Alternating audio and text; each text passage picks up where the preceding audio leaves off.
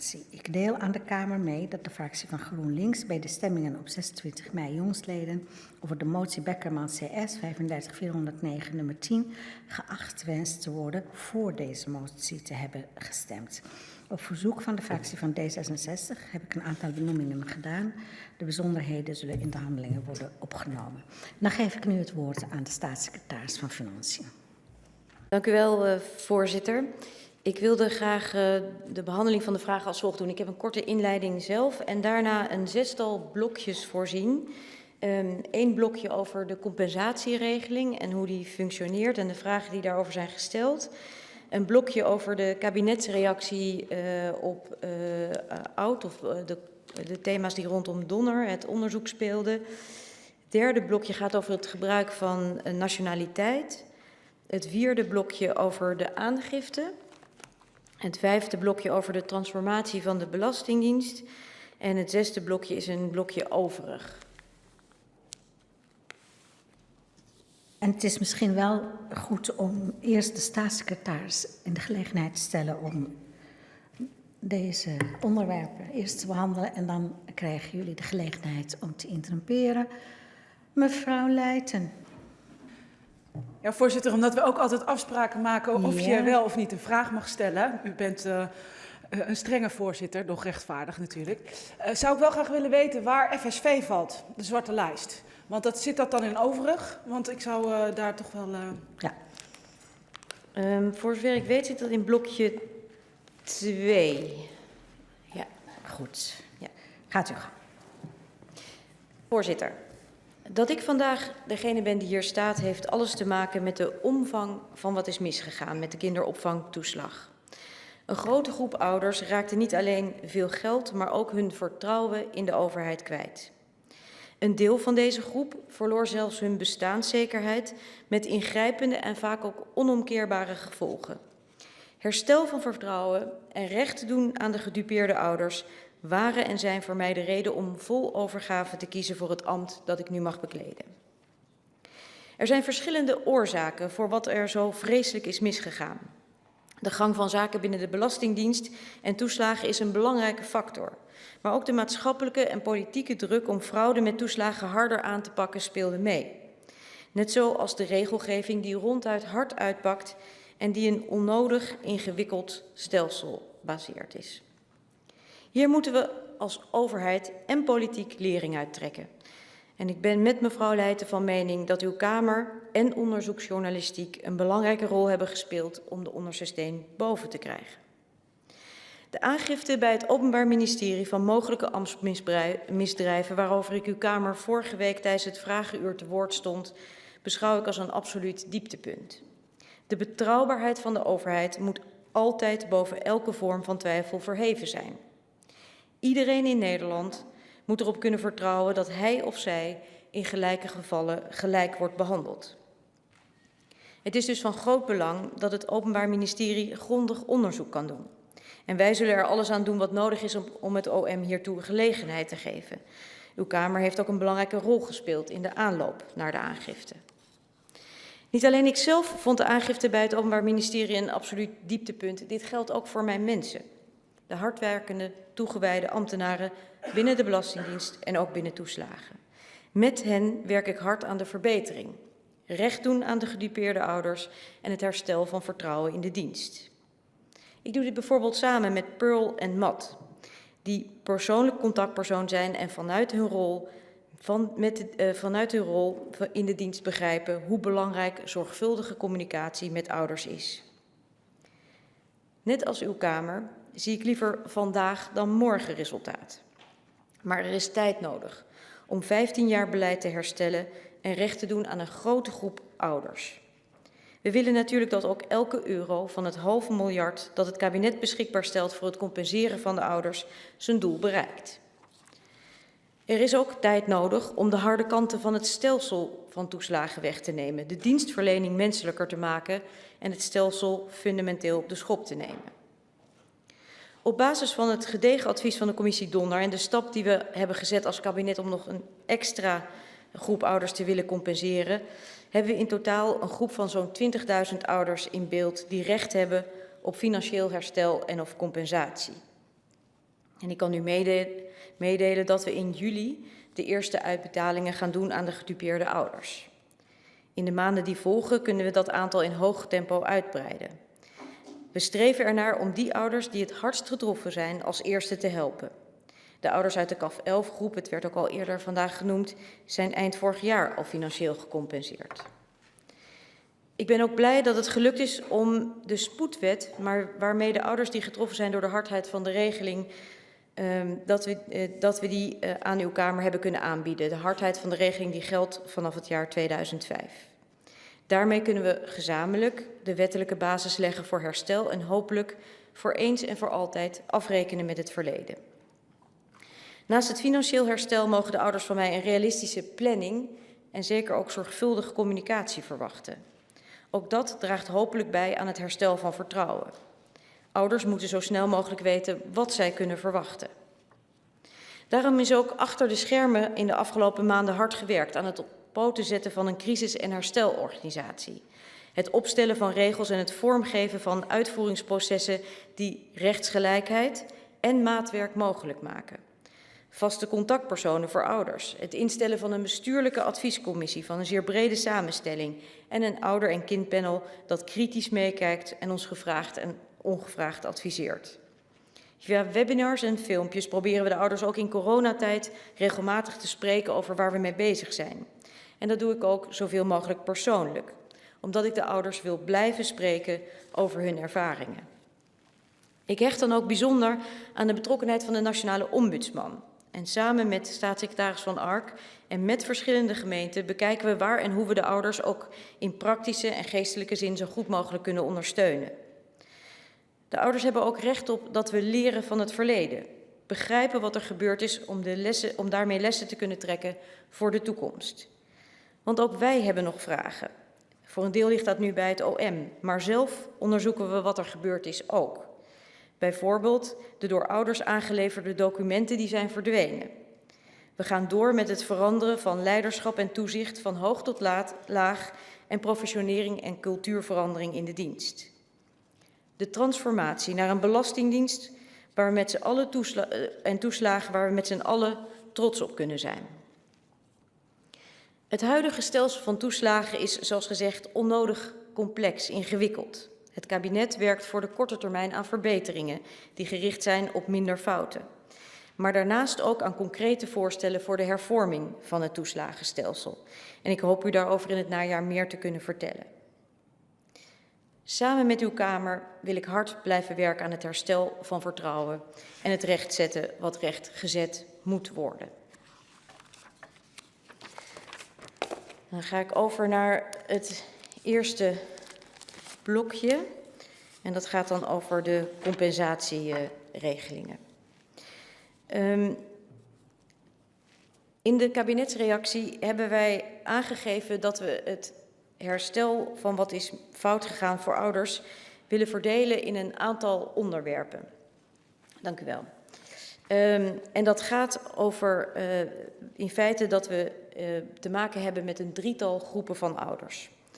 Er zijn ouders die getroffen zijn door de zogenaamde institutionele vooringenomenheid. En die institutionele vooringenomenheid geldt voor een groot deel binnen de groepen van ouders die onderwerp zijn geweest van een CAF-onderzoek. Maar dat geldt ook daarbuiten. Er bestaat ook institutionele vooringenomenheid los van CAF-onderzoeken. En dat is belangrijk, want voor die ouders geldt dus ook de regeling zoals die is ingesteld voor CAF 11.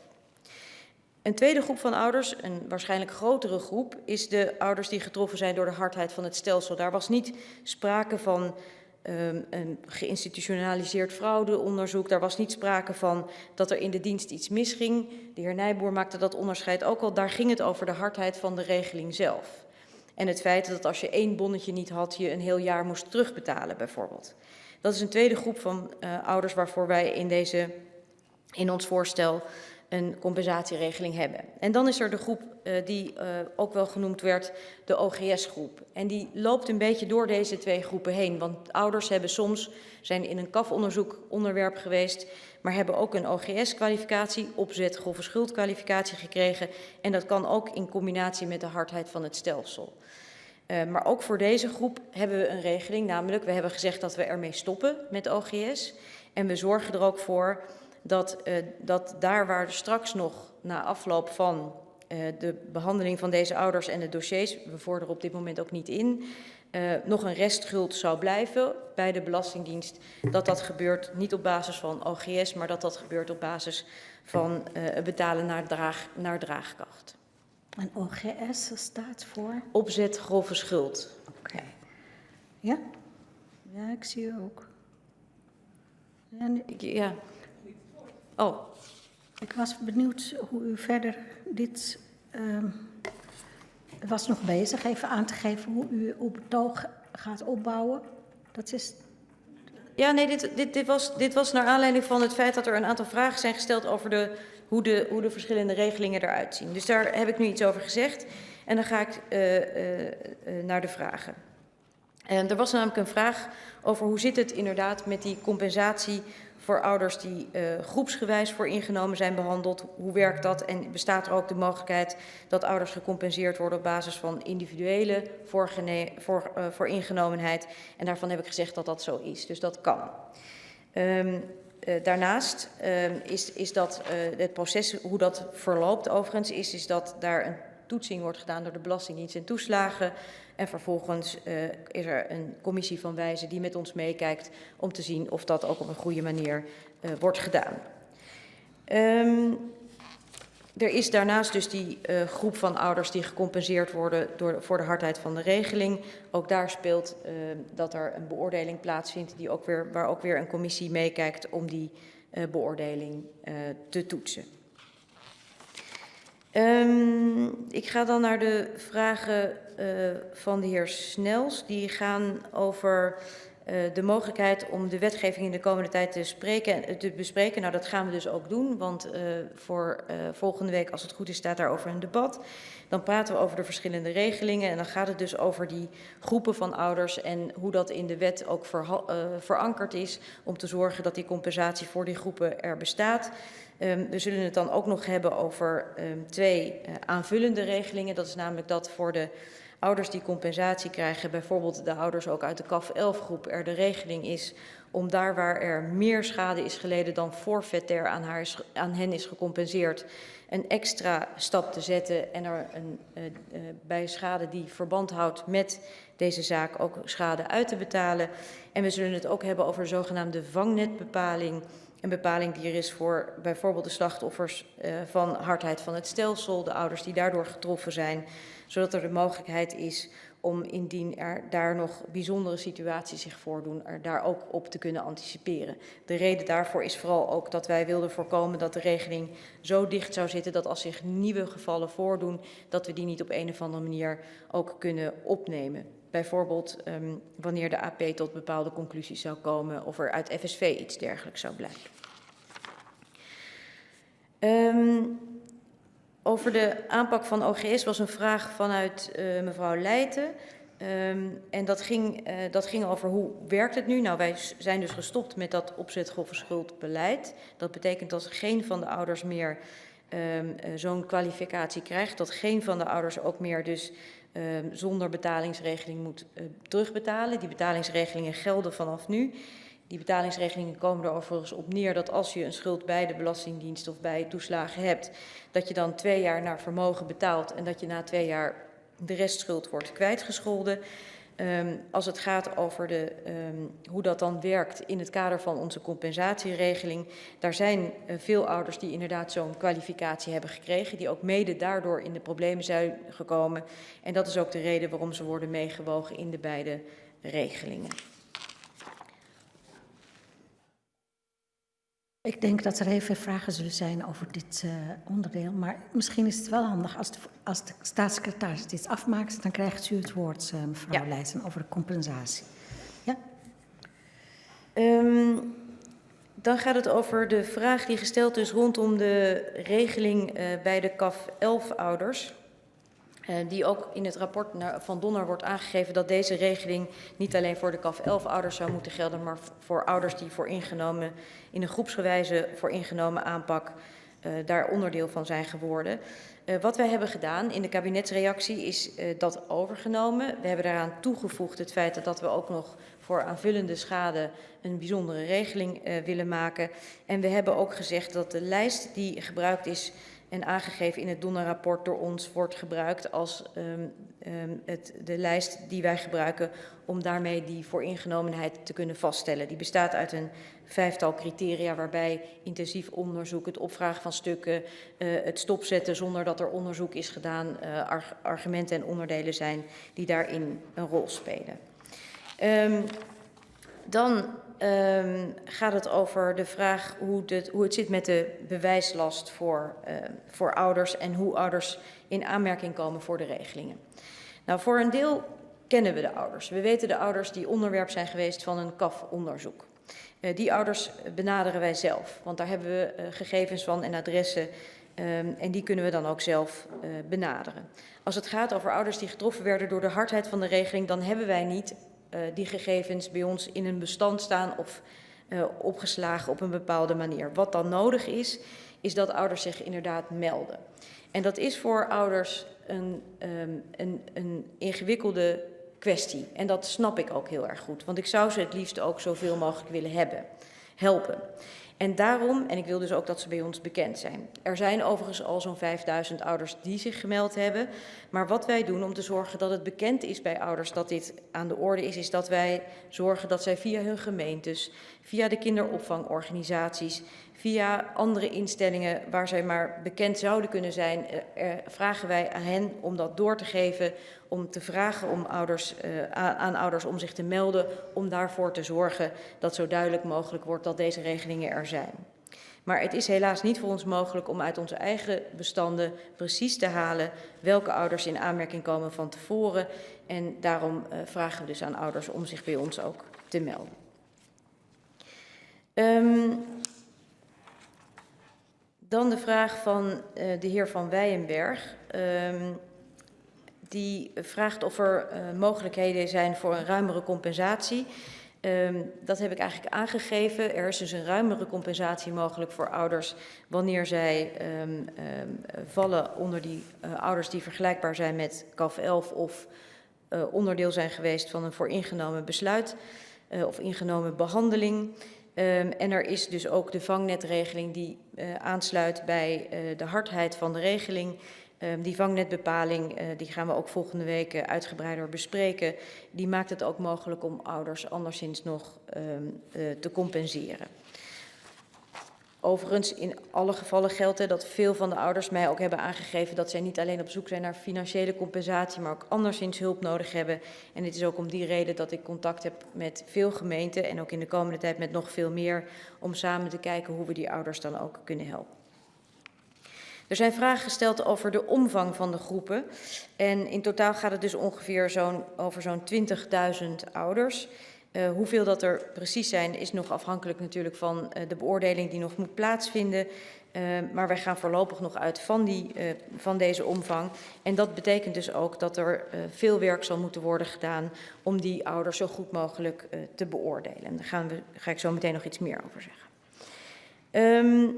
Ik wilde dan over op de vragen die gesteld zijn over het thema rondom de dossiers, de ouderdossiers.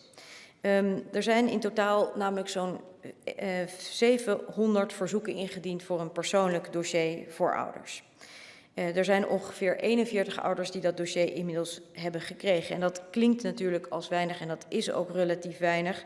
En dat heeft er veel mee te maken dat het samenstellen van die dossiers enorm veel werk is. We zijn daar ongeveer 400 uur per dossier mee kwijt. We moeten vele bestanden door. We moeten zorgen dat die informatie goed gerangschikt wordt op een manier die ook inzicht geeft voor de betrokken burgers.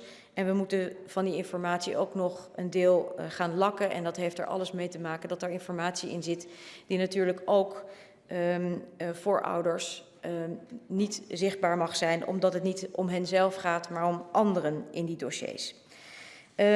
Wat wij hebben gedaan is het volgende. We hebben contact opgenomen met de nationale ombudsman en ook aan hem gevraagd om mee te kijken en mee te denken over een proces waarin we wel de ouders kunnen helpen en antwoord kunnen geven op die vragen waar ze naar op zoek zijn. Want veel ouders zijn niet naar hun totale dossier op zoek, maar naar de informatie die ze zoeken om een beeld te krijgen over wat hen is overkomen. En om die reden heb ik samen met de ombudsman aangegeven dat we het proces als volgt gaan inrichten. We gaan ouders bellen. We vragen hen wat precies de informatie is die ze nodig hebben. Op basis daarvan gaan we die informatie natuurlijk ook voor ze zoeken. En als ze alsnog een heel dossier willen hebben, dan is die mogelijkheid er ook, natuurlijk. Maar helaas gaat dat dan wel enige tijd duren, omdat het zo ongelooflijk veel werk is en er veel ouders zijn die hun dossier hebben opgevraagd. Ja, mevrouw Leijten, die wil heel snel en heel graag een vraag stellen. Mevrouw Leijten. Ja, voorzitter, en ik kom zo meteen nog wel even terug op de regeling.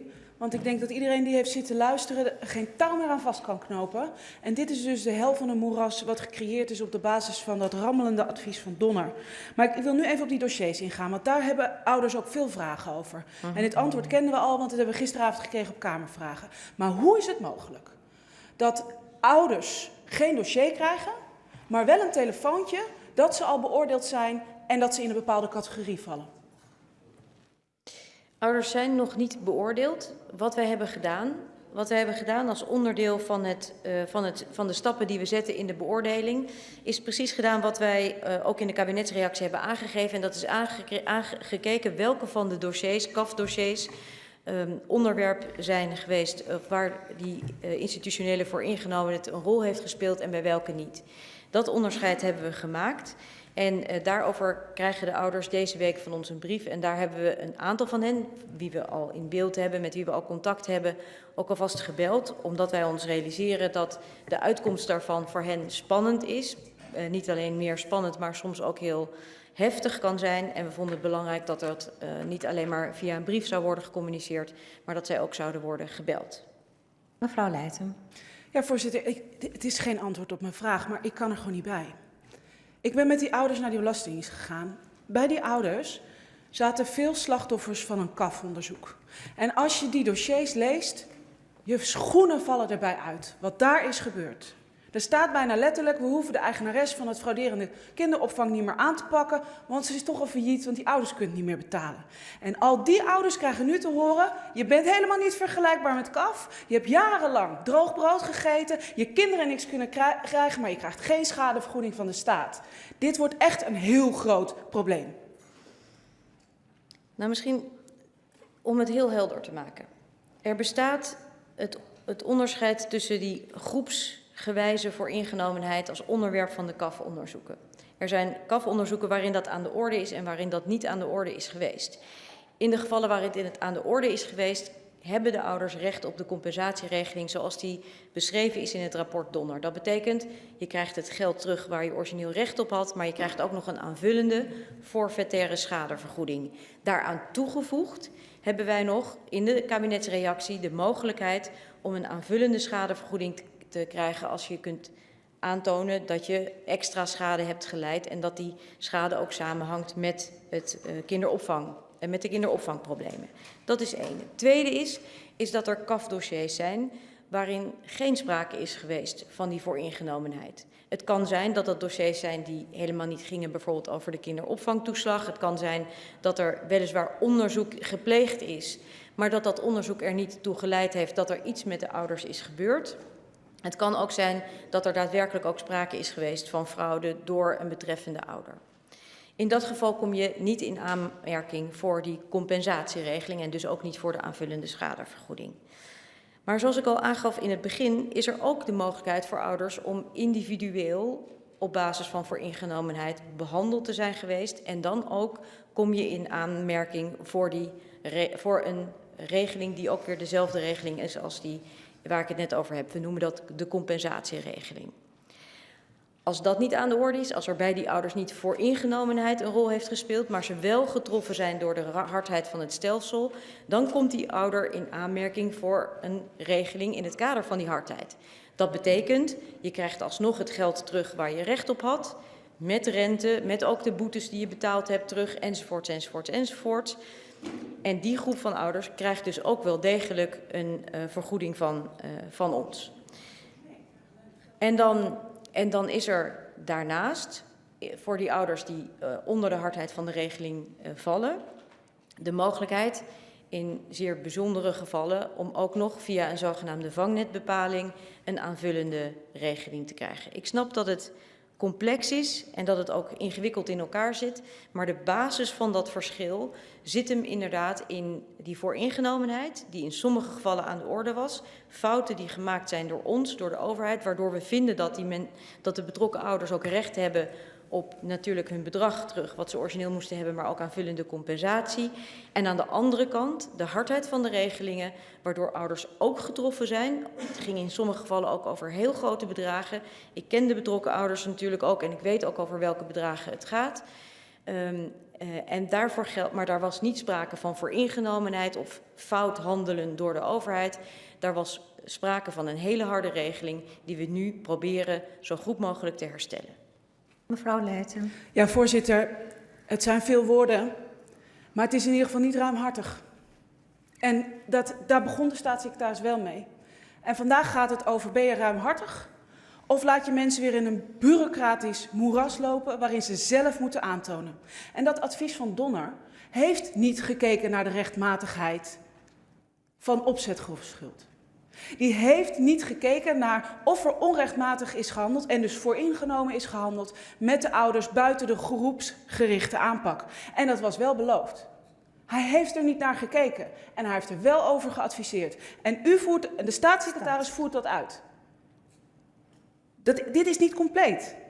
Als die ouders naar de rechter gaan en de Belastingdienst heeft geen bewijs waarom ze fraudeur zijn gegaan, gaat de Belastingdienst nat. En ik zou het niet willen dat die ouders dat moeten doen. En het is aan de staatssecretaris om vandaag wijs te zijn en toe te zeggen dat die opzetgroepsschuld onderzocht moet worden of daar rechtmatig gehandeld is. Want we hebben gewoon een interne notitie waarin bewijs moet zijn. Je moet aan kunnen tonen waar je mensen van verdenkt. En dat zit gewoon niet in die dossiers.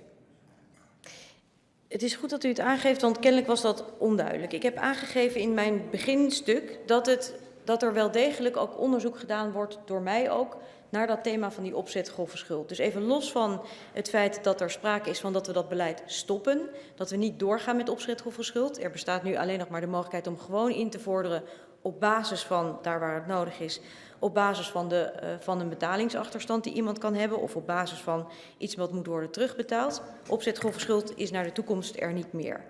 Naar het verleden toe is het inderdaad gebeurd en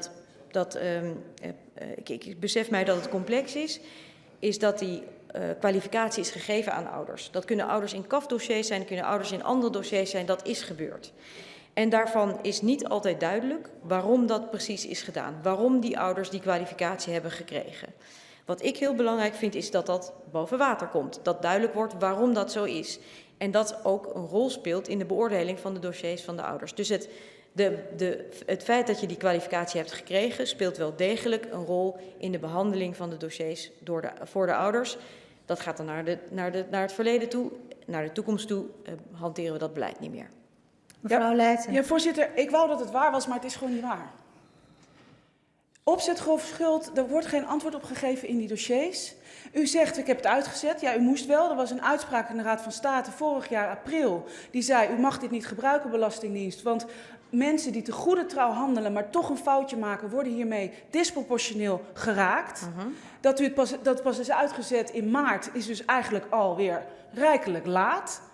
Maar Donner zegt letterlijk, we hebben geen onderzoek gedaan naar onrechtmatigheden in de rechtsbehandeling van mensen buiten de groepsgewijze aanpak. Hij is in zijn advies van uitgegaan dat iedereen die individueel uit die risicoselectie is gerold, waar u ook nog onderzoek naar moet worden gedaan, dat die rechtsbescherming had. En daarop heeft hij zijn advies gebaseerd. Die hebben geen rechtsbescherming gehad. Die zijn in elkaar gebeukt, voor dood achtergelaten in de greppel. En nu pas gaan we ze oprapen. Maar gaan we wel zeggen, ja, misschien bent u toch niet zo voor dood achtergelaten. Dit is niet ruimhartig. U moet kijken naar die rechtmatigheid buiten die groepsgewijze aanpak. En als de staatssecretaris dat niet doet, dan is dit een trieste dag. Misschien een paar dingen om daar als reactie op te zeggen. Nummer 1, ik sta niet namens de commissie Donner hier. Ik sta hier namens het kabinet dat een regeling heeft gemaakt gebaseerd op de commissie Donner. En onderdeel van wat wij hebben aangegeven is dat wij wel degelijk onderzoek doen naar opzet grove schuld. Omdat het voor mij en voor ons ook heel erg belangrijk is en niet in de laatste plaats voor de ouders, zoals ik dat al eerder aangaf, om te weten hoe dat precies is gegaan. Wat is er precies misgegaan? Ik gaf aan in mijn inleiding, wij gaan herstellen, daar zijn we mee aan het werk. We zijn aan het zorgen dat ouders recht gedaan wordt, maar we hebben nog niet alle antwoorden op alle vragen. En dit is er één van. We hebben ook nog niet alle antwoorden op de vragen die gesteld zijn aan de AP. We hebben ook nog niet de antwoorden op alle vragen als het gaat over zijn documenten nu verdwenen of niet. Dat zal allemaal in de komende tijd boven water komen. Dat hoop ik van harte, want ik zit daar natuurlijk zelf ook achterheen dat dat komt, omdat dat mogelijk nog een aanvullende rol speelt in de beoordeling van deze dossiers. Maar ik wil niet daarop wachten. Het kabinet wil heel graag de ouders zo snel mogelijk gaan compenseren. En dat doen we dan ook op basis van die regelingen die wij zelf hebben gemaakt, die weer gebaseerd zijn op het Donner-rapport. De heer Omtzigt. Voorzitter, ik maak even een punt van orde richting u. Wij hadden documenten gevraagd aan het begin. Er is 1 document gekomen, dat is het document wat op 3,5 punt stond en dat is nu netjes leesbaar. Maar de onderliggende documenten hebben we niet. De hele besluitenlijsten, daar is er geen van gekomen. En de stukken die door de DG Belastingdienst geschreven zijn en aan de staatssecretaris zijn voorgelegd, de 3 stukken die genoemd worden in antwoord 15 van de feitelijke vragen, die worden niet verschaft omdat de inhoud daarvan verschaft zou zijn aan de Kamer. Dan heeft de staatssecretaris een artikel 68 discussie hier gemist en dan vraag ik u of u de grondwet aan de staatssecretaris wilt geven. Dus ik vraag de staatssecretaris om binnen een kwartier die stukken aan de Kamer te leveren, want ze vormen hier onderwerp van debat. En als die er niet zijn, dan krijg ik een soort gevoel dat we wederom een soort detective gaan spelen. Dus dit is een ordevoorstel. Ik wil die stukken binnen een kwartier en anders niet. En anders wachten we gewoon even tot die stukken hier zijn en dan gaan we dan verder met het debat. Ik begrijp dat er een brief is gekomen waarin staat dat 1 document wel beschikbaar is, maar de rest nog niet. Maar dat weet de staatssecretaris beter dan ik. Ja, het klopt. 1 document is ter beschikking gesteld. Het gaat over de documenten die de heer Omtzigt heeft gevraagd. Die gaan over verslagen van managementteamvergaderingen. Daar hebben we ook al eerder in vragen op de Kamer op geantwoord dat wij die ook niet meer kunnen vinden. Wij kunnen die stukken niet meer boven water krijgen. ADR heeft daarnaar gevraagd. We hebben daarnaar gezocht. We hebben dat meerdere keren gedaan. Maar die stukken zijn niet meer in onze dossiers, in onze archieven te vinden. Dus die kan ik u niet ter beschikking stellen. Ik zou het graag doen, want vele van die managementteamverslagen, bijvoorbeeld waar het over gaat, het zijn er honderden, zijn wel degelijk ter beschikking gesteld. Maar degene die u vraagt, die zijn er niet meer. De ADR heeft dat ook in haar rapport aangegeven. En als het gaat over het laatste stuk, dat gaat over een notitie, een ambtelijke notitie, die ook is die is ook die is in de ambtelijke organisatie niet uiteindelijk tot een concept. Daar is uiteindelijk is die niet afgerond, is niet zodanig ook als onderdeel van de beraadslagingen gebruikt, is ook niet naar de staatssecretaris gegaan. En in het kader van het feit dat dat dus een persoonlijke beleidsopvatting is, hebben wij ervoor gekozen om die niet met u te delen. De heer Omtzigt. Voorzitter, dat is geen keuze. Dat is geen keuze. Een persoonlijke beleidsopvatting wordt een intern onderzoek gedaan door de DG Belastingdienst naar wat er gebeurd is. En het wordt hier afgedaan als een persoonlijke beleidsopvatting die conceptnotitie gebleven is, die wordt niet gedaan. Die moet gewoon aan de Kamer verschaft worden onder artikel 68. Er ligt een Kamermotie hier 150-0, dus ik verzoek u die aan de Kamer te doen toekomen. In het antwoord staat er ook een tweede notitie die wel aan de staatssecretaris is aangeboden. Het verslag van een aantal gesprekken. Het staat er een beetje ontvloerst. Ik verzoek gewoon die 2 notities op basis van de grondwet, wat de regering daarvan vindt interesseert me niet, gewoon aan de Kamer te leveren. En dat wel in het komend half uur, zodat ze onderdeel kunnen worden van de beraadslagingen. Ik heb het antwoord kunnen gegeven wat ik heb aangegeven. De stukken zijn voor een deel dus niet ter beschikking te stellen, omdat wij ze niet ter beschikking hebben. Wat u gekregen heeft, heeft u van mij gekregen. De overige documenten beoordelen wij als documenten die gaan over persoonlijke beleidsopvattingen en die we daarmee niet ter beschikking stellen aan de Kamer, omdat het anders niet mogelijk is voor mijn medewerkers om met elkaar ideeën en plannen en berichten te delen, zonder dat dat onmiddellijk ook in het publieke debat een rol speelt. Voorzitter, dan doe ik het op basis van de WOP. werkelijk waar als Kamerlid.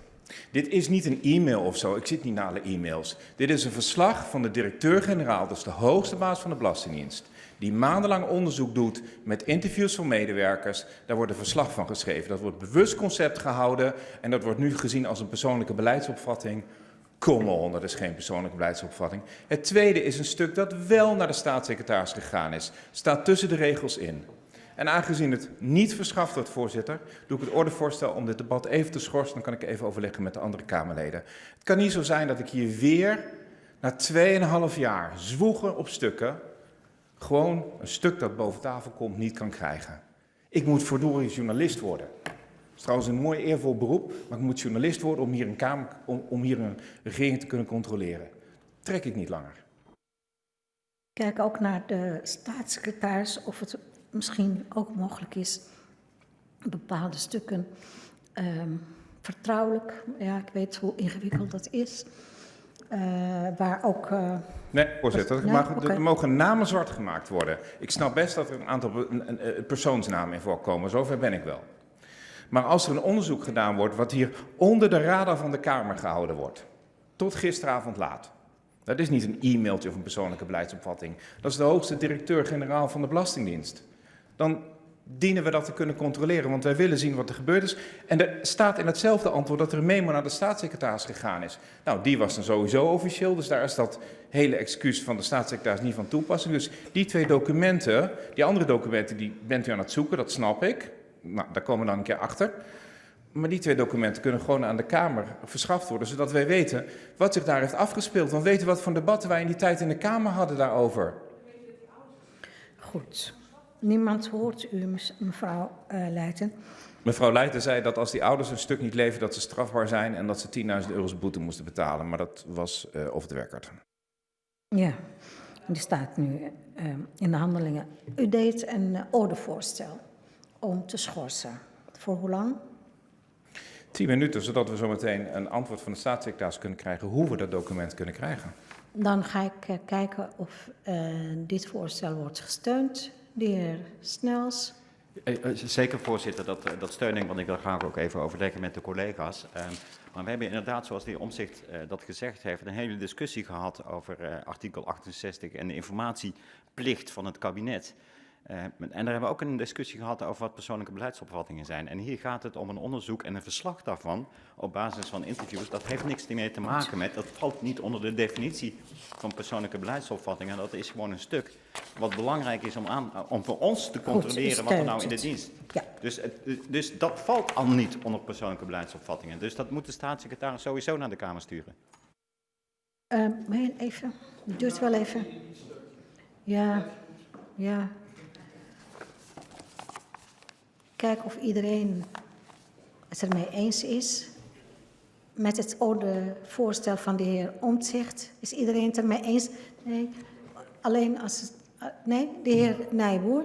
Nee, voorzitter, op zichzelf is de grondwet heel helder. We hebben er gewoon recht op. En ik steun de heer Omtzigt. En als een meerderheid van de Kamer gaat ook over de uitleg ervan. Ja. En ik denk dat er een meerderheid voor is. net. En het enige procesvoorstel dat dan nog is om tussentijds een motie in te dienen om het af te dwingen bij de staatssecretaris. Maar ik denk als iedereen zich nu even uitspreekt en er is waarschijnlijk een meerderheid voor, Nee, dan maar dat vraag ik. moet dat gewoon gebeuren.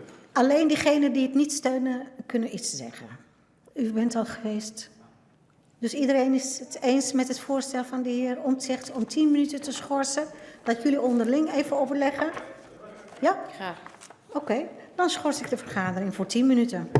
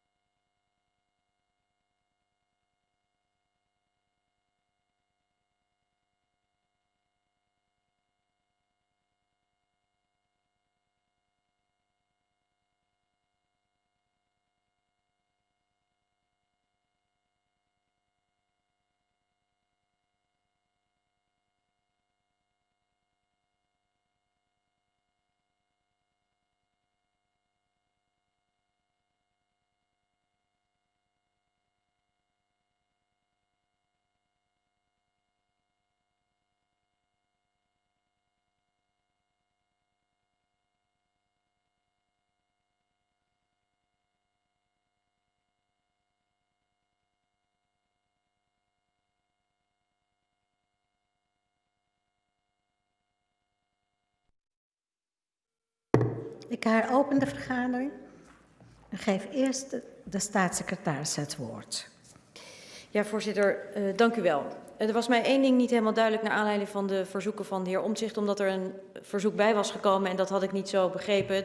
Het eerste verzoek ging over het stuk wat een interne ambtelijke notitie is die vervolgens intern ambtelijk ook is afgekeurd, daardoor niet de openbaarheid heeft gezien.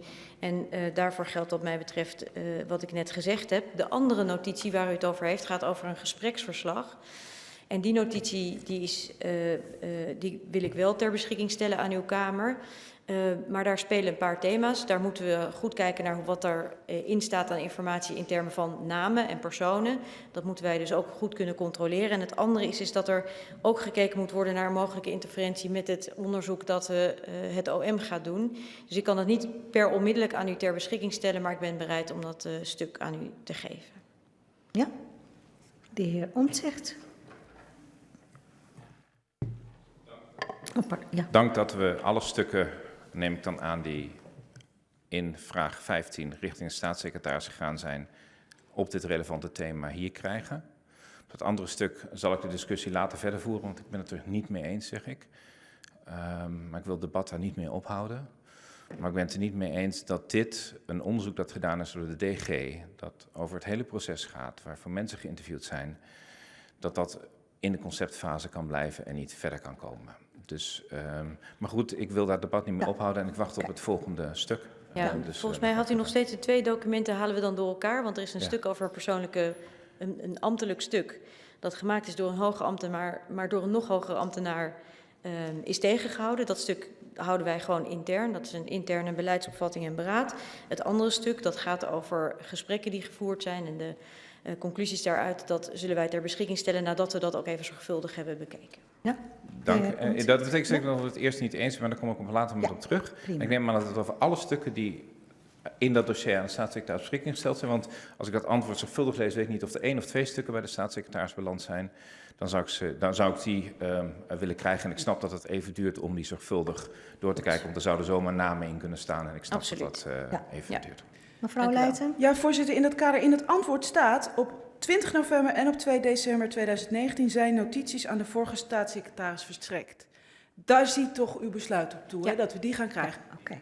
Op de notities die naar de staatssecretaris zijn gegaan. Ja. Dan kunnen we verder met het debat. Maar de heer, even kijken, ik had, tenzij jullie, ik heb op mijn lijstje de heer Omtzigt, de heer Snels, de heer Van Wijnberg en de heer Azarkan. De heer Omtzigt. Voorzitter, we hebben het over de dossiers van mensen. En die mensen hebben 9 maanden geleden voor 600 mensen een dossier gevraagd. En mijn vraag in eerste termijn was, deze mensen hebben dat gedaan op basis van artikel 15 AVG. Dan heb je na 3 maanden recht, krijg je het niet, dan krijg je een dwangsom. De regering ontkent dat ze recht hebben op de AVG of op basis van de AVG gevraagd hebben. Maar ik heb een aantal brieven van die mensen gezien. Ze hebben AVG artikel 15 zelfs in de aanvraagbrief genoemd. Dat was een voorbeeldbrief van de Bond voor Belastingbetalers. Dus die hebben gewoon recht, of die hebben gewoon recht op een dwangsom. En ik had daar graag op willen horen of dat zo is. Maar het gaat 1 stap verder. Het gaat niet alleen sec om het recht op het dossier en om lastig te doen. Maar het gaat om het feit dat, hoe kun je als Belastingdienst bepalen of iemand recht heeft op compensatie? Dus vallen in een van de categorieën die mevrouw Leijten noemt. Hoe kun je dat nou bepalen als je het dossier niet kunt verschaffen aan de mensen? Dat lijkt mij. Dus er zijn 600 mensen en die krijgen straks allemaal uitsluitsel, terwijl ze zelf hun dossier niet hebben. Dan kunnen ze toch geen kant op en hoe kunnen ze dan hun eigen beroep doen? Dat is de klem van de zaak. Ja, de staatssecretaris.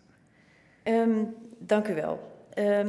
Eerst misschien maar even op dat laatste ingaan. Want het is inderdaad niet noodzakelijk dat je het volledige dossier van iemand hebt, wat we verstrekt hebben bijvoorbeeld aan die 41 ouders, om een besluit te nemen over de kinderopvangtoeslag en voor welke regeling je in aanmerking komt. Dat komt omdat de dossiers die wij ter beschikking hebben gesteld veel meer informatie bevatten. Het gaat ook over huurtoeslag, het gaat ook over kindgebonden budget, het gaat ook over andere onderwerpen zoals bijvoorbeeld wat sommige ouders gevraagd hebben, wat was er nou met mijn kinderopvangorganisatie aan de hand en al die informatie. Dus die volledige dossiers die we voor ouders hebben gemaakt, die daar naar gevraagd hebben, die heb je niet nodig om die beoordeling te maken. De elementen die daar wel voor nodig zijn, natuurlijk zoeken wij die op. Natuurlijk gaan we dat dossier ook samenstellen en doen we dat ook samen met de ouders. Want onze contactpersonen nemen ook met de ouders contact op en kijken wat zij zelf ook nog in hun dossiers hebben zitten om te zorgen dat ze gezamenlijk een zo goed mogelijke basis hebben voor besluitvorming. Dat is 1. Dus het is niet een volledig dossier nodig om een besluit te kunnen nemen.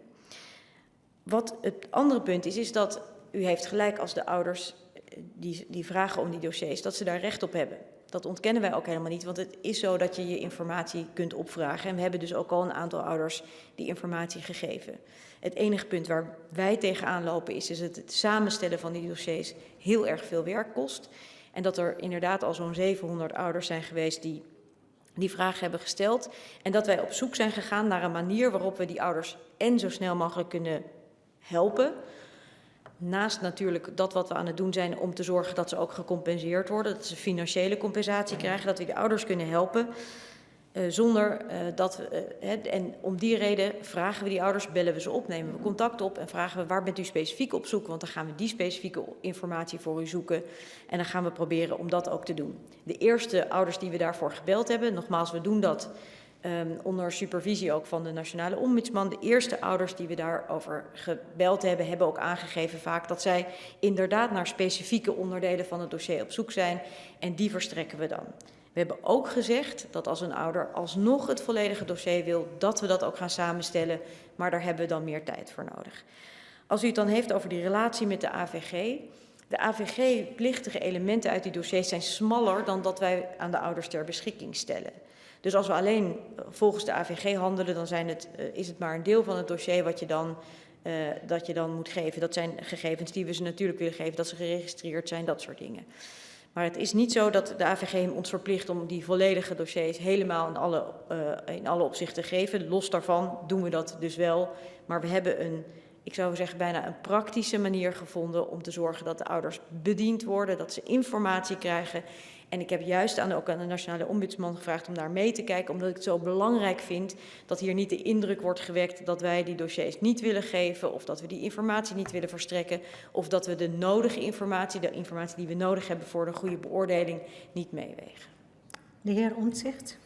Ja, voorzitter, dan nog worden dus ouders geconfronteerd met dat ze recht hadden op die AVG-informatie en dat u nu zegt ze hebben het niet op basis van de AVG gevraagd.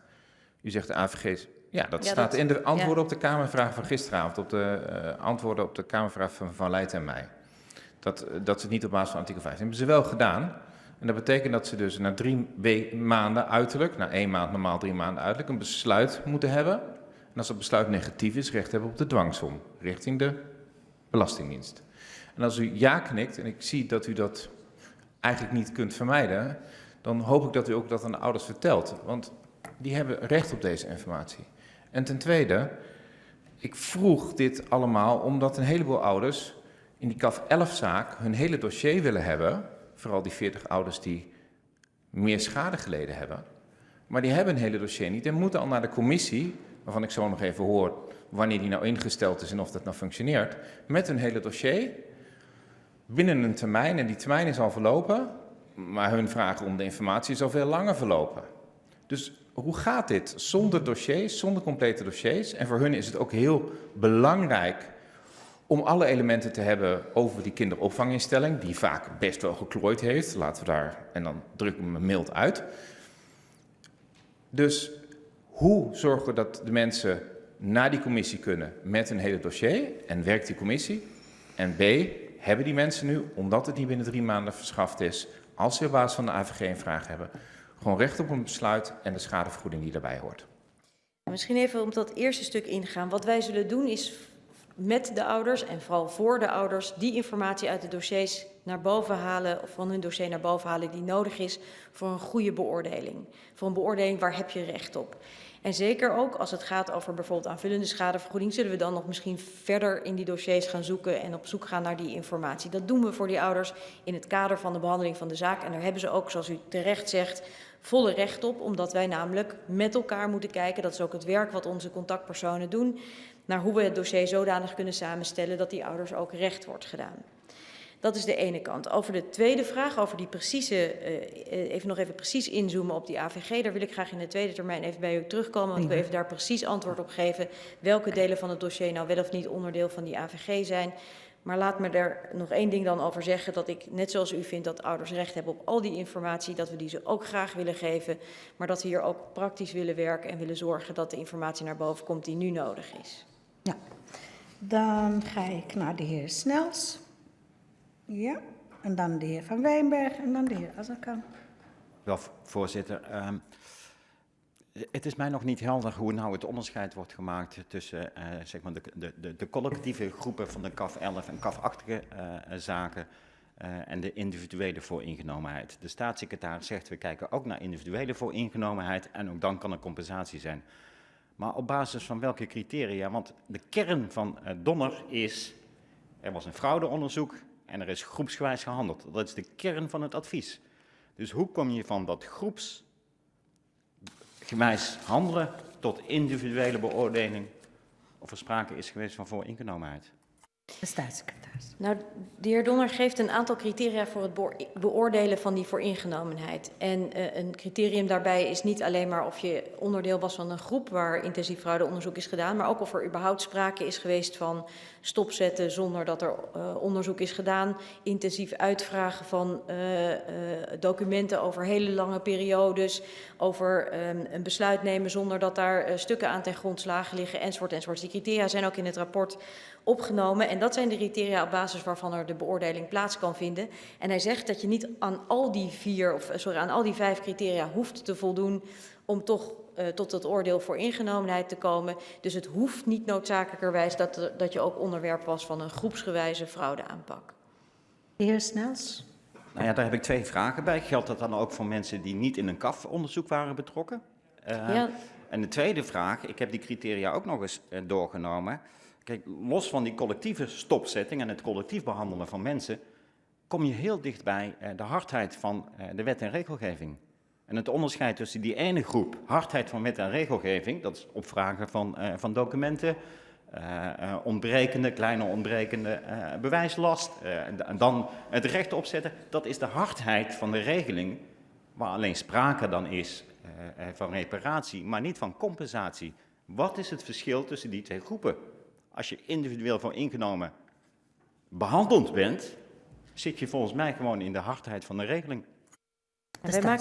Daar maken wij inderdaad een helder onderscheid tussen, omdat het in het geval van de hardheid van de regeling gaat over dat er wel degelijk sprake is van natuurlijk dat je getroffen bent daardoor. Hè. Dus je zijn stukken opgevraagd en er is besloten dat op basis van het feit dat je 1 bon niet had, wat gewoon in de onderdeel van de regeling was, of 1 handtekening niet had gezet, je alsnog een heel jaar kinderopvangtoeslag moest terugbetalen.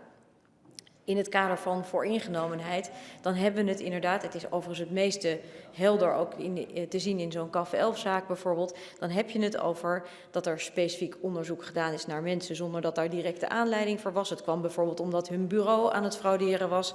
Daar is extensief onderzoek gedaan, het is stopgezet zonder overleg. Dus er was niet een bonnetje, nee, er is überhaupt niet eens gekeken naar of er een bonnetje was of niet. Er is niet gekeken naar of er recht was op kinderopvangtoeslag of iets dergelijks. En dat is aan de orde geweest, onder andere in die zaken, in die CAF-zaken. En om die reden is het zo dat mensen inderdaad onderdeel vormen van die regeling.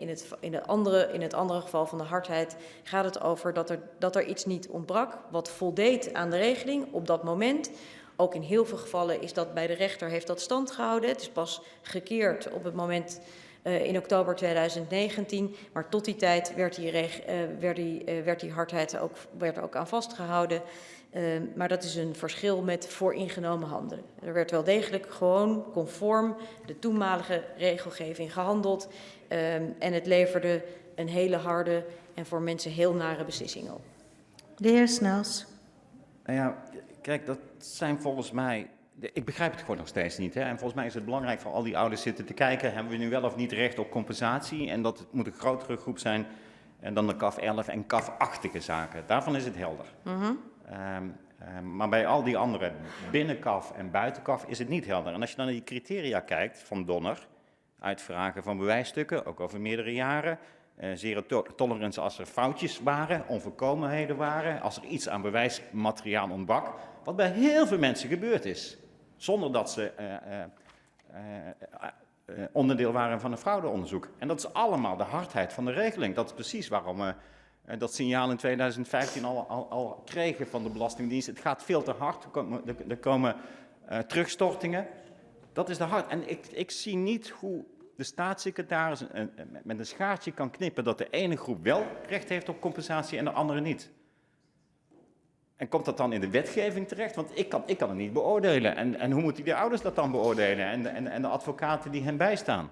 Nou, we spreken volgende week ook over die wetten. Daar is dat ook in opgenomen, hoe dat precies die verschillende groepen zitten en onder welke condities de ene groep wel en de andere groep niet in aanmerking komt voor de compensatie of voor de hardheid van de regelingclausule. Dus wellicht is het goed als we daar volgende week ook nog wat verder over discussiëren. Maar er is wat ons betreft wel degelijk een helder onderscheid te maken tussen die groep die vooringenomen is behandeld en de groep die getroffen is door de hardheid van de regeling. De heer Snels. Kijk, en daarom heb ik zo moeite, aan de ene kant bewondering voor wat Donner gedaan heeft, maar ook moeite met het rapport van Donner, want hij heeft het over institutionele vooringenomenheid en dat was een optelsom van factoren in dat hele besluitvormingsproces. Maar als je dan in die criteria kijkt, bijvoorbeeld 5, het afwijzen of reduceren van de aanspraak bij de minste of geringste onregelmatigheid in de stukken. Dat is bij heel veel mensen gebeurd. En dat heeft niet eens iets te maken met vooringenomenheid. Dat is bij heel veel mensen gebeurd. Ja. Niet alleen als de Belastingdienst vooringenomen heeft gehandeld. Dan zit je echt gewoon in de hardheid van de regeling. En daarom, volgens mij zitten er heel veel mensen te kijken, krijg ik nou wel of niet recht op compensatie? En wij snappen het niet. De staatssecretaris. Nou, het punt is als volgt. We hebben het hier over inderdaad het onderscheid van vooringenomen handelen. En dat betekent in feite niet veel meer of minder dan dat de overheid bewust mensen in een situatie heeft gebracht waarin ze niet hebben gekregen waar ze recht op hadden. Er is bewust veel werk gedaan om fraude te ontdekken. Er is niet goed gekeken naar stukken. Er zijn allerlei soorten van informatie is er opgevraagd die niet nodig was om op te vragen. Er is extensief onderzoek gedaan. Er zijn ook besluiten genomen voorafgaand aan überhaupt onderzoek. Hè. Daarvan is de kinderopvangtoeslag stopgezet zonder dat er überhaupt gekeken was of er wel recht op was, of er wel bonnetjes waren, enzovoorts, enzovoorts, enzovoorts. En dat is in het geval van de CAF-onderzoeken ook nog eens een keer groepsgewijs gebeurd. Je was onderwerp van zo'n onderzoek omdat je, nou in de meeste gevallen was dat zo, jouw kinderopvangbureau bezig was, volgens ons althans, met het plegen van fraude. Met elkaar. En daar speelde de optelsom van die verschillende criteria een rol. Dat is ook precies wat Donner zegt. Het gaat niet over het singuliere feit. Het gaat niet om dat enige feit dat je bijvoorbeeld dat er onderzoek naar werd gedaan. Het is een combinatie van factoren die daar een rol speelt. En er werd in die zin niet gehandeld conform. Er werd dus uitdrukkelijk niet gehandeld conform de regeling. Niet conform hoe de regeling in elkaar zat. In het geval van de hardheid van de regeling werd er door ons wel degelijk gehandeld conform de regeling. Er werd wel degelijk precies gedaan wat in de regeling stond. Bijvoorbeeld dat verhaal wat ik net vertelde over er ontbrak een bon, maar er werd niet proportioneel teruggevorderd. Dus bijvoorbeeld u had het bonnetje over december niet, maar de rest van de bonnen had u wel. En u kreeg gewoon de eerste 11 maanden. Nee, u moest het hele jaar terugbetalen. Dat stond precies zo in die regeling. En daar gaat het dus over de hardheid van de regeling. En dat onderscheidt zich echt van het vooringenomen handelen, waar andere dingen aan de orde zijn. En waarbij, en we gaan het dus nog onderzoeken, het mogelijk ook nog zo is dat documenten misschien opzettelijk zijn verdwenen. Waar het misschien ook nog wel zo is dat er sprake is geweest van etnisch profileren.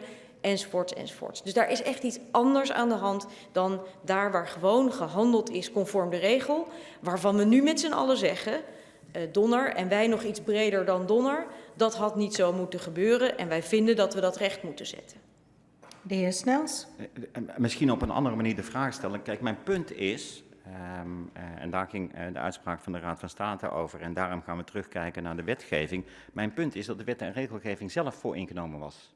De alles of niets benadering die in de wet en regelgeving zat, was vooringenomen. Namelijk, we gingen ervan uit dat mensen wel eens zouden kunnen gaan frauderen en daarom moet die zo hard mogelijk zijn en als er iets van een onvolkomenheid was, alles terugvorderen. Daarin zit al een vooringenomenheid en als je dan het onderscheid gaat maken tussen mensen die alleen vallen onder de hardheidsclausule, die we nu gaan introduceren, en het handelen van de Belastingdienst, dan zit daar een verschil tussen dat volgens mij gradueel is. En waar ik niet de scherpe onderscheid zie tussen de Belastingdienst die de fout in is gegaan en de wet en regelgeving die te hard was. Wat is dan het onderscheid tussen de hardheidsclausule en het vooringenomen handelen van de Belastingdienst? Want die criteria zijn dan ook niet hard. Volgens mij heb ik heel helder gemaakt net wat het verschil is. In het ene geval is er gedrag door de overheid, heeft de overheid zich op een niet rechtsstatelijke manier gedragen, is er vooringenomenheid geweest. In het andere geval was er sprake van de uitvoering van een wet. Met u ben ik het zeer eens dat die wet niet goed was. Sterker nog, dat die wet super hard was en ook heel erg hard uitwerkte. Maar er is wel degelijk een onderscheid te maken wat mij betreft in die twee categorieën. Wat onverlet laat ik daar ook helder over zijn, dat in beide gevallen ouders enorm getroffen kunnen zijn. De heer Van Wijnberg. Ja, voorzitter. Ik ben op zoek om een gevoel te krijgen in welke verschillende manieren ouders zeg maar, behandeld worden. Ik snap de groep, vergelijkbaar met CAF, groepsgewijs, de compensatieregeling. Dan is er een groep andere CAF-zaken die nu niet zijn gekenmerkt als groepsgewijs institutioneel vooringenomen. Die mensen worden, als ik het goed begrijp, dan individueel beoordeeld en kunnen, als dat toch aan de orde is, nog steeds gewoon in de compensatieregeling terechtkomen. De derde groep, en daar is de mogelijkheid om als er schade is die verder gaat, in de impact op een huwelijk, het moeten verkopen van je huis, om daar nog iets bovenop de bedragen te doen zoals we die nu al hebben. Precies. Dan hebben we de groep, die is hardheid van de regeling. De wet is toegepast, maar wij vinden nu dat dat te hard uitpakt door dat alles of niets beleid. Mijn zoektocht is, wat gaan we nou doen als ouders die in deze hoek zitten, daar wordt, als het goed is, dan ook een uitspraak over gedaan gedurende de komende periode. En dan blijkt zo meteen uit autoriteit persoonsgegevensonderzoek of uit de zwarte lijsten, dat daar wel degelijk nog iets onder lag. Hoe ga je dan met die groep om? Gaan die alsnog naar de compensatieregeling of zegt de staatssecretaris nu, ik heb een vangnetbepaling geregeld die mij ook hier de ruimte biedt om op te plussen. Die is primair bedoeld voor, u had last van de strengheid van de regeling, maar dit valt zo hard uit vanwege bijvoorbeeld een huis dat ik meer doe, dat ze dat ook kan gebruiken om als te zeggen, nee, eigenlijk is hier toch wel degelijk meer in aan de hand, bijvoorbeeld etnisch profileren. Dan kan ik ook op die manier de vergoeding alsnog verhogen. Loopt dat dan in die route of stappen ze eigenlijk over naar wat ik dan maar even noem de Donner-regeling? Ja, omdat het over hypothetische gevallen gaat, hebben we daar nog niet een uitspraak over gedaan. Maar het is wat mij betreft evident dat als er situaties zijn waarin dit aan de orde zou zijn geweest, dat we ofwel langs de ene of wel langs de andere route daar een oplossing voor moeten vinden. Omdat ik vind dat als dit, mocht het zo zijn dat er aangetoond is dat er inderdaad etnisch geprofileerd is, dan vind ik dat ik opnieuw een voorstel moet doen aan uw Kamer over hoe we daar dan mee omgaan. En daar biedt de regeling wel twee routes voor. Dat is de route van ofwel de compensatie ofwel de vangnetbepaling. Nogmaals, we gaan er volgende week verder over spreken, maar daar zullen we het dan ook over moeten hebben, omdat ik ook vind dat er dan op die manier ook opnieuw naar moet worden gekeken. Maar dat is nogmaals, we hebben dat nog niet boven water. En daar waar dat wel zo is, moeten we daar dan met elkaar, vind ik, nog verder over spreken. Ja, de heer Van Wijnberg. Ja, voorzitter, dat is natuurlijk, we hadden het liefst ook die informatie ook bijvoorbeeld de autoriteit gehad, juist omdat je het liefst graag gewoon in één keer wil doen. Maar ik begrijp de staatssecretaris goed dat zij zegt, als wij een beoordeling doen van iemand, waar we zeggen, u valt niet onder de compensatieregeling, maar onder de hardheid van de regeling, sorry voorzitter voor al het jargon, maar dan krijgt u het geld terug, even in mijn woorden, wat u allemaal heeft moeten betalen. Maar wat wij dan nog steeds zeggen is dat dat op geen enkele wijze beperkt om er wat op te kunnen doen, even los van de vorm, waar mensen op het recht op hebben, als toch blijkt dat er, hetzij door zwarte lijsten, hetzij anderszins, wel degelijk toch vooringenomen groepsgewijs straks zou blijken gehandeld te zijn. Ja, ik ben het daarmee eens dat we daar dan met elkaar over moeten kijken naar waar dat dan in past. Ja. De heer Azarkan.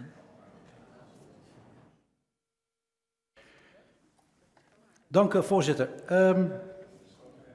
In december stonden we hier ook met minister Hoekstra en met de minister-president zelfs. En toen was eigenlijk de toezegging, de mensen krijgen op korte termijn hun dossier.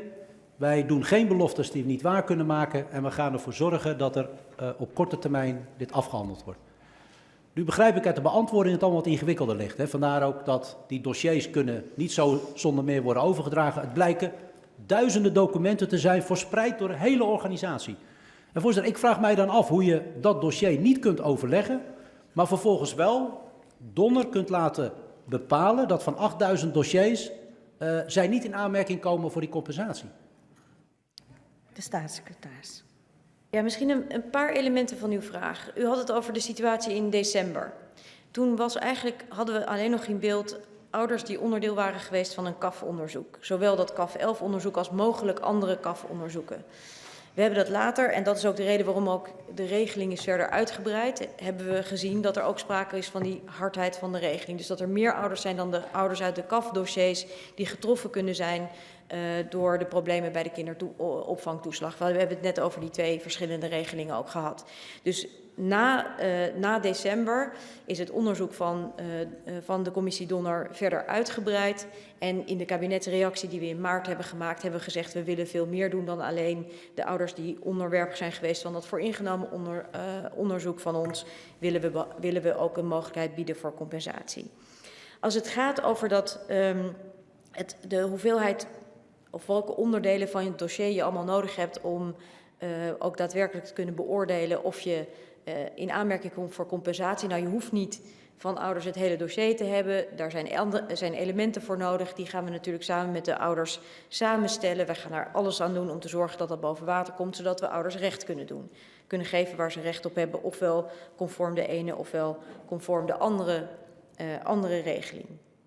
Als het gaat over de eerste selectie die Donner gevraagd heeft aan ons te maken. En ik snap ook echt dat het ook voor de ouders, het is soms echt heel ingewikkeld en het zit in ingewikkelde stappen in elkaar. Dus ik probeer het ook helder te maken. Is dat Donner ons gevraagd heeft om in eerste instantie te kijken naar die CAF-dossiers als totaal. Dus is er naast het CAF-11-dossier, waar heel helder is aangetoond dat die vooringenomenheid er was, waarvan de ouders inmiddels ook compensatie hebben gekregen die daarin zaten, zijn er andere CAF-dossiers waar precies diezelfde soort van handelswijze aan de orde was en zijn er CAF-dossiers waar dat niet aan de orde is geweest. Die selectie is nu gemaakt. En bij dat niet aan de orde heeft het soms te maken met dat er niet sprake was van kinderopvangtoeslag. Of het heeft er soms ook mee te maken dat bijvoorbeeld in zo'n geval er eigenlijk helemaal geen actie naar ouders is genomen. Dus er is misschien wel een onderzoek gestart en er is misschien ook onderzoek geweest naar een bureau. Maar er is verder niks met ouders gebeurd, waardoor er niet die ouders in de problemen zijn gekomen. Dus op basis daarvan hebben we dat onderscheid kunnen maken. Maar zoals ook al door een aantal van u eerder is aangegeven, er is ook de mogelijkheid dat je los van dat je onderwerp bent geweest van een CAF-onderzoek, of misschien dat er in jouw CAF-dossier meerdere ouders zijn die niet allemaal op dezelfde manier vooringenomen behandeld zijn. Dus het kan zijn dat er een CAF-dossier is waarvan misschien de helft van de ouders in aanmerking komt voor een regeling en andere ouders niet. Die variant bestaat ook. En het feit dat het zo complex is, maakt ook dat we natuurlijk heel zorgvuldig steeds naar die dossiers moeten kijken. De heer Azarkan. Is het zo dat het voor die ouders duidelijk is op basis van welke criteria zij dan niet in de ene of in de andere groep vallen? Kunnen ze daar bezwaar tegen aantekenen? Krijgen ze de tijd om vervolgens op basis van een totale dossier alsnog daartegen in beroep te gaan of in bezwaar? Hoe gaat u de mensen daarin meenemen? Nou, wat we gaan proberen is zo open en zo goed en zo helder mogelijk te communiceren en ook aan te geven op basis van welke criteria besluiten zijn genomen. En nogmaals, wij doen dat niet alleen maar zelf vanuit de Belastingdienst toeslagen. We doen dat samen met onafhankelijke commissies die we daarin laten meekijken. Want wij vinden het heel belangrijk dat er zeer zorgvuldig geoordeeld wordt. Maar natuurlijk hebben die ouders recht op om te weten waarom er een beslissing is genomen, op basis van welke criteria dat is. En sowieso, we hebben gezegd, voordat we in een periode van bezwaar en beroep komen, gaan we eerst ook met een ouder gewoon zitten om dingen nog op te halen, om te begrijpen wat er aan de hand is en de herbeoordeling eventueel al te laten doen of te doen, voordat er inderdaad in die bezwaar- en beroepprocedure terechtkomen. Want wij willen ook voorkomen dat ouders weer naar de rechter toe moeten om hun gelijk te krijgen. Ik vind het ongelooflijk belangrijk dat we samen met hen heel goed naar die dossiers kijken. De heer Azarkan. Als ik het goed heb, dan zijn er toch al 40 ouders in bezwaar gegaan. Dat gaat over inderdaad uit het CAF-11-dossier, waar we dus al compensatie, mensen hebben al geld gekregen in december.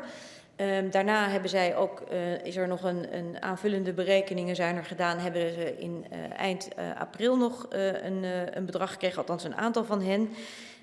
En hebben zij hun definitieve beschikking gekregen. Die ouders vallen nog onder de in december geldende regeling. Dus nog niet de regeling die... Ik besef me dat het extra complex is. Maar die regeling die in december gold is niet hetzelfde als die vandaag voor ligt.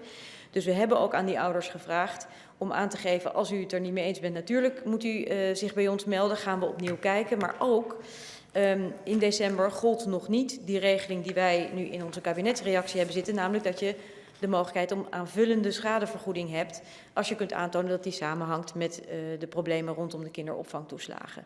Dus wij zijn met die CAF-dossiers in die zin nog niet, die zijn nog niet in alle opzichten afgerond, omdat ouders weliswaar gewoon een bedrag hebben gekregen. Ze hebben ook een definitieve beschikking gekregen, maar met degene die daar in die dossiers zitten gaan we ook een stap verder zetten nog als dat door hen zo gewenst wordt.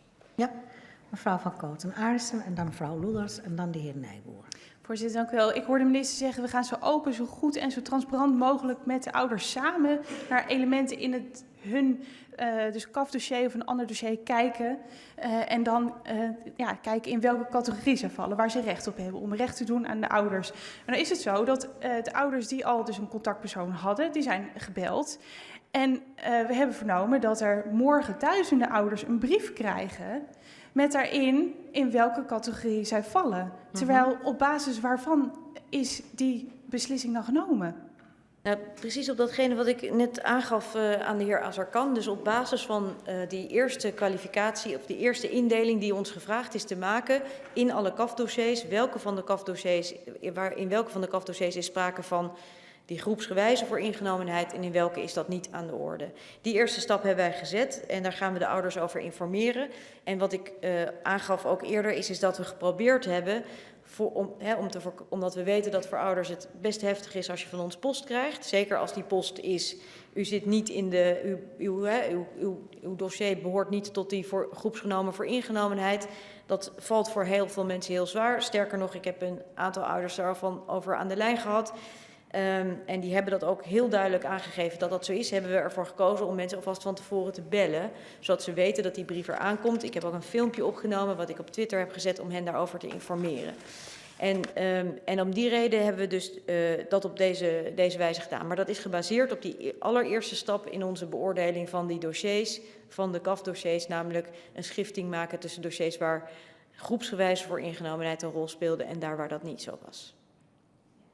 Mevrouw Van Kooten-Aartsen. Ja, maar voorzitter, dat is toch niet met de ouders samen? Dat is dan op basis van de eerste selectie. Dat hele dossier moet nog samengesteld worden. Dus het is heel raar dat die ouders nu opeens geconfronteerd worden met een telefoontje of met een brief waarin zij te horen krijgen in welke categorie ze vallen. Dat zij niet vallen binnen die compensatieregeling. En ik kan u wel vertellen, die ouders die bij heel veel debatten hier op de tribune zaten, ook een van de ouders waar ik het over had tijdens mijn bijdrage, ontzettend, ze gaan echt door een hel. Ze zijn ontzettend verdrietig en dan krijgen ze zo'n telefoontje van de Belastingdienst. Nou, we hebben het bekeken, de eerste selectie, u valt buiten de regeling. Dat kan toch niet? Er moeten toch eerst al die dossiers compleet worden gemaakt en volledig transparant naar de ouders gecommuniceerd worden? Nou, we zijn volledig transparant en we kiezen er ook voor met hen te compenseren. Maar doe even 2 dingen. Nummer 1, met u weet ik hoe ernstig het is voor die ouders en hoe zwaar het ze ook valt. En daarom vind ik het ook belangrijk dat heel helder is wat de stap is die we nu gezet hebben. En die stap die we gezet hebben is precies wat we hebben aangegeven dat we zouden doen. En dat hebben we ook al eerder in webinars enzovoorts met ouders aangekondigd. Wat van belang is dat er niet in die brief staat dat ze geen compensatie krijgen in de zin van een regeling of een vergoeding of anderszins. Er staat alleen dat in hun CAF-dossier er geen sprake is van het feit dat zij onderdeel zijn van die groepsgewijze voor ingenomen behandeling. En dat ze, als ze het daar niet mee eens zijn, uiteraard met ons daarover in gesprek kunnen gaan. Ik vind het soms een beetje lastig om te praten. Het is inderdaad een beetje vervelend dat er tussendoor van alles wordt geroepen. Want de zaal is sowieso gehoorig, dus hou daar rekening mee. Wat zegt u, meneer? Ja, dat besef ik me. Ja, maar goed, wat ik wil aangeven is dat er deze ouders niet te horen hebben gekregen dat ze niet in aanmerking komen voor een regeling. Ze hebben te horen gekregen dat hun CAF-dossier niet valt dus dat hun CAF-dossier, dat daar niet groepsgewijze voor ingenomenheid aan de orde is. Dat ze op basis daarvan ook niet in die compensatieregeling vallen, maar dat er wel voor hen open staat dat zij gebruik kunnen maken van de hardheid van het stelsel, enzovoort, enzovoort. Ja. Mevrouw Van Kooten-Arissen. Maar dat is dus nog voordat ze hun dossier beoordeeld is, omdat het in dit geval alleen maar ging over dat groepsgewijze of niet. Ja. Ja. Ja, voorzitter, dan gaat het dus over de hardheid van het stelsel. En daar hebben we het net natuurlijk al heel erg uitgebreid over gehad. Die rechtsbescherming staat niet open voor die ouders. Want het is nou juist, ze zijn helemaal in de mangel gegaan. Die rechtsbescherming, ze komen niet in aanmerking voor schuldhulpverlening, voor schuldsanering. Al die ouders die zitten nu totaal in de klem. Dus, nou, dat is niet, even dat er ouders in de klem zitten is mij zeer duidelijk. En ik heb ook al aangegeven dat ik daarmee aan het werk ben om daar samen met de gemeente naar te kijken, enzovoort, enzovoort.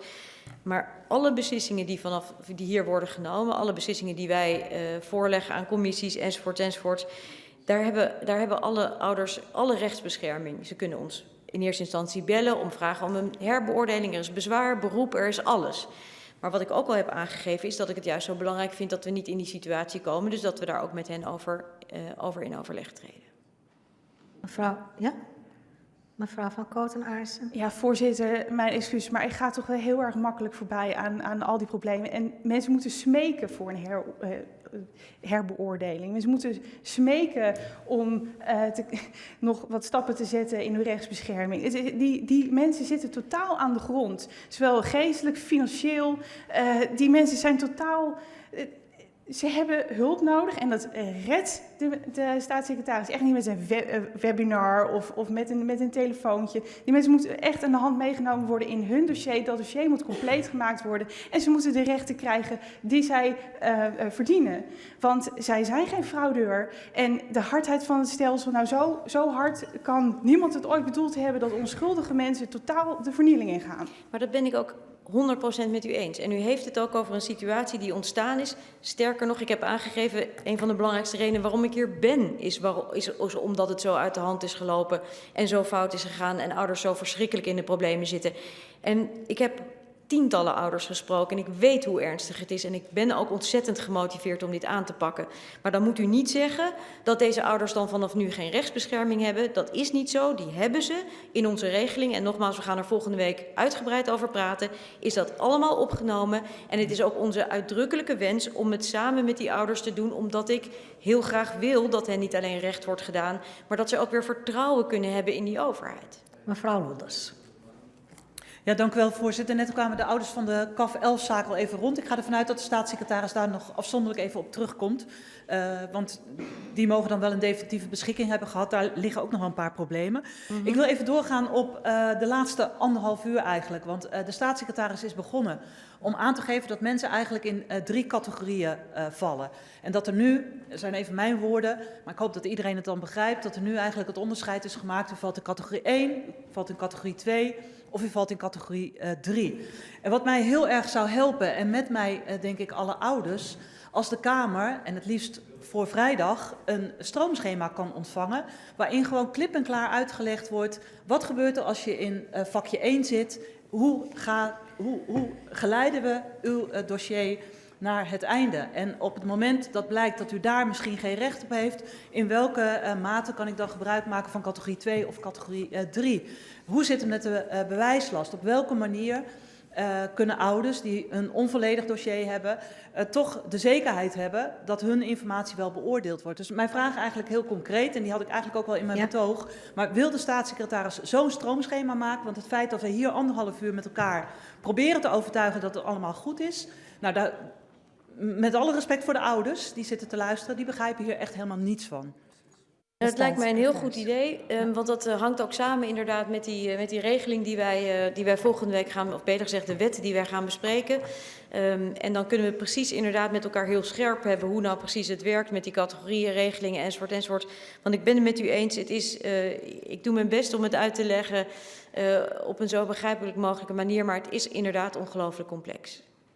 Ja, mevrouw Lodders. Ja, dank u wel, voorzitter, voor deze toezegging. Ik hoop dat we die dan uiterlijk vrijdag, zodat we dat ook kunnen gebruiken bij de inbreng van de spoedwet die hiervoor ligt. Want dan hebben we het ook weer over de compensatie, dan hebben we het over een vangnetbepaling. Dus dat hoop ik dan ook terug te zien in dat schema. Ja. En ook al zijn er een aantal zaken nog niet helemaal uit te werken, als we dan ik wil het echt heel visueel zien, dat mensen die wellicht iets minder onderlegd zijn in tekst, dat ze het ook echt kunnen zien. Ja. Dus dat zou ons helpen. Dank u wel. Absoluut. De heer Nijboer. Ja, voorzitter, ik ben al een aantal jaren woordvoerder van de Groningen-ellende. In 2012 was daar een aardbeving en ik herken echt heel erg veel vandaag. En er zijn verschillende groepen, verschillende procedures. De ene heeft recht op dit, de ander recht op dat. En er moet allemaal recht worden gedaan en er wordt keihard gewerkt. Maar het blijft maar voortduren. En ik heb in mijn termijn gezegd dat ik het onacceptabel vind dat het nog tot 2021 duurt voordat wie van welke groep dan ook recht wordt gedaan. Kan de staatssecretaris toezeggen om binnen enkele maanden iedereen die hier onrecht is aangedaan netjes te compenseren? De staatssecretaris. Nou, dat kan ik niet. Wat ik wel heb aangegeven is dat wij in juli gaan beginnen met het uitbetalen van de eerste ouders op basis van het werk dat we in de komende maanden ook samen met hen gaan doen. En ik ga er mijn uiterste best voor doen om dan zo snel mogelijk daarna alle dossiers te behandelen. Maar het moet ook zorgvuldig gebeuren en het is inderdaad heel erg complex per ouder. Het is niet zo dat alle ouders recht hebben op precies hetzelfde. Er zijn ingewikkelde dossiers, het gaat over meerdere jaren, het gaat over heel verschillende soorten van bedragen, het gaat over heel veel verschillende situaties. En als we die combinatie willen maken van het rechtsstatelijk doen, het goed doen, het rechtvaardig doen. En aan de andere kant ook willen zorgen dat de ouders daar goed bij betrokken zijn, dat ze het goed begrijpen. Dan hebben we daar tijd voor nodig. Nogmaals, de eerste bedragen gaan we in juli uitkeren. Maar we zullen echt nog langer nodig hebben. Zoals ik vertelde, het gaat over ongeveer 20.000 ouders. Het is een ongelofelijke hoeveelheid mensen die daaraan moet werken. We hebben een organisatie opgezet van zo'n 500 mensen om hier aan te werken. En dat is inderdaad heel veel werk. Wat ik wel belangrijk vind, is dat het voor de ouders, en dat is in een van de bijdragen ook gevraagd, ik loop een beetje hobbelend door de blokjes heen, moet ik zeggen, maar is ook gevraagd dat het heel helder moet zijn voor de ouders wanneer nou wie aan de beurt is. En daarvoor is het ook heel erg nodig, vind ik, dat we inzichtelijk maken niet alleen maar welke dossiers het zijn, hoeveel er binnen zijn gekomen, maar ook wie op welk moment kan worden behandeld door ons. Waarbij heel uitdrukkelijk ook speelt dat de mensen die het hardst getroffen zijn ook als eerste moeten worden geholpen. En dat gaat voor een deel, dat is ook al eerder gezegd, over bijvoorbeeld de hoogte van de bedragen, maar ook bijvoorbeeld de vraag of iemand op dit moment nog schulden heeft en heel erg in de financiële problemen zit, omdat we dan ook waarschijnlijk eerder aan de orde is om iemand te helpen, maar er kunnen ook andere elementen spelen. De heer Nijboer. Ja, voorzitter, ook dit zijn allemaal heel herkenbare argumenten. In Groningen is ook de huizen met de grootste schade moeten het eerst worden geholpen, het eerst versterkt. Maar die benadering van rechtsstatelijkheid, de procedures, geen precedenten scheppen, het moet allemaal netjes, elke zaak is complex, leidt ertoe dat de factor tijd altijd het onderspit delft. En de mensen, hun kinderen groeien op, de mensen, hun leven staat niet stil. En dat is mijn punt. Mijn vraag aan de staatssecretaris is om die factor tijd veel bindender te maken, ook voor het kabinet zelf, om gewoon niet te accepteren dat die oplossing zo lang duurt. Want we zijn nu ook alweer een jaar verder naar de excuses van staatssecretaris Snel, die alles zo snel en mogelijk voor ouders zou regelen. En er zijn nog maar een paar ouders gecompenseerd. De staatssecretaris. Nou, met u ben ik het meer dan eens. Ik heb het ook in mijn eigen bijdrage gezegd dat ik vind dat die snelheid heel erg relevant is. Maar nogmaals, het gaat ook over zorgvuldig en het gaat ook over het feit dat het over heel veel dossiers gaat. Misschien stelt het u een beetje gerust dat de mensen die heel erg betrokken zijn en zijn geweest bij het dossier van Groningen voor een deel in onze bestuurlijke adviescommissie zitten om precies dat te voorkomen. Dus de eventuele problemen die daar zijn ontstaan niet in ons dossier ook aan de orde te laten zijn. Dus dat helpt ons om ook de goede afwegingen te maken, ook in termen van de regelingen, ook in termen van tempo, ook in termen van communicatie met getroffenen. Dus daar zijn we heel erg hard mee aan het werk. En nogmaals, ik geef u aan dat we een hele strakke planning willen maken. Dat we die ook willen delen met de ouders. En ik stel voor dat we ook heel regelmatig met uw Kamer daarover rapporteren. Over hoeveel dan precies, hoeveel ouders er zich hebben, hoeveel zaken we hebben liggen, wie er behandeld zijn, hoe snel dat gaat, wat er aan de orde is, enzovoort, enzovoort. Want ik ben net zoals u heel ongeduldig in het zorgen dat dit zo snel mogelijk voorbij gaat. De heer Nijboer. Ja, voorzitter. In Groningen was het woord ruimhartig. We gaan iedereen ruimhartig compenseren en er is geen Groninger te vinden die vindt dat hij ruimhartig is behandeld. En hier dreigen we hetzelfde risico te lopen met zorgvuldig. Ja, ik geloof echt dat de staatssecretaris probeert dat zorgvuldig en rechtvaardig te doen. Maar als uiteindelijk niemand van die ouders zich recht gedaan voelt en de levens kapot zijn en ze nog jarenlang in onzekerheid zitten over wat er gaat gebeuren, dan zijn we niet geslaagd. En ik vind echt dat de politiek aan zichzelf verplicht is nu een deadline op te leggen om voor elk individueel geval een nette oplossing te vinden. En dat is te meten in of mensen vinden dat hen recht is gedaan. Maar En ik vraag de staatssecretaris daarin mee te gaan. Nou, ik denk dat meneer Nijboer ook weet dat deze ouders zo ongelooflijk het vertrouwen in de overheid zijn kwijtgeraakt. En wat ik wil voorkomen is deze ouders een deadline geven die dan niet gebaseerd is op enige substantie of die niet haalbaar is of nergens op gebaseerd is. Dat geeft hen een beeld dat er iets gaat gebeuren terwijl die misschien niet haalbaar is. Dus ik vind het niet een verstandig idee op dit moment. Terwijl ik nog niet precies weet hoeveel dossiers er zijn. Terwijl ik nog niet weet precies hoe lang wij erover doen om een dossier te beoordelen, samen met die ouder, om nu al een soort planning neer te leggen, waarvan ik dan ook niet weet of ik die daadwerkelijk wel of niet kan halen. Als er nou één ding is dat we deze ouders niet moeten aandoen, is iets beloven wat we niet kunnen waarmaken. Maar ik ben het met u eens dat het heel belangrijk is, zodra we wel meer inzicht daarin hebben, dat we dat moeten delen. En dat we dat ook met die ouders moeten delen. En ik ben het ook heel erg met u eens dat we de zwaarst getroffen ouders als eerste moeten behandelen. En dat we niet gaan talmen om dossiers extra mooi te maken. We moeten, en dat zijn we aan het doen, heel hard aan het werk. Tot slot, voorzitter. Ik vraag de staatssecretaris niet om beloftes te doen die zij niet waar kan maken. Want dan beland je van de wal in de sloot. Daar is niemand mee geholpen. Ik vind wel dat als de uitkomst is van de aanpak dat we in 2021, zoals nu wordt voorzien en meestal wordt het later, pas mensen echt gecompenseerd hebben, dat de aanpak niet deugt. Dan moet je het maar anders doen. Dus ik vind dat het kabinet niet moet accepteren dat het zo lang duurt. Ouders kunnen niet meer zo lang wachten. Nee, meneer Snels. Eerst de heer Edgar Mulder en dan bent u aan de beurt.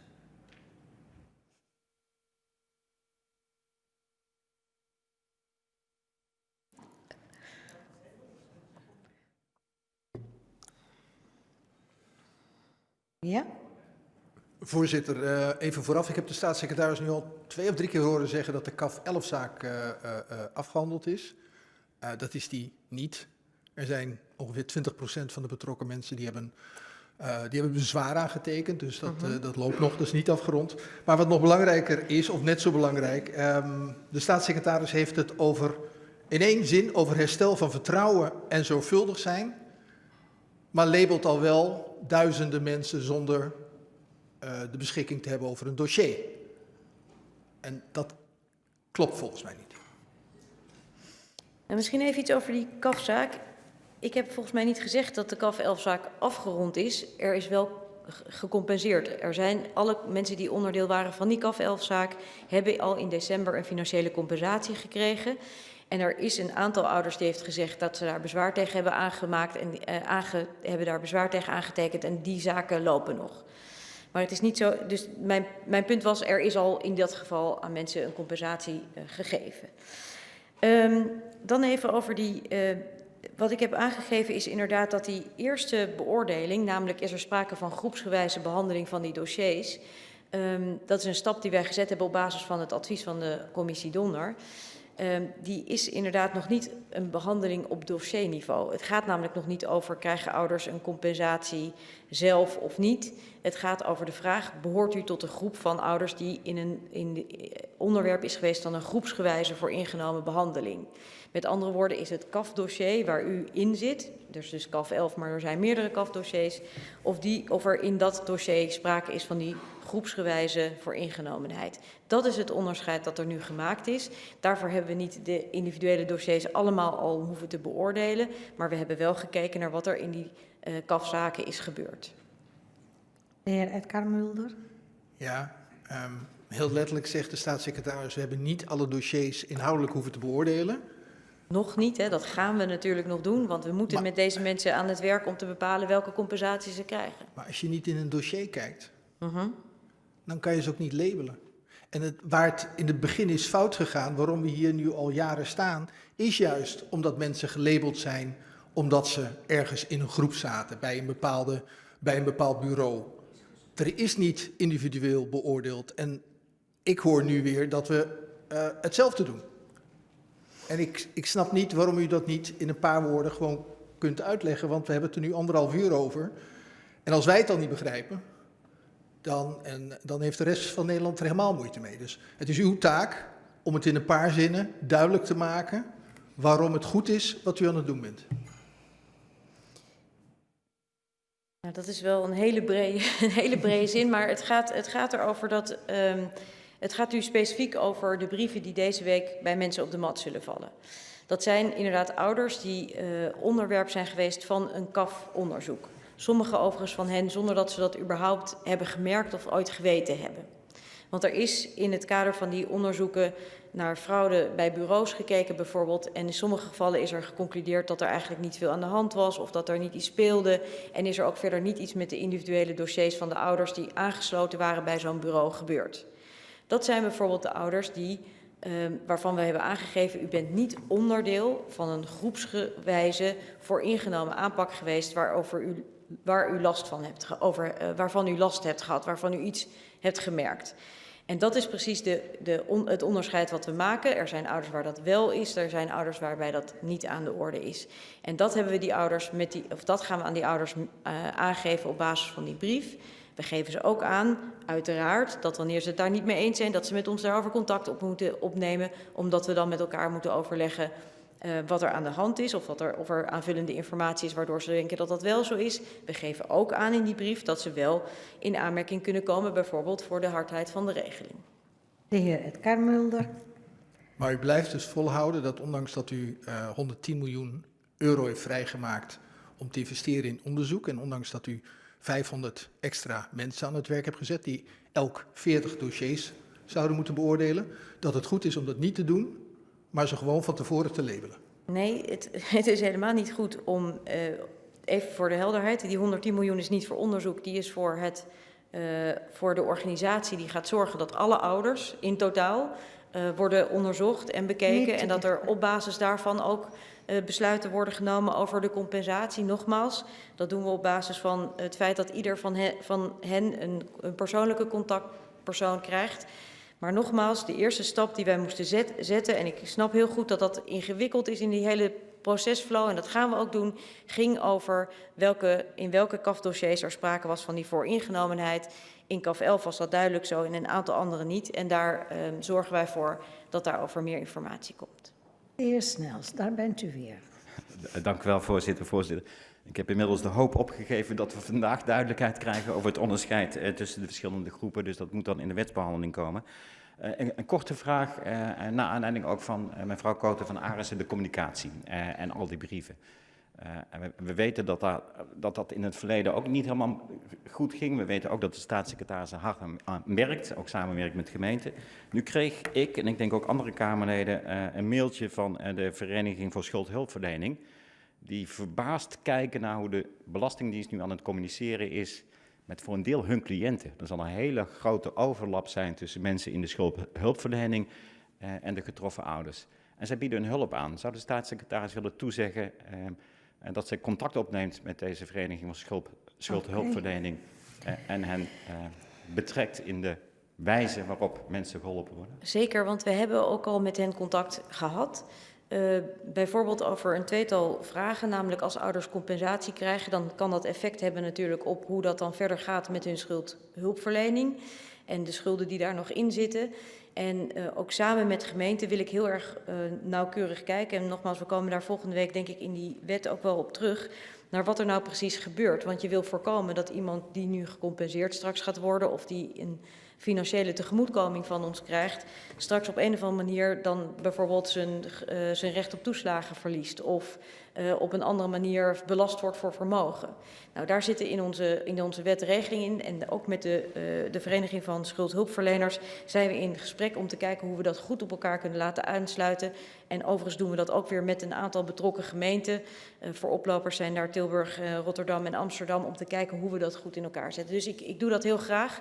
Want zij spelen een belangrijke rol in het inderdaad ook verder helpen van hun cliënten. Omdat ook bij hun cliënten natuurlijk speelt dat niet alleen de belastingdienst of toeslagen onderdeel is van het pakket van hun schulden, maar dat kunnen ook nog andere zijn.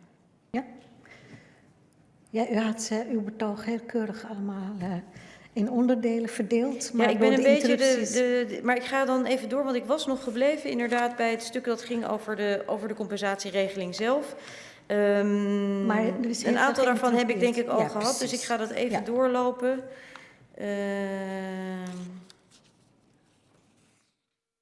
Ja, of als mensen geen genoegen nemen met de hoogte van hun compensatie. Nou, daar hebben we het volgens mij over gezegd, hoe dat werkt. Ik denk dat we daar de meest schrijnende groepen als eerste helpen. Daar heb ik ook iets over gezegd, hè, dat we dat belangrijk vinden om dat ook zo snel mogelijk te doen.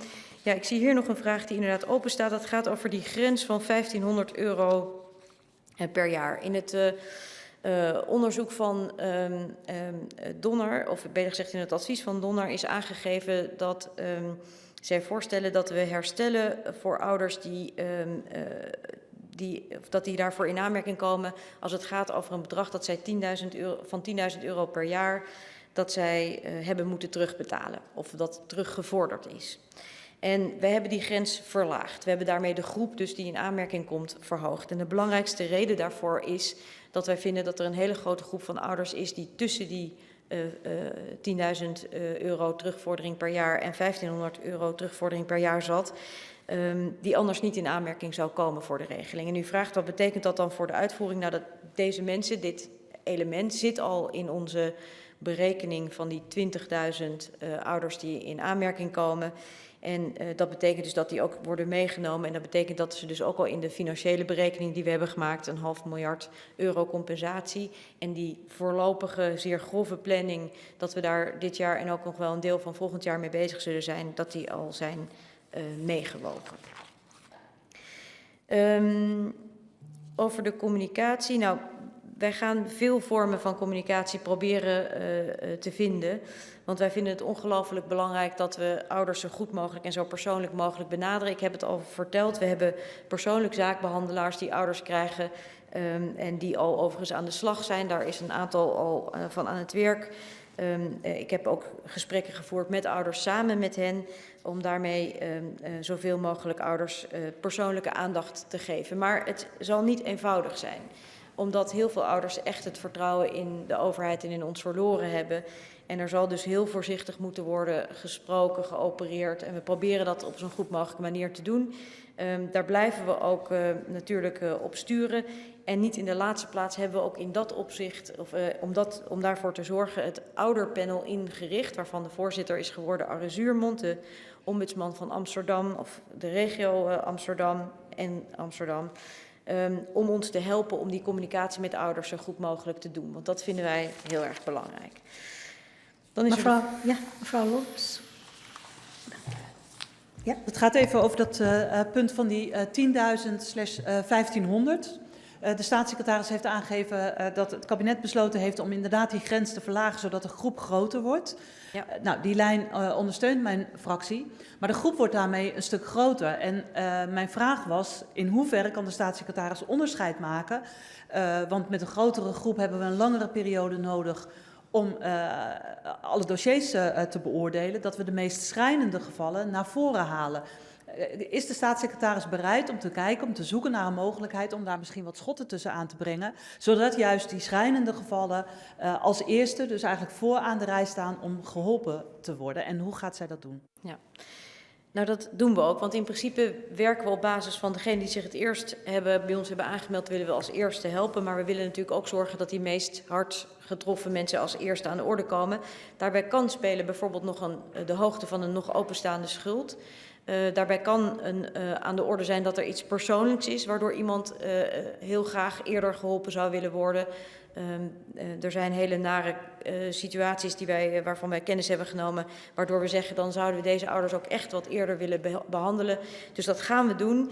Ik ga niet precies zeggen op basis waarvan dat dan allemaal werkt, want dat vind ik dan weer zo niet menselijk. Hè. We willen ook vooral zorgen dat echt mensen die zo getroffen zijn, zo snel mogelijk kunnen worden kunnen worden behandeld. Maar bijvoorbeeld de hoogte van het openstaande bedrag of de hoogte van hetgene wat ze ooit betaald hebben, zal daarin ook een belangrijke rol spelen. Gaat u verder.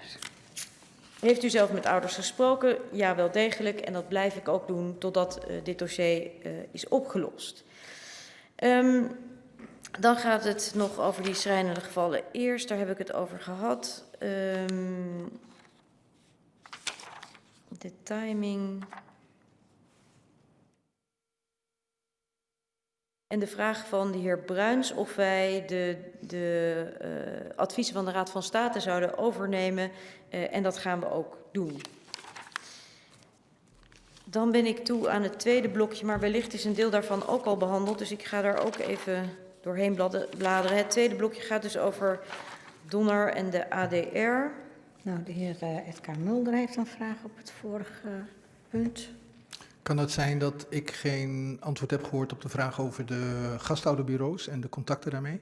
Dat klopt, maar die zitten denk ik in het kopje overig. Ik wil daar overigens anders ook wel snel antwoord op geven, want ik heb niet zelf contact met gastouderbureaus op dit moment. Het is wel zo dat wij natuurlijk vanuit onze organisatie daar contact mee hebben.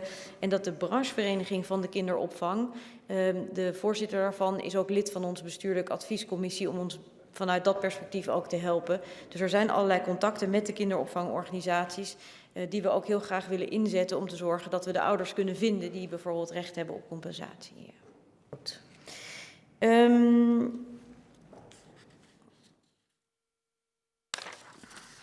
gaat over de regeling.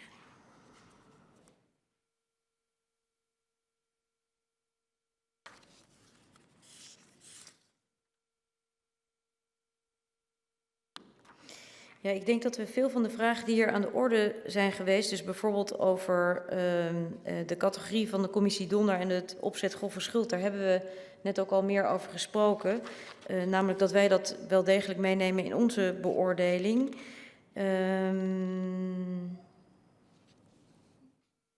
U heeft ook een vraag gesteld, mevrouw Leijten, over waarom Donner wel of niet heeft gekeken naar de politieke verantwoordelijkheid. En daar zijn ook meerdere vragen over gesteld. En ik heb ook al in de antwoord op Kamervraag daarover aangegeven, want dat waren vragen die gingen bijvoorbeeld over de notitie die gevonden is binnen het ministerie van Financiën, van de hand van de toenmalige staatssecretaris over hoe kon het nou precies dat er wel bekend was dat er problemen waren met de regeling, maar dat daar niet iets mee gedaan is. Daar heeft de commissie Donner inderdaad niet naar gekeken. We hebben wel gezegd dat wij, en dat is met name ook de staatssecretaris voor Sociale Zaken, nog verder onderzoek gaat doen om te kijken of er nog meer documentatie kan worden gevonden waaruit blijkt wanneer nou precies de uitwisseling tussen die twee ministeries is geweest over de problemen die er waren met de regeling en de vraag of er niet iets aan moest worden gedaan of niet de regeling zou moeten worden veranderd.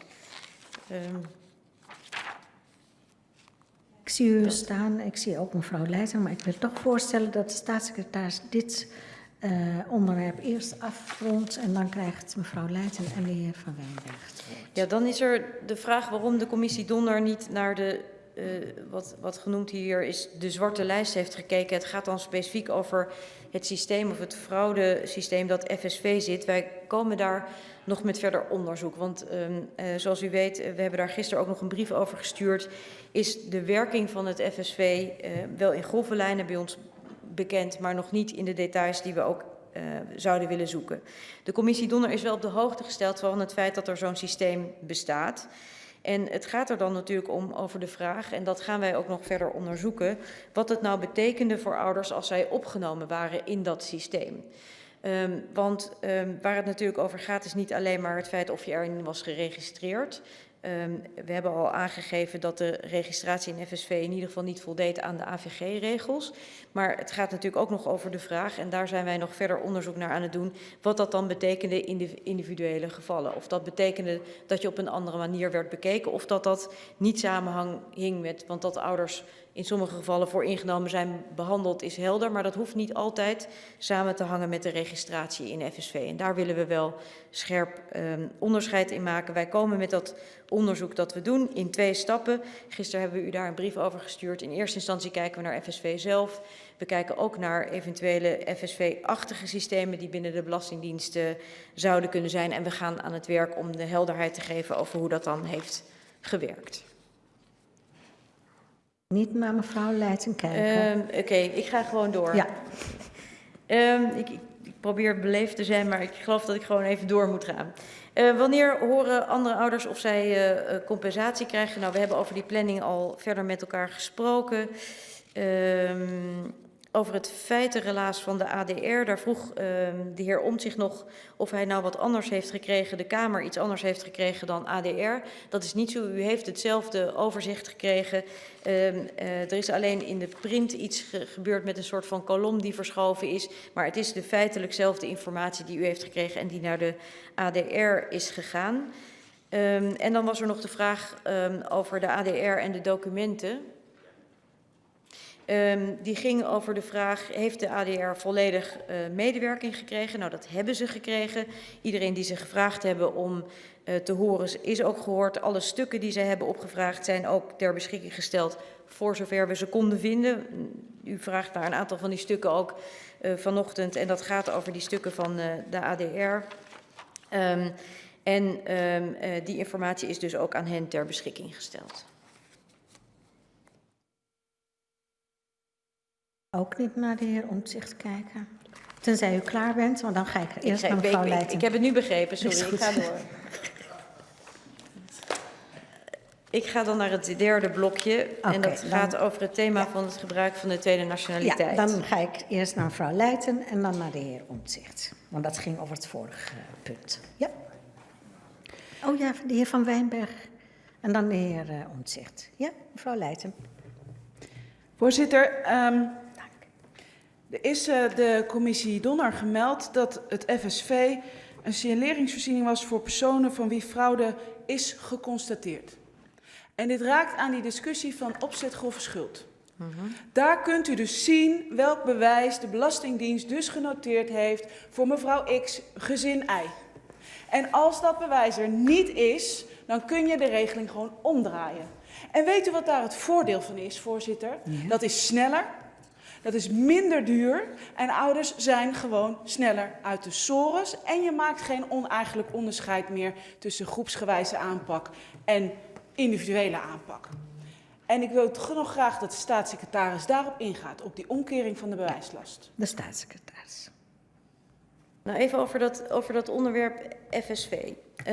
Het kan zijn, of er zijn in FSV burgers, ouders opgenomen waarin staat dat er sprake is geweest van fraude. Dat kan een signaal zijn, dat kan ook op basis van onderzoek zijn. Waar het over gaat, en dat is precies waar we het verdere onderzoek naar doen, is of dat het feit dat je daarin vermeld bent, betekent dat je ook daadwerkelijk op die manier bent behandeld. Want dat is niet 1 op 1 bewezen. Als er sprake is, en dat heb ik u ook aangegeven, van ouders die de kwalificatie opzet grove schuld hebben gekregen, dan gaan wij onderzoeken op basis waarvan dat gebeurd is. En dat gebeurt in het kader van de beoordeling van hun dossier. Want op het moment dat dat aan de orde was, betekende dat ouders inderdaad geen persoonlijke betalingsregeling konden krijgen en dat ze dus ook hele grote bedragen geacht werden in 1 keer terug te betalen, wat de meeste van hen niet konden. En waardoor ze dus anderszins ook in de problemen zijn gekomen. En de kern van het verhaal is dat wij dat FSV-systeem, daar hadden we het net over, dat wij dat aan het onderzoeken zijn of daar een relatie tussen zit. Maar belangrijker, denk ik, in de behandeling van de dossiers, en daar heeft u het volgens mij ook over, is de vraag over of deze kwalificatie bij ouders, hoe dat kon dat ze die hebben gekregen, of dat terecht was of niet. En vooral natuurlijk om te zorgen dat als dat niet terecht was, dat zij dan ook in aanmerking komen voor de compensatie waar we het nu over hebben. Mevrouw Leijten. Ja, voorzitter, ik vroeg naar de omkering. Als er geen bewijslast ligt bij die Belastingdienst, het was dus blijkbaar niet de formulier opsturen, dan werd er geoordeeld onder dat opzet grove schuld dat je met schuld nalatig was. Daarvan heeft de Raad van State gezegd dat mag niet. Dus kijk, als ik zeg, ik heb 6 kinderen en ik heb er maar 2, ja, dan ben ik inderdaad de boel aan het belazeren en dan hou je dat ook voor de rechter stand als Belastingdienst om mij als fraudeur weg te zetten. Maar deze mensen hebben allemaal geen flauw idee wat ze wordt verweten. En als zij nou straks in dat onderzoek, want er wordt naar gekeken, dat vind ik al een stap vooruit. Het opzicht of schuld wordt naar gekeken. Maar moeten zij dan alsnog bewijzen dat ze wel recht hadden op de kinderopvangtoeslag? Dat zij wel hun kinderen op de opvang hadden, wat velen niet kunnen? Of moeten we het dan omkeren, vroeg ik de staatssecretaris, als de Belastingdienst niet heeft voor meneer of mevrouw, heeft daarom geen recht, dan moet de Belastingdienst gewoon overgaan tot compensatie. Maar wat er zal gebeuren in het geval dat er een ouder is die zich bij ons meldt. Die komt, want wij kunnen dat niet, we weten alleen nog de categorie van ouders die kwalificatie opzetgrove schuld hebben en die nu nog een schuld open hebben staan, die kennen we bij naam en toenaam. Daar gaan we ook zelf contact mee opnemen. Maar er zijn ook ouders die kwalificatie hebben gehad en die inmiddels niet meer in de schulden zitten. En waar het over gaat is dat dat ook ouders kunnen zijn die getroffen zijn in deze kinderopvangtoeslagenproblemen. En met hen gaan we naar het dossier kijken. En met hen gaan we precies beoordelen of zij in aanmerking komen voor compensatie aan de ene kant of de regeling hardheid van de regeling of de compensatie in het kader van de hardheid van de regeling. Dus wij gaan dat ook wel degelijk doen. Wij gaan wel degelijk met ze kijken naar of dat ten onrechte geweest is, omdat dat een factor is natuurlijk die heeft gemaakt dat ze dan ineens grote bedragen moesten terugbetalen die ze niet konden terugbetalen. Oké, dan ja. Voorzitter, ik krijg niet het antwoord. Want Donner zit namelijk op dat moeras dat ouders moeten aantonen. En ik keer het om. Als de Belastingdienst niet kan zeggen, we verdachten u van een wietkwekerij, bij wijze van spreken. Of we verdachten u van iets anders. Want dan kunnen ouders ook nog zeggen, ja, dat was niet waar. Of dat was mijn broer. Of dat was de vorige bewoner van het huis. Dat kan mij niet aangerekend worden. Het kan allemaal, want dat zijn allemaal van die signalen die in die fraudevoorziening stonden. Als dat niet duidelijk is, als de Belastingdienst niet kan zien wat ze verweten is, dan komen ze gewoon in aanmerking voor compensatie en dan gaan die ouders zich niet weer opnieuw door allerlei bewijsstukken heen worstelen. De staatssecretaris zegt het niet toe, ik diende gewoon een motie op in, want ik heb andere vragen over het FSV. Ja? Dat briefje van gisteravond en die aanbesteding, ik ben er niet van gecharmeerd. We hadden gezegd, niet weer die oude consultants die al jarenlang bij de Belastingdienst rondlopen, daar in die keuken kijken en die nooit iets hebben gezien van mogelijk strafbare feiten. En dan gaat toch weer dat KPMG, die u vraagt, wij draaien consultants daar een onderzoek doen. En ik vind dat waardeloos. Eén toezegging wil ik hebben van de staatssecretaris, want het is gewoon allemaal al in kannen en kruiken. Alle onderdelen gaan toch in onderzoek mee. Dus ook EHNI en ook de nieuwe broedkamer, die zitten toch allemaal in die systemen. Want we gaan nou toch weer niet een onderdeel van de Belastingdienst niet onderzoeken op foute fraudesystemen. Nou, volgens mij kan ik op dit gebied mevrouw Leijten geruststellen. Want wat wij willen bereiken is dat niet alleen maar we inzicht krijgen in de werking en de consequenties van FSV. Dus niet alleen maar de werking van het systeem, maar wat dat betekend heeft voor belastingbetalers of ouders. Het gaat daar over de hele Belastingdienst, dus niet alleen maar over toeslagen. Maar we willen dat ook doen voor alle systemen die daar potentieel op lijken. We willen gewoon zorgen dat we daar heel helder inzicht krijgen. FSV, zoals u weet, hebben we stopgezet. Dat wordt nu niet gebruikt, dat zit in een kluis, daar kan niks meer mee gebeuren. Maar we weten niet of er nog vergelijkbare systemen zijn op dit moment. En juist de snelheid maakte dat wij zeggen, we knippen het op, naar aanleiding van ook de discussie die u, of de vraag die u erover heeft gesteld. We knippen het op. We gaan eerst zorgen dat we alles wat niet pluis is dicht zit. Onderzoeken we, zetten we dicht. Daarvoor maken we gebruik van de mantel die we hebben, want dat zorgt voor snelheid. Maar daarnaast gaan we een groter onderzoek doen. Ja. En dat gaan we mede op uw verzoek breder in de markt zetten. De heer Van Wijnberg. En daar zitten alle onderdelen in van alle systemen die FSV-achtig zijn. Ja. De heer Van Wijnberg. Ja, voorzitter. Ietsje eerder had de staatssecretaris het over de zoektocht bij sociale zaken. Toen had ze het over de documentenonderzoek. Ik had een aantal preciezere vragen gesteld. En ik ben wel op zoek om daar ook hele precieze antwoord. Want ik wil echt dat hier ook heel duidelijk wordt wat er is gebeurd. Is het een onafhankelijk en geauditeerd onderzoek? Is het voor 1 september voor de Kamer beschikbaar? Gaat het niet alleen over documenten, maar wordt er ook gewoon met mensen gesproken om scherp te krijgen hoe dingen zijn gegaan?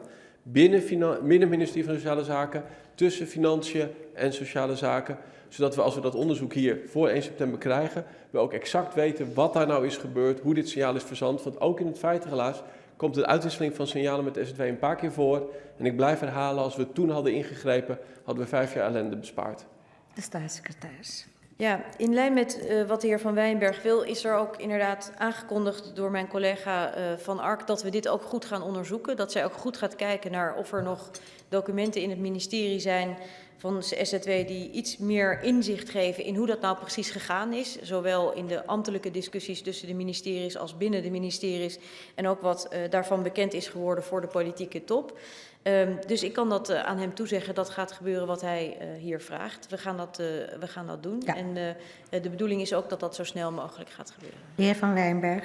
Ja, voorzitter, dank voor die toezegging. Ik hoorde de staatssecretaris ook in het antwoord wel. We hebben alleen over documenten. Het gaat dus ook over alle gesprekken, uitwisselingen. Want ik wil daar gewoon een heel precies beeld hebben. Zoals de Ordendienst onderzoek heeft gedaan bij de Belastingdiensten. Daar is ook met mensen gesproken. En even voor de goede orde, voorzitter. Ik ben niet op zoek om hier iemand op te hangen. Maar ik wil gewoon weten wat er is gebeurd. En op die manier lessen kunnen trekken. En ik wil dit wel graag echt voor 1 september hier in de Kamer hebben. De staatssecretaris zegt zo snel mogelijk. Ik zou haar willen vragen om te kijken of we nog helder kunnen krijgen of 1 september ook gewoon... Lijkt mij een realistisch tijdpad. Ja. Daar ga ik nog even naar kijken. Ja. De heer Omtzigt en dan de heer Azarkan. De ander, ja.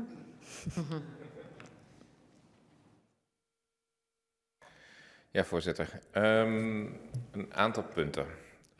Dank voor de toezegging aan mevrouw Lodders om een stroomschema. Dat gaat helpen aan iedereen. En ik neem aan dat in dat stroomschema ook komt te staan wanneer mensen hun dossier krijgen.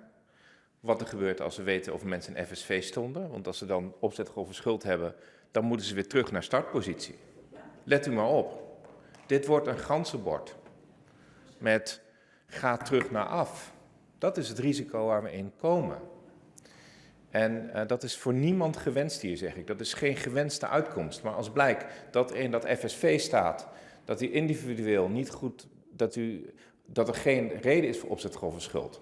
En dat FSV-systeem is overigens 2 keer schoongemaakt, 2 dagen voordat het stilgezet werd. Oftewel, er is heel veel uit verwijderd. Ik ben heel benieuwd wat we allemaal terug gaan vinden. Ja, het zit allemaal in die brief. Er is een schoonmaakactie opgezet bij de archiefwet. Nou, dat is dan ook de enige keer dat de Belastingdienst de archiefwet naleeft, zou ik zo zeggen. Nou, werkelijk waar. Ik kan meneer Omtzigt daar geruststellen, want voordat die acties op schoning van de systemen zijn geweest, zijn alle daarvoorgaande versies gewoon opgeslagen. Dus die informatie is beschikbaar. Daar ben ik heel blij mee met die toezegging. Okay. Dat meen ik serieus. Voorzitter, ik wilde mijn vraag afmaken. De ADR... we hebben een tijdlijn gekregen, dat is precies dezelfde tijdlijn als de ADR. Maar de ambtsvoorganger van deze staatssecretaris heeft een totaal ander document als een tijdlijn aan de Kamer gestuurd. En daar ontbrak 3/4 van deze informatie in. Hebben wij nu alle informatie over hoe het gegaan is en ook de politieke vragen? Dus is er ooit een politieke opdracht vanuit de ministeriële commissie geweest? Is er ooit een politieke opdracht geweest vanuit de staatssecretaris of waar dan ook vandaan om dit in gang te zetten? Inclusief het dossier waar de heer Snels naar vroeg. En kunnen wij dus de uitvoering van de motie Omtzigt, namelijk een tijdlijn, hier binnen een maand krijgen waar al die elementen ook in zitten, inclusief de ministeriële commissie? De staatssecretaris. Ja, ik ben even op zoek naar welke elementen in de tijdlijn u vindt ontbreken. Want u heeft een tijdlijn gekregen inderdaad, hè, van welke stappen in welke momenten in het dossier. Als u zegt van, is dat volledig compleet? Nou, ongetwijfeld niet, want er staat niet minuut per dag. Maar ik bedoel, we hebben geprobeerd natuurlijk samen met de ADR die tijdlijn zo goed mogelijk te maken. Maar welke elementen in die tijdlijn ontbreken volgens u nog? Nou, kijk, het is voor een dank u wel, voorzitter. Het is voor een Kamerlid heel erg moeilijk om te zeggen welke documenten in een tijdlijn ontbreken met documenten als je niet weet dat is de reden dat je de tijdlijn wilt hebben. Ja, maar u vraagt om aanvulling van de tijdlijn, toch? Net? Ja, daar zitten een aantal elementen in. Element 1 is de ministeriële commissie.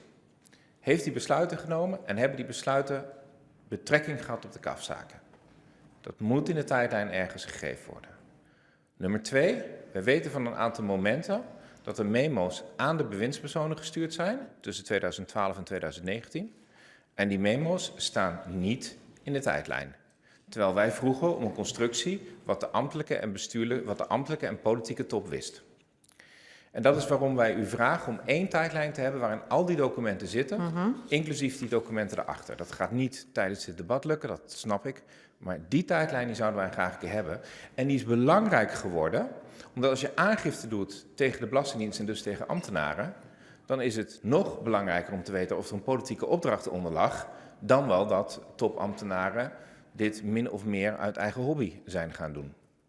Het lijkt me goed dat ik hier even nog over nadenk en in de tweede termijn op terugkom. Uiteraard gaat het over een tijdlijn, maar u vraagt nu ook over stukken en achterliggende memo's. Daar moet ik even induiken.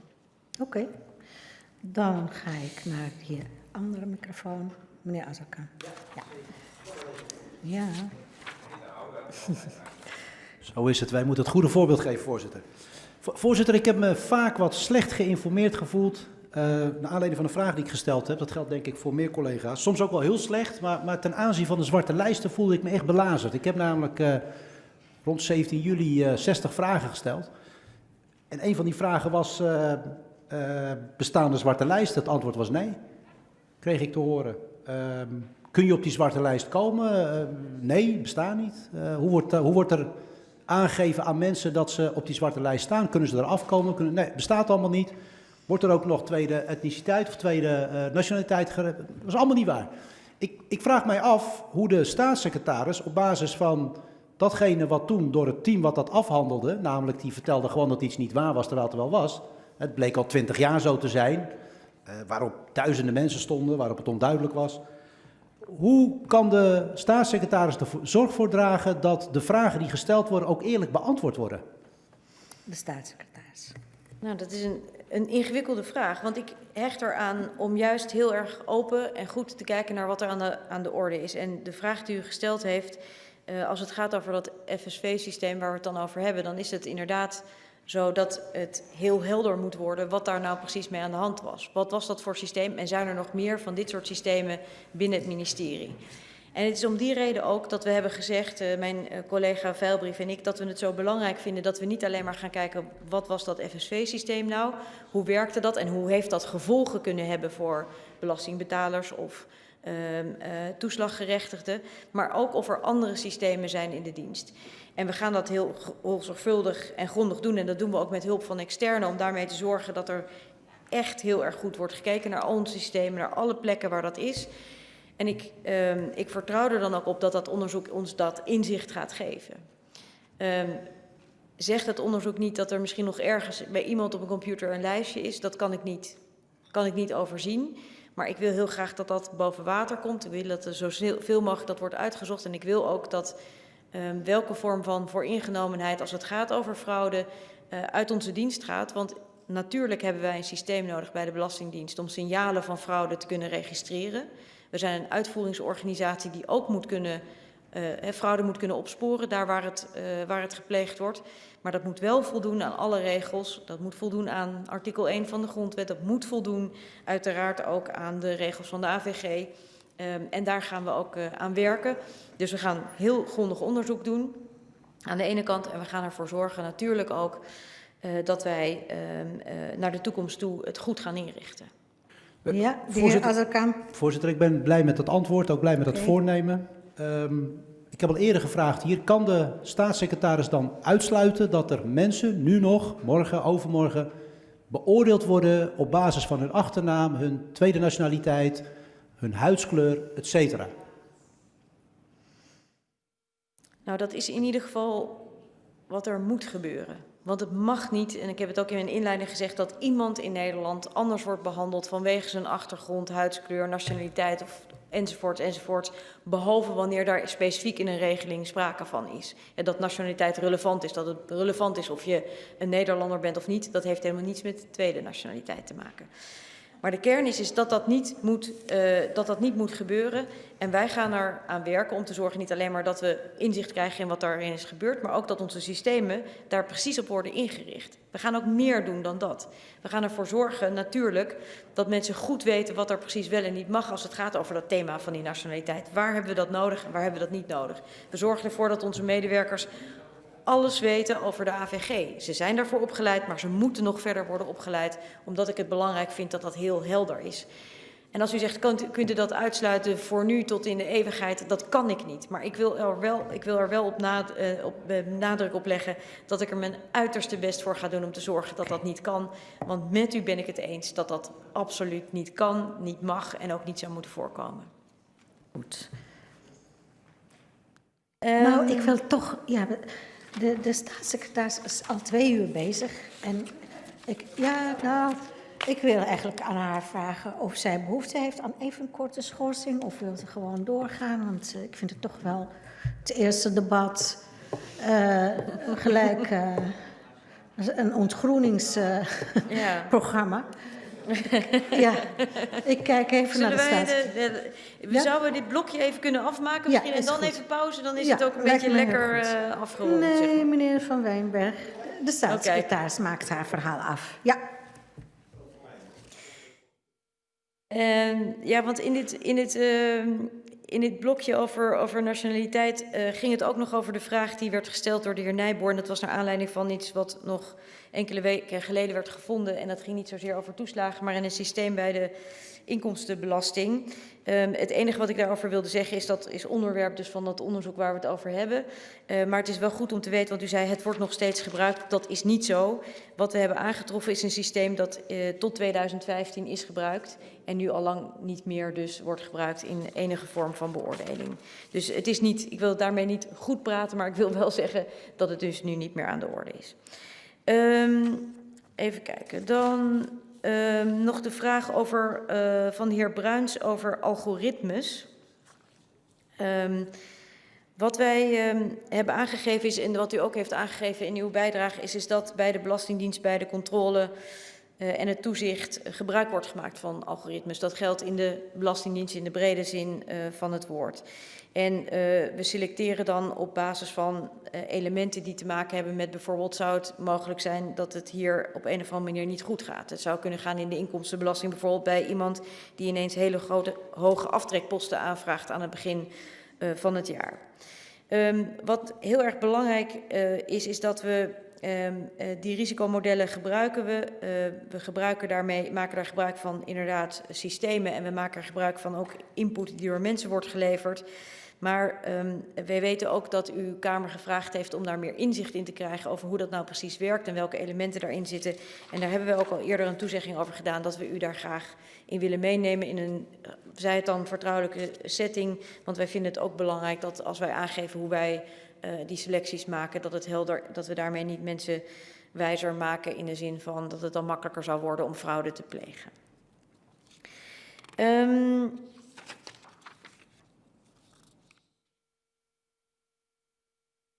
Ik ga even door dan met, dit is eigenlijk alles over die algoritmes. Dan over zwarte lijsten, daar hebben we het ook over gehad, hè, over het FSV-systeem. En dan heb ik nog hier een vraag liggen, ook nog over de tweede nationaliteit. En dat was de vraag, hoe gaat u zorgen dat het niet gebeurt? En daar heb ik volgens mij ook antwoord op gegeven. Dus volgens mij hebben we dan hiermee dit blokje gehad. Dus dan heeft u eigenlijk in principe nog het onderwerp over aangiftes. Over de aangiftes, transformatie van de Belastingdienst en nog een aantal overige vragen. Ja. Dan wil ik even schorsen. Dat de staatssecretaris even... Ja, kennen jullie wel. Ik schors heel even. Ja? Voor iedereen fijn, toch? Ja, hoor.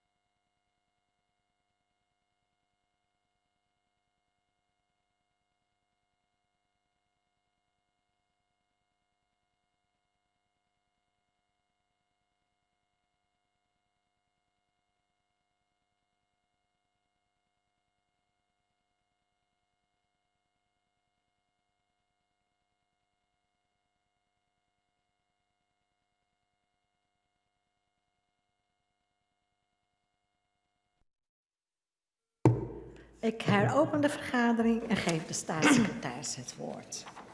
Dank u wel, voorzitter. Ik ga verder met het thema van de second opinion en de aangifte. Ja, op het vorige punt, de heer Van Wijnberg. Heel kort. Anders gaan mijn 2 vragen die Ja. gesteld echt als een tang op een Oké. varken slaan. Ja. Ik heb 2 vragen. De eerste ging over, de staatssecretaris ging nog iets voor mij uitzoeken over sociale zaken. En ik zou eigenlijk het voorstel willen doen of misschien de staatssecretaris van SZW ons een brief zou kunnen sturen voordat we de wet behandelen. Met hoe zij dat onderzoek nu precies intern laat doen, wanneer ze denkt dat het af is, wie het gaat doen, wat de opbouw is. Ja. Dan kunnen we het gesprek ook voeren met degene die erover gaat. Dat zou mijn eerste suggestie. En dan hoeft de staatssecretaris niet meer te speuren naar de deadline die ik had gevraagd. Dat was mijn eerste vraag. Oké. Mijn tweede ging nog even over de behandeling. En heel veel ouders hebben natuurlijk heel lang hier tegen de bierkaai moeten vechten. Hè, door die hoepels moeten springen waar niet doorheen te springen is. En de staatssecretaris zegt steeds van, we hebben nu een andere aanpak. En tegelijkertijd moeten ouders natuurlijk vaak in een heel aantal van de groepen nu zelf ook spullen aandragen. En dat is best ingewikkeld, hè, bijvoorbeeld bij die oude gevallen. Is nou de houding van de Belastingdienst en de medewerkers die dat nu doen, dan zo dat als het niet helemaal scherp is, als er twijfel is, dat eigenlijk bij twijfel het voordeel van de twijfel geldt? Is dat nou de houding van de Belastingdienst naar ouders die zo lang zijn behandeld, waarin ze bij twijfel altijd het nadeel van de twijfel kregen? De staatssecretaris. Dank u wel. Nou, om op dat laatste in te gaan, ja, dat is wel onze intentie. We willen graag dat het aannemelijk is dat er iets gebeurd is. Het hoeft niet altijd bewezen of onderlegd te kunnen worden met alle bonnetjes en alle feiten en alle enzovoort. Want het gaat erom inderdaad dat we dat doen op een menselijke manier en niet op dezelfde manier zoals de beoordelingen tot nu toe zijn gegaan. Want anders komen we in hetzelfde moeras terecht, zoals mevrouw Leijten dat noemt.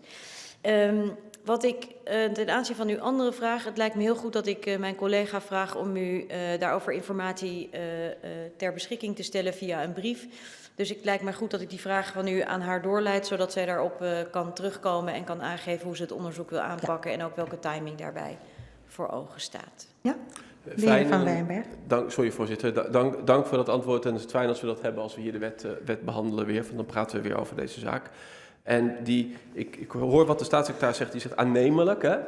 En dat definieer ik dus dat je niet tot achter de laatste komma, maar dat als er een gevoel is van ja, dit lijkt te kloppen, maar het is niet 100% te bewijzen. Hè, want ouders moeten zelf nu ook met hun spullen komen. Ook, dat dan echt het voordeel van de twijfel geldt. Ja, maar we zullen het niet alleen maar aan ouders vragen. Hè. Wij gaan ook in onze eigen dossiers aan het werk. En wij gaan ook kijken hoe we bijvoorbeeld samen met kinderopvangorganisaties of bij banken nog informatie naar boven kunnen krijgen. Uiteraard in overleg met die ouders om het dossier compleet te krijgen. De heer Snels. Ja, in aanvulling op de toezegging om mevrouw Van Ark een brief te laten schrijven. Tot nu toe ging het steeds over het signaal dat er was tussen financiën en sociale zaken. En dat verzand is. Maar nu weten we ook dat ook bij die wetsbehandeling of die wetsvoorbereiding die wel gedaan is, dat ook daar de alles of niets benadering aan de orde was. En ook dat niet doorgegaan is. En dat dat meegenomen kan worden in het onderzoek. Want het gaat over hetzelfde, maar wel 2 verschillende trajecten. En dat lijkt me wel belangrijk, want dat is precies waar ook de politieke verantwoordelijkheid ligt. Ik zal aan de staatssecretaris Van Ark aangeven dat u deze extra vraag stelt naar aanleiding van de vraag die aan haar gesteld wordt al via de heer Van Wijnberg. En dan kan ze in die brief daarop terugkomen. Dat lijkt mij goed. Ja, de heer Bruins. Dank voor de herhaling van de toezegging dat de Kamer inderdaad vertrouwelijk geïnformeerd kan worden over algoritmes. Mijn vraag in mijn bijdrage was net iets breder. En dan specifiek over het gebruikte algoritme, waardoor deze ouders waar we vandaag over praten werden getarget. Of dat specifieke algoritme ook op andere plekken wordt gebruikt, bijvoorbeeld bij zorgtoeslag of de afdeling blauw. Het algoritme dat dan specifiek, sorry, Ja? even om het heel scherp te krijgen, Ja. of er algoritmes worden namelijk in toeslagen in het algemeen, in de brede zin inderdaad gebruikt. Dat klopt, ja. Ja, en dan specifiek het algoritme dat werd gebruikt voor de kinderopvangtoeslag, waardoor deze ouders eigenlijk automatisch op het netvlies kwamen. Of dat algoritme ook breder wordt gebruikt binnen uitvoeringsdiensten. Algoritmes worden breder gebruikt. Als u het heeft over dat specifieke algoritme, vind ik dat een moeilijk te beantwoorden vraag, eerlijk gezegd. Want nogmaals, er wordt voor de verschillende belastingonderdelen worden andere soorten van algoritmes gebruikt, maar ze worden daar wel allemaal gebruikt. Misschien nog even helpt u me nog even naar waar u precies naar op zoek bent? Ja. Dubbele nationaliteit bijvoorbeeld. Of dubbele nationaliteit als criterium in andere situaties ook is gebruikt. Nou, daar hebben wij dus niet iets voor gevonden. Maar onderdeel van bijvoorbeeld de FSV-onderzoek is om te kijken of dat inderdaad ook nog ergens anders aan de orde is geweest of niet. Goed, gaat u verder. Nog even over die aangifte. Dus afgelopen week is er aangifte gedaan. We hebben daar vorige week al over gesproken. En ik heb ook aangegeven dat dat behoorlijk impactvol is geweest. Niet alleen maar voor de ouders, maar zeker ook voor de dienst zelf. U heeft een aantal vragen gesteld over wat dat dan doet en betekent met de organisatie. En laat ik er helder over zijn. Ik heb in de afgelopen dagen en zeker ook gisteren nog vrij uitgebreid gesproken met een aantal medewerkers van de Belastingdienst. En die zijn daar behoorlijk van onder de indruk. Je zou kunnen zeggen ook echt geschokt daarover. Vinden dat ongelooflijk onprettig. En dat snap ik ook ontzettend goed. Want het is natuurlijk toch, hoewel het hier niet gaat over een aangifte tegen personen, een aangifte tegen misdrijven, een aangifte van het vermoeden van misdrijven is de precieze formulering, is dat natuurlijk toch heel heftig als dat gebeurt en als jou dat overkomt. En zij maken zich druk natuurlijk over de vraag wat dat voor hen betekent, hoe dat nou allemaal in elkaar steekt, wat dat doet. En een van de dingen die voor mij natuurlijk belangrijk is, want dit was natuurlijk ook precies wat een consequentie van wat er gebeurd is nadat we, en u heeft daar ook een bijdrage ook aan geleverd, de vraag hebben gesteld, zijn er strafrechtelijke feiten gepleegd? Dat onderzoek hebben we gedaan met elkaar, dat is een toezegging geweest op basis waarvan we dat hebben gedaan. En dat heeft ook tot deze conclusie geleid en daarmee dus ook de noodzaak voor staatssecretaris Veilbrief en mij om die aangifte te doen. Maar dat heeft natuurlijk impact en dat heeft impact op de mensen die er werken. Wat van belang is denk ik dat we een aantal dingen moeten doen. Natuurlijk meewerken volledig aan het onderzoek van het OM. Het kan niet anders dan dat we dat doen en dat willen we ook in ruime zin doen. Het tweede is ook ontzettend belangrijk, is dat de medewerkers die bij de Belastingdienst werken, en ik heb al in mijn inleiding daar iets over gezegd, die dat met hart en ziel doen, die dat heel graag doen, die dat met alle goede bedoelingen, met al hun integriteit ook doen, dat we die mensen ook helpen om aan te geven hoe zij hun werk dan op een manier kunnen doen waarbij dit allemaal niet aan de orde is.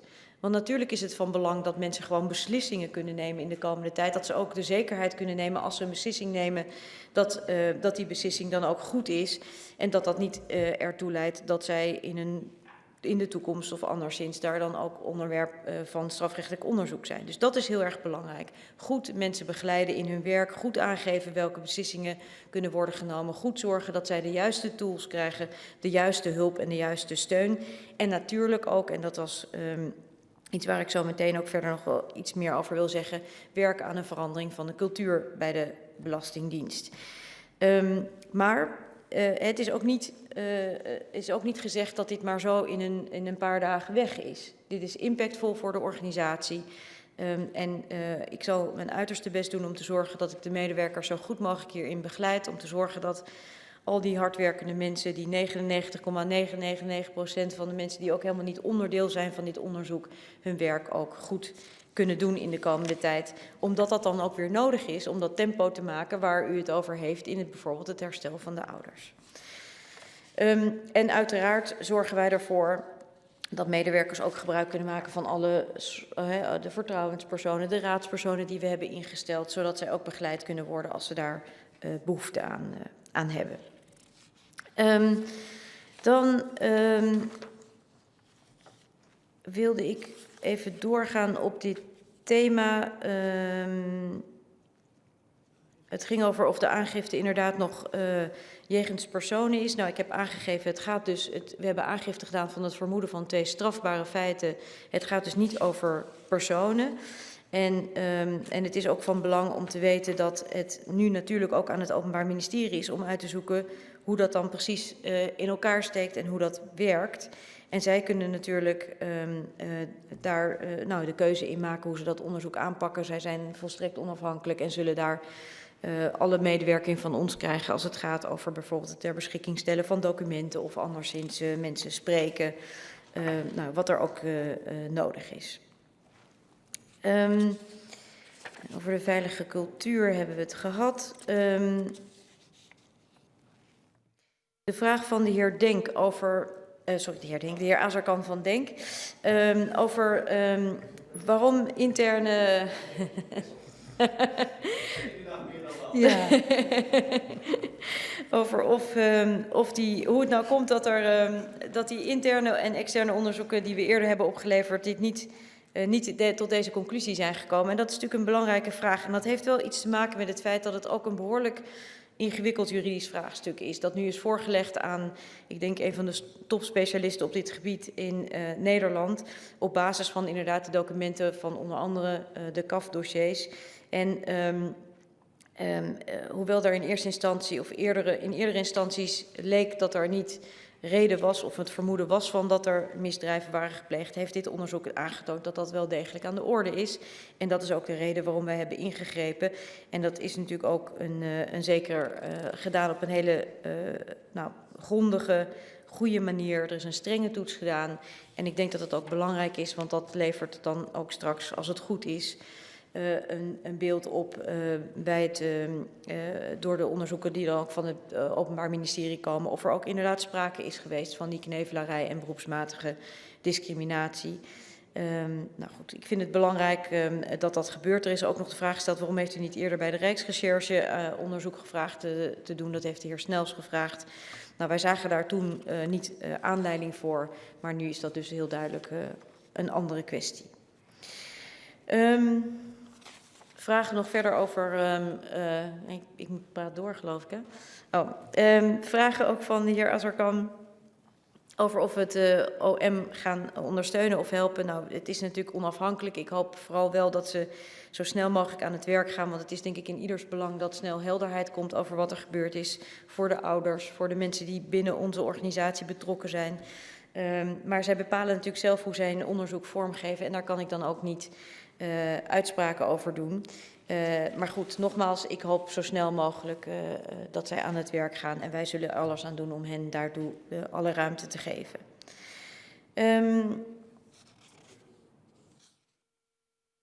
Nog even door. Er zijn veel vragen gesteld over dit thema, maar ik denk dat ik die inmiddels wel beantwoord heb.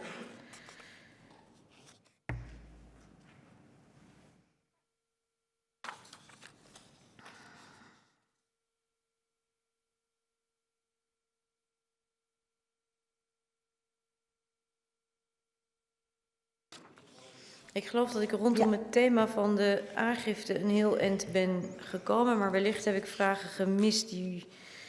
Want we hebben dit onderwerp ook al... Eerst de heer Azarkan, dan heb ik de heer Snels, en dan heb ik de heer Omtzigt, en dan heb ik de heer Van Otterlo, en dan mevrouw Van Kooten-Aarsen. De heer Azarkan, meneer Denk. Goed. Dank aan de beantwoording ook op dit punt. Ik vind het helder. Het OM is onafhankelijk, gaat onderzoek doen. Alles wat nodig is, dat wordt ter beschikking gesteld. De mensen die gehoord moeten worden, die staan ter beschikking. Ik heb nog twee vragen. In de analyse van de heer Biemond is ook gekeken naar onder andere dwang door misbruik van gezag. En het achterhouden van bewijsstukken.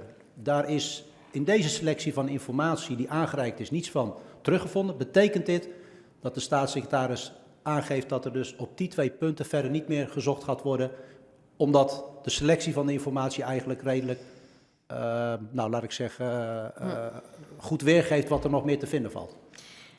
Nee, want het is aan het OM om te bepalen hoe zij het onderzoek vormgeven. Dus als zij het belangrijk vinden om nog naar andere dossiers te kijken, naar andere soorten van feiten, andere soorten van informatie, dan kunnen ze dat doen. We hebben aangifte gedaan op basis van dit onderzoek, hebben ook specifiek dat onderzoek natuurlijk meegestuurd, om daarmee het OM aan te geven wat wij in ieder geval hebben, wat voor ons de aanleiding was om deze aangifte te doen. Maar zij mogen uiteraard verder kijken, ook naar andere dossiers en andere thema's. Ja. De heer Azarkan. Ja, toch even precies naar de staatssecretaris, want misschien begrijpen we elkaar niet goed en dat zou zonde zijn. De staatssecretaris heeft aangifte gedaan van knevelarij en beroepsmatig discrimineren. Betekent dat nou dat het onderzoek beperkt tot deze twee strafrechtelijke overtredingen? Of worden er ook nog andere zaken die ook strafrechtelijk kunnen zijn gedaan onderzocht? Nou ja, nogmaals, dat is echt aan het OM. Want als zij vinden dat er op basis van de analyse van Biemond of anderszins iets anders zou moeten gebeuren, dan kunnen zij dat natuurlijk onderzoeken. Wij hadden concreet aanleiding op deze twee thema's om onderzoek te vragen. En Wij zijn ook staatsrechtelijk gehouden om als we nieuwe feiten ontdekken of anderszins om dat ook te doen. De heer Snels. Deze microfoon, u moet een beetje opletten. Ja. Goed dat u oplet, voorzitter. Over de Rijksrecherche.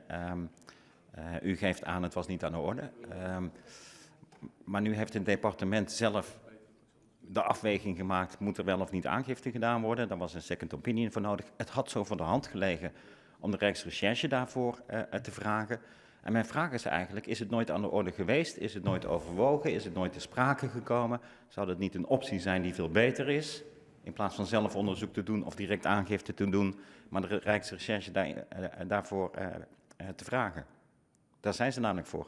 Nou ja, wat de route is, zoals ik hem, of zoals wij hem hebben begrepen, is dat als je een vermoeden hebt van ambtsmisdrijven, dan ben je gehouden als bewindspersoon om aangifte te doen. En dat aangifte doe je bij het Openbaar Ministerie. Die kan vervolgens ook wel weer onderzoek uitbesteden aan de Rijksrecherche bijvoorbeeld.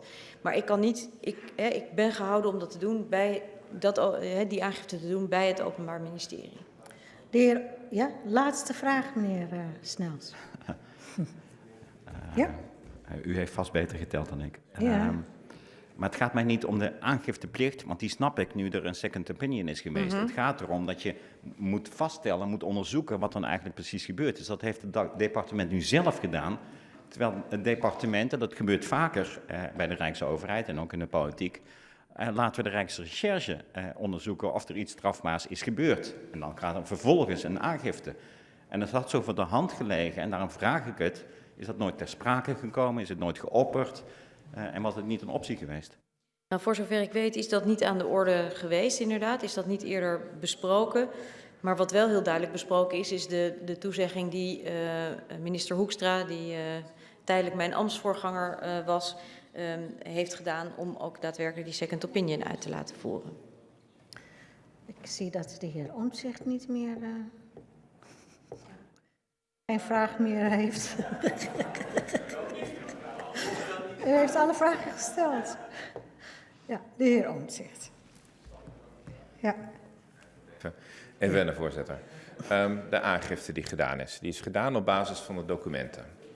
En dat zijn openbaar geworden documenten. Er zijn ook een heleboel documenten die niet openbaar geworden zijn. Zo heeft de heer Biemond niet het stuk van de ADR gekregen. En het stuk van de ADR, dat een feitenonderzoek is, en wat ik, als ik de heer Biemond was, relevanter gevonden had dan het stuk van Donner, wat een advies is, maar niet een feitenonderzoek. Daarin staat dat er 100 keer geselecteerd is op nationaliteit. Echter, er is alleen aangifte gedaan op de 3 dingen, op de 3 keer dat de heer, waarover de heer Biemond stukken ontvangen heeft. En die andere 97 keer, daar wist de heer Biemond niks van, omdat die niet in zijn stukken zaten. Hetzelfde doet zich voor tussen 2017 en 2020. Want de heer Biemond zegt, want iedereen zegt van vanaf 2017 wist iedereen het. Daar is de ADR glashelder over. Rapport Nationale Ombudsman, vanaf 2017 had de Belastingdienst moeten veranderen. Weet de staatssecretaris nou zeker dat op basis van alle documenten die ze zelf heeft, dus met de Kamer gedeeld of niet, of ik ze wens te zien of niet, dat is een andere discussie, dat er niet nog meer zaken liggen? Want het zou raar zijn dat het alleen maar tot die 3 punten beperkt blijft. En zouden wij daar binnen een week of 2 over geïnformeerd kunnen zijn? Of er meer zaken zijn waarvan de staatssecretaris denkt dat die aangifteplichtig zijn of niet? Ja, de staatssecretaris. Nou, misschien even 2 dingen daarover zeggen. Het onderzoek van de heer Biemond geeft inderdaad, of in zijn advies aan ons geeft hij aan dat we wat hem betreft aangifte moeten doen of gehouden zijn aangifte te doen op basis van die 2 vormen van misdrijven. Knevelarij en beroepsmatige discriminatie. En hij verwijst daarin, hij onderbouwt dat onder andere met een aantal zaken als het gaat over dat stuk van die beroepsmatige discriminatie. Het is niet dat wij hebben gezegd dat alleen daarnaar mag worden gekeken door het OM. Sterker nog, het OM bepaalt zelf of zij verdergaand in hun onderzoek naar andere vormen kijken van discriminatie die zij willen onderzoeken of anderszins. En natuurlijk zullen wij aan het OM ook alle rapporten sturen die zij ons vragen. En daar hoort dan ook het onderzoek van de ADR bij.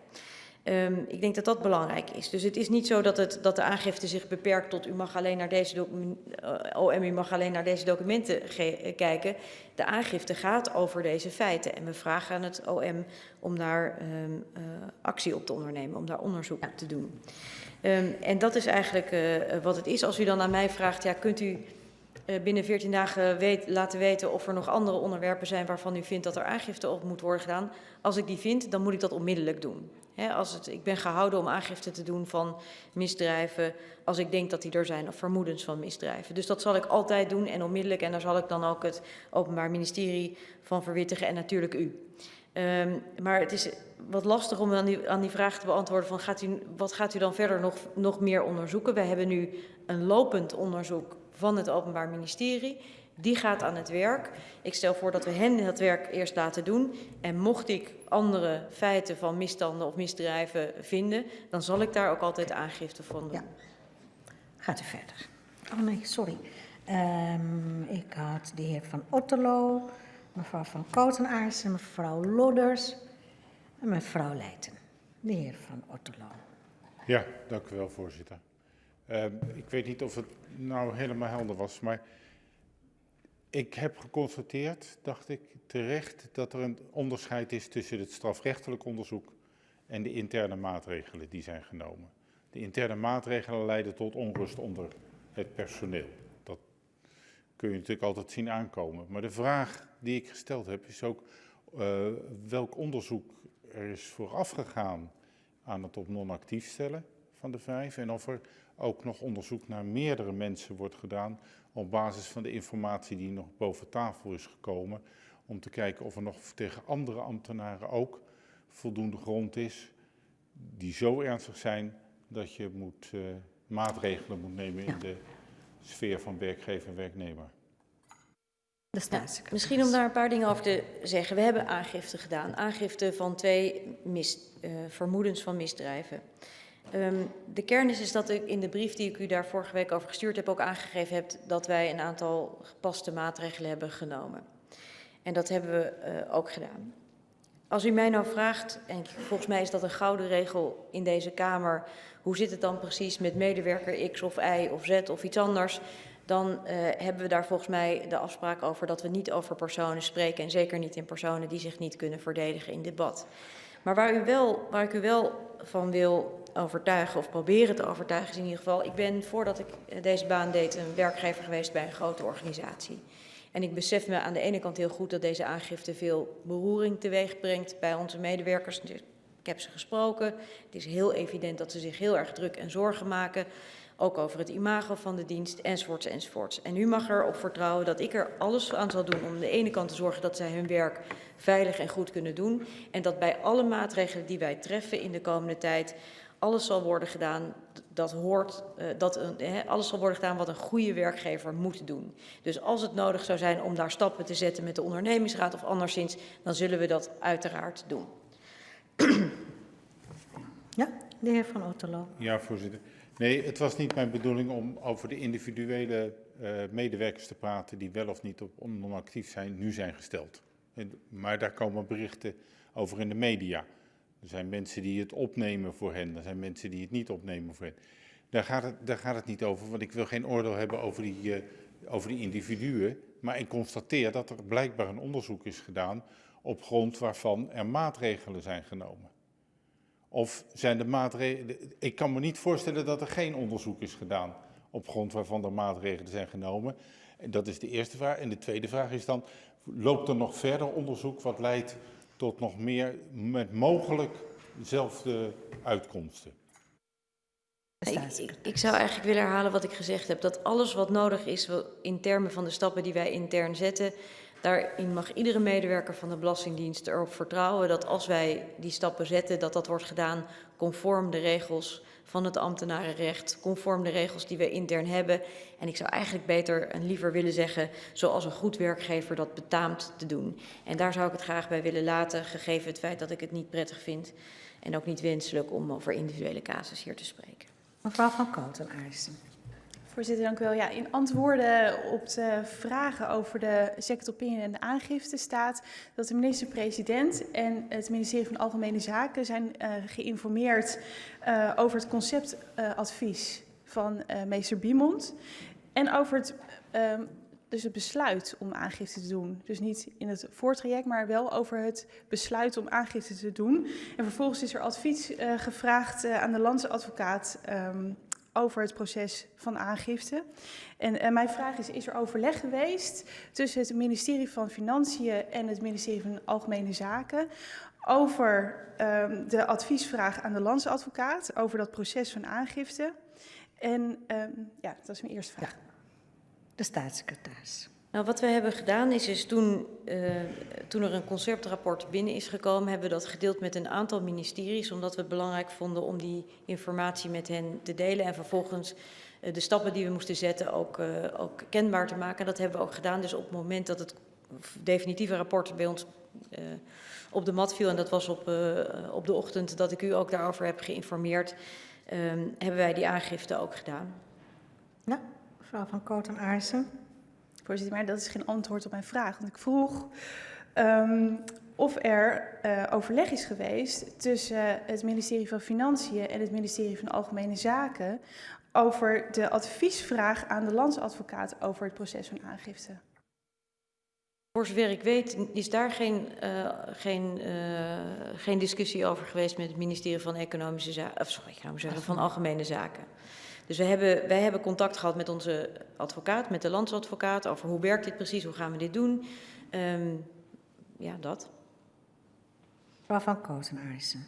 Voorzitter, en zou de staatssecretaris kunnen zeggen van welke datum dat advies van de landsadvocaat is? En is dat advies vervolgens gedeeld met Algemene Zaken? Nou, dan vraagt u mij iets wat ik niet kan beantwoorden, want ik weet niet of er sprake was van dat er iets op schrift is gesteld. De landsadvocaat heeft ons geholpen die aangifte, in dat proces van die aangifte. Ik kan daar in de tweede termijn even op terugkomen als u dat wil. Ja. Ja. Mevrouw Loeders. Voorzitter, dank u wel. Want volgens mij zijn we ongeveer aan het eind van het blokje, als het gaat om aangifte. Nou, de staatssecretaris was klaar volgens mij. Ja, daarom. Dus dan kom ik even met een... wellicht ben ik iets vergeten. Dat zou kunnen. Ja, wat ik nog wel een klein beetje mis, is met name hoe gaan we om met die dienst en die 30.000 mensen, dat vertrouwen. Dat is globaal aan de orde, maar wellicht kan de staatssecretaris daar iets over zeggen. En gisteren, voorzitter, zijn een aantal sets vragen beantwoord, waarvoor dank.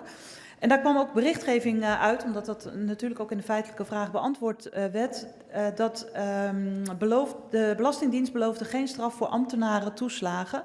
En dat ging over het handelingsperspectief ten aanzien van individuele ambtenaren in de context van het onrechtmatig handelen. En mijn vraag is of dit eerder, en waarschijnlijk niet met deze staatssecretaris, maar met haar voorganger besproken is geweest. Daar kan ik het antwoord niet op geven. Op dit moment kom ik even op terug in de tweede termijn. Het is zeker niet met mij besproken. Nee. Okay. Mevrouw Leijten. Ja, voorzitter, als je op 15 mei een conceptadvies krijgt waarin staat aangifte doen, dan kan ik me voorstellen dat je overleg hebt met de hoogste chef van het land, in dit geval met de minister-president. En u zegt, ik kom er op tweede termijn op terug, hoe dat is gegaan, en ook met de landsadvocaat. Maar ik heb eigenlijk wel behoefte aan even een soort van tijdlijn. Want er is bijvoorbeeld heel veel discussie over hoe is dat ook intern gegaan. U heeft tussen 15 mei en 19 mei vier dagen. Hoe is dat dan intern gegaan? Want bijvoorbeeld de vakbonden zijn heel erg boos dat het personeel dat heel laat heeft gehoord. En ik zou het fijn vinden als daar gewoon een tijdlijn onder zit. Dus u komt er nog op terug, maar of dat dan een onderdeel kan zijn. En dan mijn vraag, die ik ook stelde tijdens het vragenuurtje. Stel nou dat de Belastingdienst wordt veroordeeld. Wat betekent dat dan voor de politieke positie van het kabinet? De staatssecretaris. Ik ben bang dat ik daar niet zomaar antwoord op zou kunnen geven, omdat onduidelijk is wat er dan precies speelt. Dus het is wel een hele erg als-dan vraag. Ik denk dat we dan moeten handelen naar bevind van zaken. Ja, ik stelde die vraag ook in die serie waar mevrouw Lodders het over had. Er is namelijk natuurlijk geweten van de zaken waar nu aangifte naar is gedaan. En daar is in de periode waar hij nu onderzoek naar doet, is daar niet op opgetreden. En dat is mogelijk ook een strafbaar feit van die periode daarna. Want als je namelijk weet hebt van strafbare feiten, dan hoor je in te grijpen. Hoor je dat te stoppen of je hoort daar aangifte van te doen. Dus ik ben toch wel heel erg benieuwd naar hoe het kabinet hier naar kijkt. Want wij moeten weten wat er gebeurt op het moment dat de Belastingdienst veroordeeld wordt.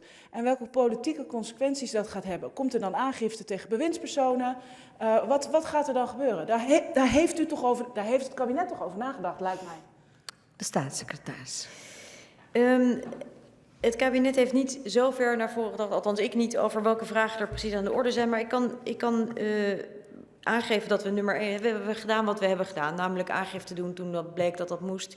En dat onderzoek moet nog plaatsvinden. Dus ik vind het een beetje voorbarig om nu al na te denken over wat de uitkomsten van het onderzoek zijn, als we nog niet eens weten wat de uitkomsten van het onderzoek zijn. Dus het lijkt mij verstandig dat we het Openbaar Ministerie, en dat heb ik al gezegd, daar werken we ook aan mee, zijn werk laten doen en dat we dan kijken welke stappen nodig zijn als die uitkomsten er ook zijn. Ja, de heer Varaan. Ja, voorzitter, in het verlengde hiervan, maar dan wat minder hopelijk een als-dan vraag. Ik had het ook in mijn eerste termijn over, die wet ministeriële verantwoordelijkheid en ambtsdelicten. Op grond daarvan kun je afgetreden bewindspersonen eventueel vervolgen. En met betrekking tot de aangifte tegen de Belastingdienst, dat was naar aanleiding van een onderzoek wat gedaan was. Dus dat is niet spontaan gebeurd, hè? Dat is niet een vermoeden geweest, echt een onderzoek geweest. En mijn vraag is de volgende, die ik stelde in de eerste termijn. Kan de staatssecretaris nou uitsluiten dat de voormalige ministers in het vorige kabinet al dusdanig op de hoogte waren van de misstanden rond de kinderopvangtoeslag, dat hen het een en ander valt te verwijten, aan te rekenen, zodanig dat misschien aangifte terecht is? Dus moet daar niet eenzelfde soort onderzoek plaatsvinden? Dat is de vraag die ik gesteld heb en nog niet beantwoord is. Ja. Nou, uw vraag lijkt een beetje op de vraag die de heer Van Wijnberg heeft gesteld en waarvan we hebben aangegeven dat die zal worden beantwoord in een brief door staatssecretaris Van Ark. Want die gaat over de vraag van welke informatie was er nou beschikbaar en hoe zat dat precies in het... we hebben dat al gedeeld voor het ministerie van Financiën met u, maar welke extra informatie komt er nog boven water naar aanleiding van het onderzoek dat zij voornemens is te doen. Dus ik denk dat het goed is dat we dat onderzoek, nogmaals, daar gaat mijn collega u over informeren, over de inzet van dat onderzoek en ook de timing daarvan. En dat we dan ook verder kijken naar wat dat dan betekent. Dus ik verwijs even terug naar de vragen ook die daarover gesteld zijn. Maar het feit dat er een brief aankomt is denk ik voor u een mooi moment om daar dan verder naar te kijken. We gaan naar het laatste onderwerp ongeveer, transformatie. Ja, en daarin, dat gaat vooral over de Belastingdienst zelf. Een deel daarvan hebben we inmiddels ook wel al behandeld. Dat gaat over de cultuur bij de Belastingdienst en de gevolgen die de aangifte heeft gedaan. Maar wat denk ik belangrijk is in dit blokje, naar aanleiding van nog een aantal vragen die gesteld zijn, is dat wat wij natuurlijk zullen doen in de komende tijd is samen met de medewerkers het hebben over wat er ook in de afgelopen periode gebeurd is. Ik heb er ook naar aanleiding van de vraag van mevrouw Leijten een paar dingen over gezegd in het kader van de toeslagenproblemen.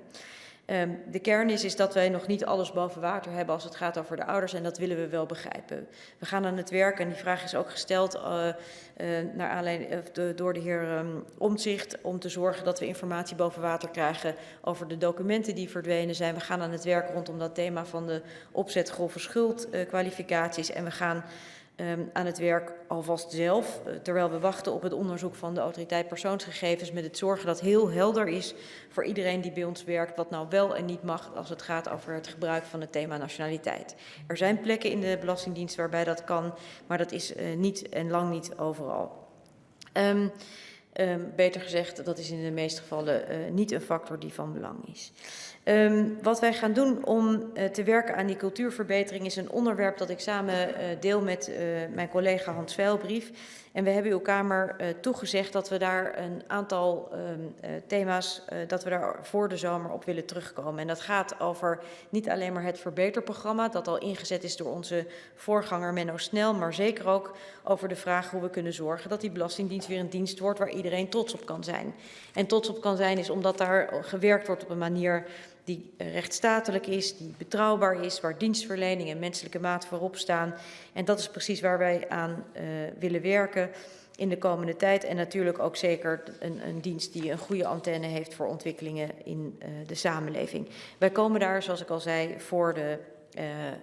voor de zomer bij u graag op terug. Dan heb ik volgens mij daar... Veel van de onderwerpen zijn in andere blokjes al aan de orde gelegd. Volgens mij heb ik over die transformatie dan daarbij voldoende gezegd. Ik ga door naar het kleine blokje overig aan als afsluiting. Dat begon over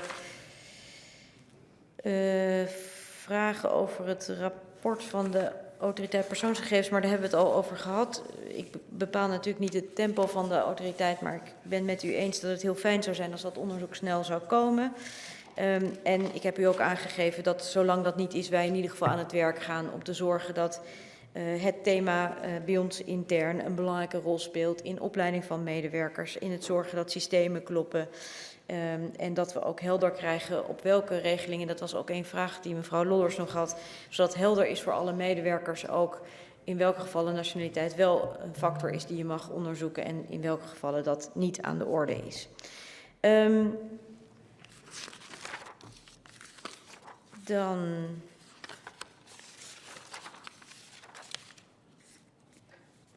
De vraag van de heer Omtzigt over praktische rechtsbescherming. U heeft verzocht om een onderzoek te starten naar die praktische rechtsbescherming van burgers en kleine ondernemers in het kader van de belasting- en toeslagenwetten.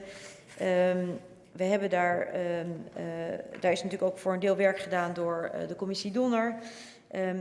Op 19 februari heb ik u aangegeven dat ik daarvoor een adviescommissie ga instellen. En het doel daarvan is dan ook om te zorgen dat we die praktische rechtsbescherming in het kader van de Belastingdienst aan de orde hebben.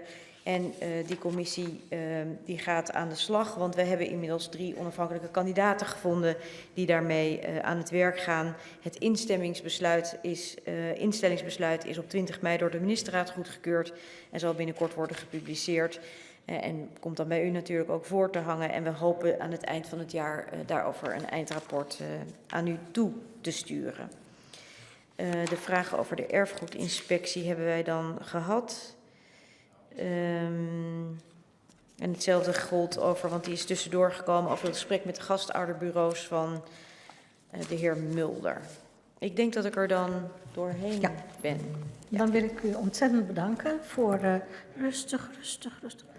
Is er een vraag blijven liggen, meneer Omtzigt? Ja? Echt waar? Nou, de heer Omtzigt. Ja? Ik heb er ook een paar gesteld, dus dat vind ik ook niet meer dan normaal.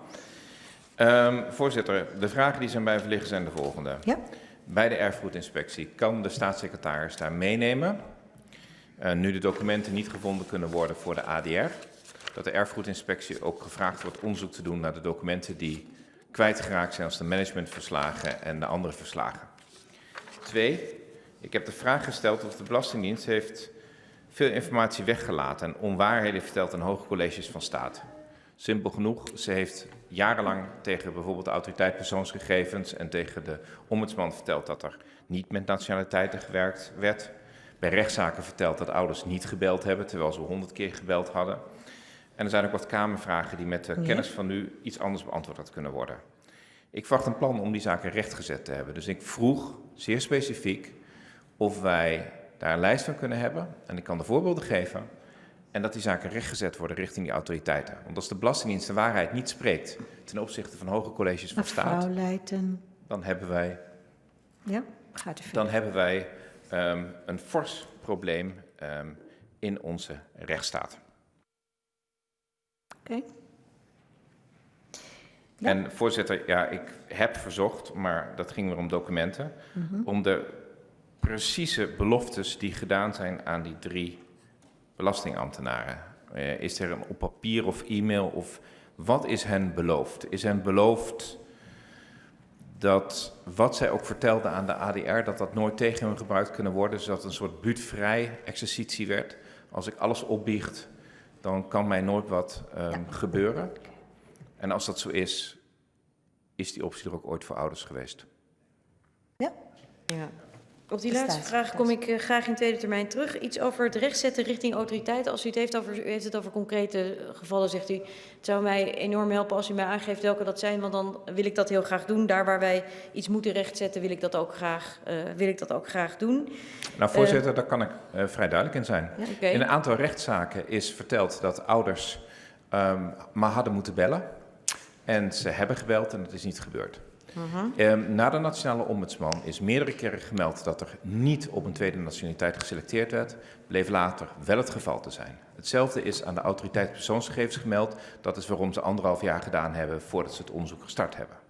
Op mijn Kamervragen in 2017 is geantwoord dat het bij de Belastingdienst niet bekend was dat er ooit iemand in de problemen was gekomen door de terugbetaling van de kinderopvangtoeslag. I kid you not. Ja, lach erom, maar het is natuurlijk pijnlijk.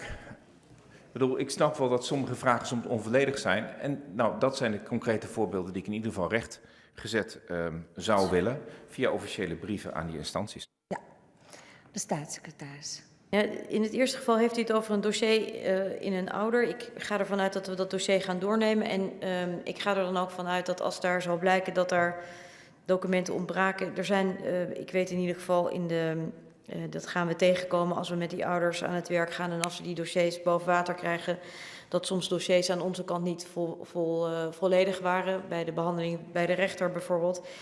Ik denk dat in eerste instantie onze excuses dan moeten worden gegeven aan de ouders, die wij daarmee wellicht onterecht in een probleem hebben gebracht. Maar ik vind het prima om aan te geven, ook, dan ga ik niet case voor case doen, maar daar waar wij tekortkomingen hebben gedaan, of dat nou naar de ombudsman is of anderszins, dan ga ik daar graag met ze over in overleg en kijken over of dat voor hen inmiddels ook helder is rechtgezet. Als het gaat over uw eigen vraag in 2017, ik denk dat inmiddels helder is geworden dat er wel degelijk heel grote problemen zijn ontstaan bij de kinderopvang. U heeft daar ontzettend veel werk in gedaan om dat boven water te krijgen samen met mevrouw Leijten. Dus ik zou niet goed weten hoe ik u daarin kan bedienen. Maar volgens mij is dat heel erg helder geworden. Ja, de heer Omtzigt. Voorzitter, ik ben blij dat het bij de ouders rechtgezet gaat worden als er problemen in de dossiers zijn. Want we hebben echt dossiers die onvolledig zijn. Mensen die stempels hebben waarbij ze stukken afgeleverd hebben. Die stukken zitten niet in de dossiers. En daar komen we echt mee terug. En mevrouw Leijten heeft er nog meer voorbeelden dan ik. Maar bij de rechtbank ben ik het niet helemaal eens met het antwoord. Als er in de rechtbank dingen gezegd zijn die niet kloppen, en die zijn herleidbaar, en ik verzoek uw dienst dat uit te zoeken. Dat is een zuiverende werking. Dan moet u niet alleen excuses aan de ouders aanbieden, dan zult u dat helaas ook aan de rechterlijke macht moeten vertellen.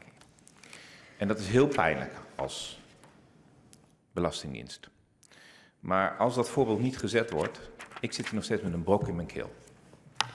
En dat brok in de keel, dat is nadat dit debat niet minder geworden, omdat ik er sinds gisteravond achter gekomen ben dat het vrijhouden van de belastingambtenaren door is gegaan. Ik zit niet in een bar wat je moet hangen. Maar die ouders, die hebben levenslang. De klokkenluider werd ontslagen. En de belastingambtenaren mochten naar iemand gaan en zeiden, ik hoef nooit ergens, ik hoef er zelfs geen berisping door te krijgen. Na alles wat hier gezegd is, hoe gaat de staatssecretaris het gevoel bij de Kamer en in de samenleving wegnemen dat als je bij de Belastingdienst werkt, je alles kunt doen en er uiteindelijk mee weg kunt komen? En als je burger bent, dat je rechten met voeten getreden worden. Dat je dossiers er niet zijn. Dat managementverslagen er niet zijn. Dat er onwaarheden verteld worden bij hoge colleges van staat. En dat er nog nooit iemand tot nu toe 1 berisping voor gekregen heeft, ondanks de aangifte. Nou, ik deel met En ik voel met u mee, hè, als het gaat over wat er de ouders is aangedaan. Want daar hebben we het eigenlijk de hele dag over. En dat is ook echt verschrikkelijk. Ik heb eerder in deze Kamer in een commissievergadering gezegd dat het een onderwerp is waar we ons als overheid voor moeten schamen. In de brede zin, wij allemaal. Als het gaat over dat thema van hoe gaat het nou verder binnen de Belastingdienst. Ik heb een aantal elementen aangegeven wat er speelt. En daar speelt natuurlijk ook het onderwerp van die aangifte van vermoedens van misdrijven. Dat is wel ongeveer het meest ernstige wat er aan de orde is als het gaat over helder maken wat er in deze dienst gebeurd is. En ik hecht er dan ook aan dat dat onderzoek heel goed wordt gedaan. Ik hecht er overigens aan ook dat we vooral aan het werk gaan om de ouders te herstellen. Zo snel mogelijk, zo goed mogelijk, zorgvuldig. Omdat dat is wat hen het meeste gaat helpen. Het meeste gaat helpen is zorgen dat hen recht wordt gedaan. Het meeste wat gaat helpen is dat ze ook weer vertrouwen kunnen krijgen in onze overheid. Omdat ze op een manier worden behandeld die past bij een overheid met een menselijk gezicht. Dus ik beantwoord dan nog even daarmee ook uw laatste vraag, want dat ging over, wilt u aan de erfgoedinspectie vragen om te kijken of zij die managementverslagen alsnog kunnen vinden. Dat wil ik heel graag aan ze vragen, want het is mijn intentie niet om ze achter te houden. Dat is onze intentie ook niet.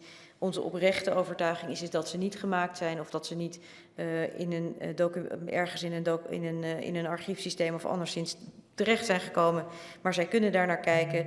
Maar ook aan de erfgoedinspectie ga ik in eerste instantie vragen om erachter te komen hoe het is gegaan met de dossiers en de documenten van de ouders. Omdat ik het ook zo belangrijk vind om uit te vinden wat daar heeft gespeeld. En hoe het kan dat heel veel ouders, niet alleen aan u, maar ook aan mij hebben aangegeven. Ik heb documentatie ingeleverd. Ik ben zelfs meerdere malen met een pakket kopieën langs gegaan.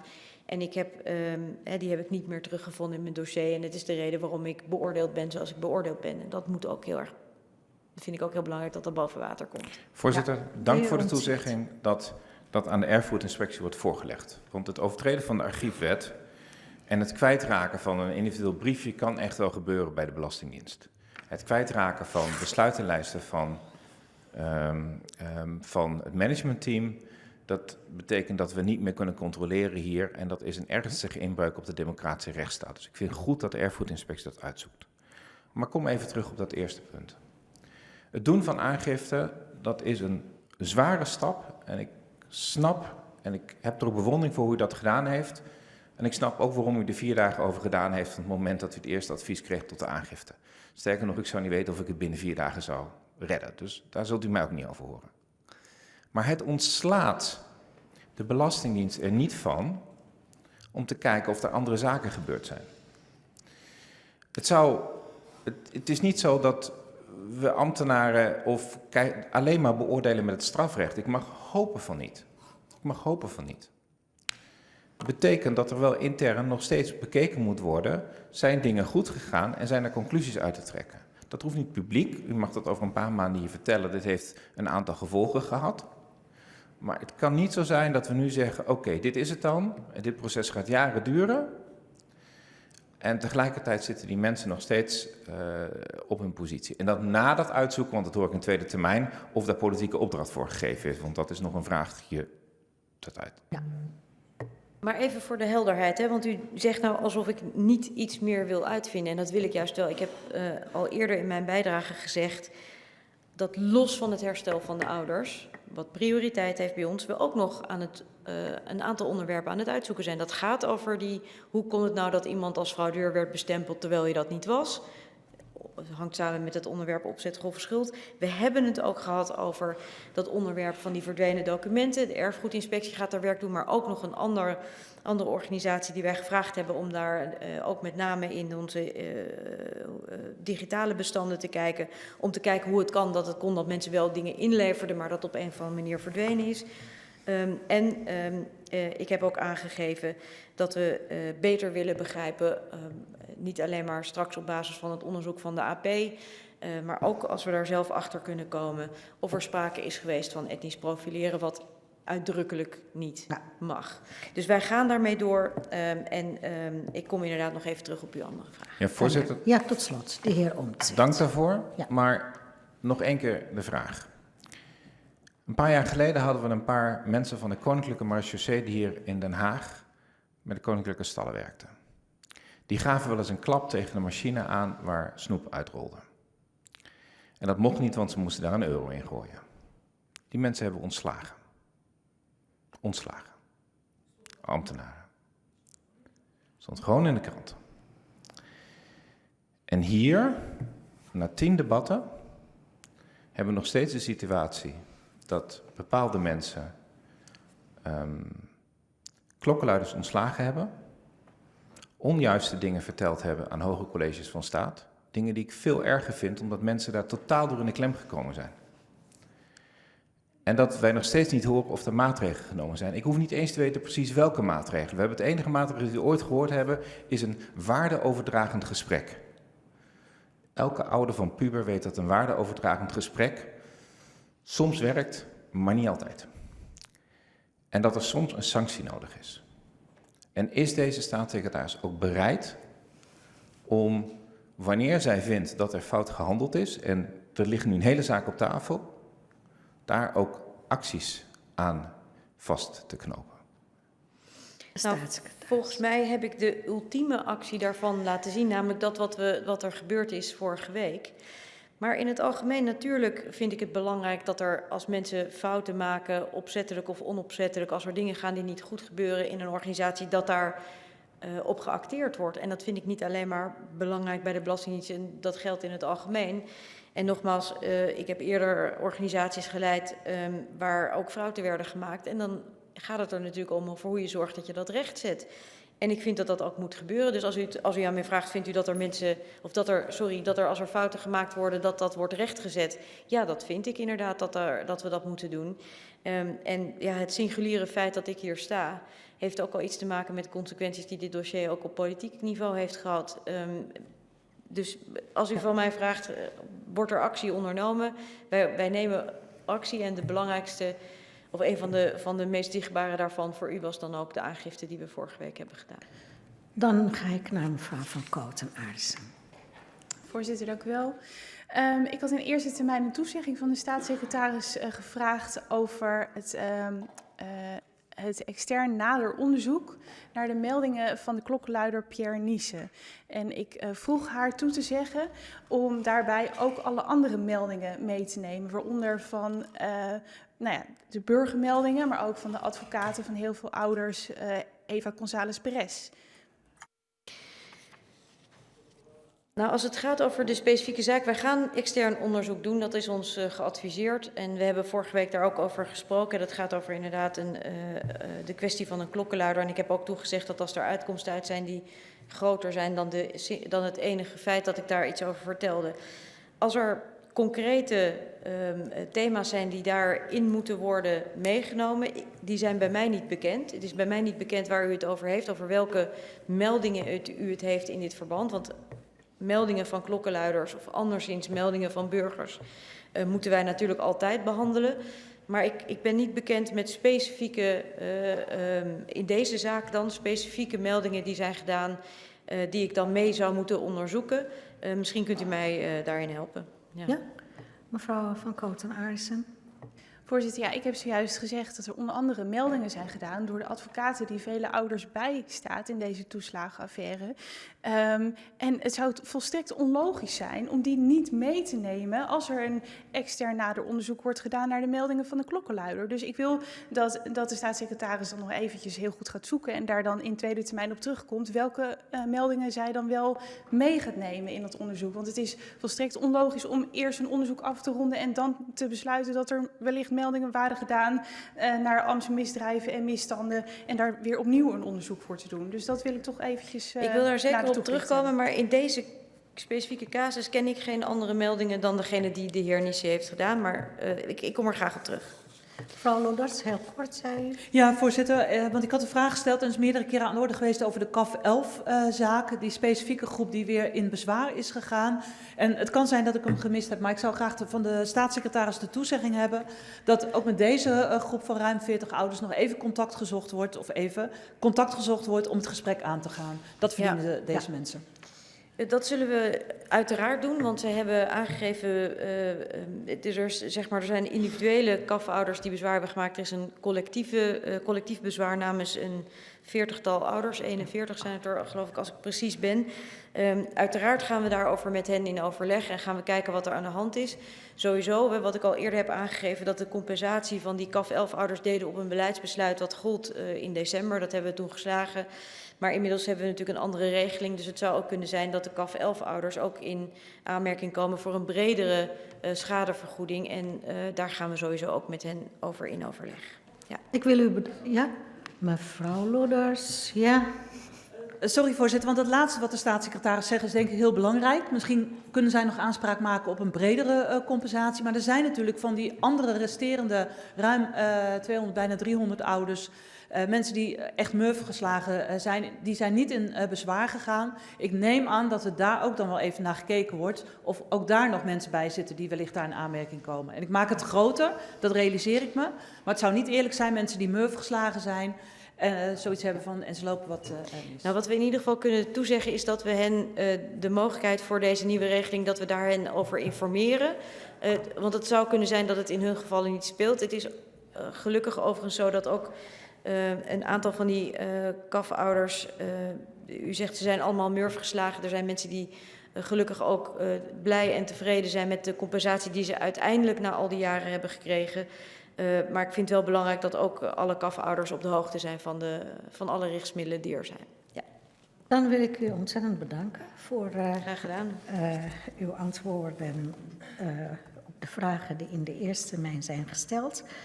En nou, ik zou zeggen, gaat u lekker zitten, neem een glaasje water. En we gaan nu naar de tweede termijn van de zijde van de Kamer. En ik geef mevrouw Leijten namens de SP het woord.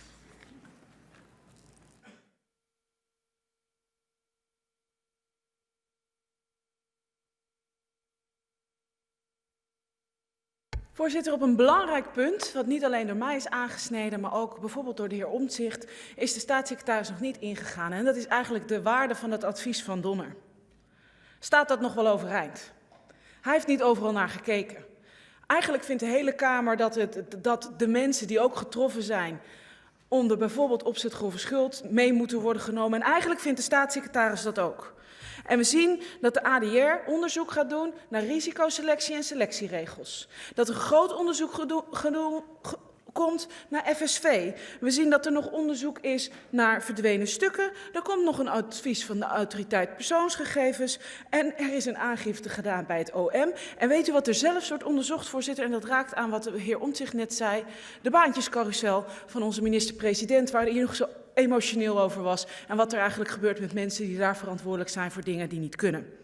Dus ik vind echt dat Donner aan alle kanten gewoon ondermijnd is en dat we eigenlijk niet meer uit kunnen gaan van zijn advies. Ik heb een paar moties ook gesteund die daarop ingaan. Ik heb zelf nog 2 moties, voorzitter. De Kamer gehoort de beraadslaging, constaterende dat de Belastingdienst toeslagen veelvuldig aan toeslaggerechtigden de kwalificatie opzet grove schuld gaf.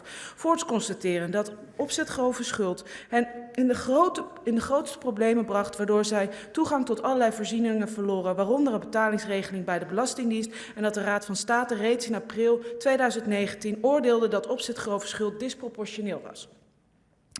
Overwegende dat onderzoek naar de werking en de strekking van het gebruik opzet grove schuld reeds is toegezegd, verzoekt de regering zo snel mogelijk dit onderzoek naar de Kamer te sturen, inclusief alle onderliggende interne stukken van de Belastingdienst en het ministerie van Financiën, en gaat over tot de orde van de dag. Wordt de indiening van deze motie in voldoende mate ondersteund? Dat is het geval, dan maakt ze deel uit van de beraadslaging. De Kamer gehoord de beraadslaging, constateren dat duizenden gedupeerde ouders zijn gebeld met de mededeling dat zij niet onder de compensatieregeling vallen, terwijl nog steeds niet wordt bewezen dat zij fraude hebben gepleegd. Voorts constaterende dat zij grote materiële en emotionele schade hebben geleden die vergelijkbaar is met de gedupeerden in de CAF-11-zaak. Overwegende dat de principes van de rechtsstaat voorschrijven dat iemand onschuldig is tot het tegendeel bewezen is, verzoekt de regering ervoor voor zorg te dragen dat bij de afhandeling van zaken waarin ouders opzet grove schuld verweten wordt, de Belastingdienst altijd kenbaar maakt waarvan deze ouders verdacht worden, zodat ze zich kunnen verweren. Gaat over tot de orde van de dag en deze is mede ondertekend door collega Van Otterlo van 50PLUS, collega van Koten Arissen van de Nieuwe Groep. Sorry. Collega Snels van GroenLinks, collega Nijboer van de Partij van de Arbeid, collega Azarkan van Denk, de heer Van Raan van de Partij voor de Dieren, mevrouw Lodders van de VVD, de heer Van Wijnberg van D66, de heer Omtzigt van CDA en de heer Bruins van de ChristenUnie. Dan wordt die moties moet u meenemen, maar goed, dat is, ja, en daar afgeven. Ja, het is een nieuw regime. Het is even wennen, dank u wel. Dan ga ik naar de heer Azarkan namens Denk.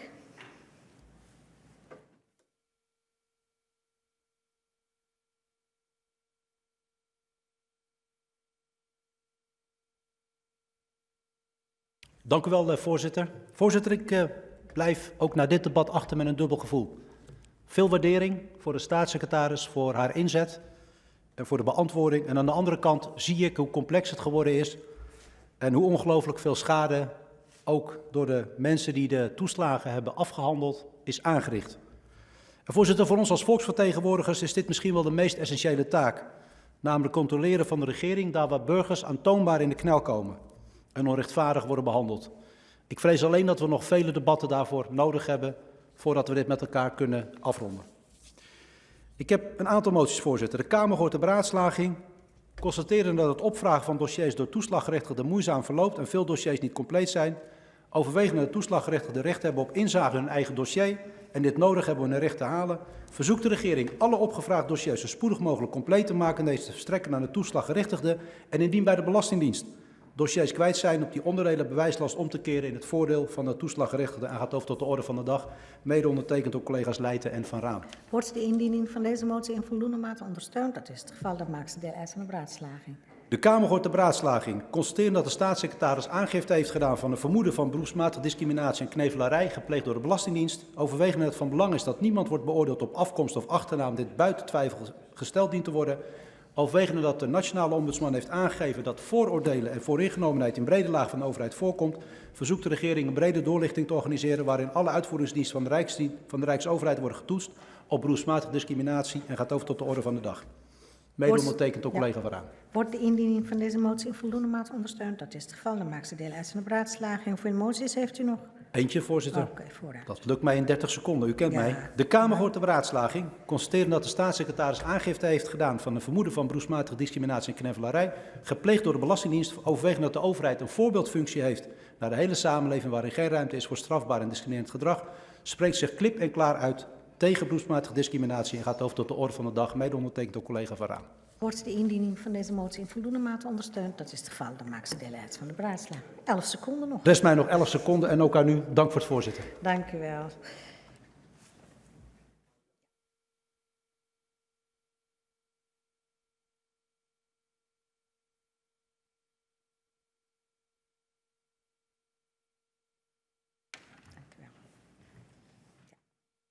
Dan geef ik nu het woord aan de heer Nijboer namens de PvdA.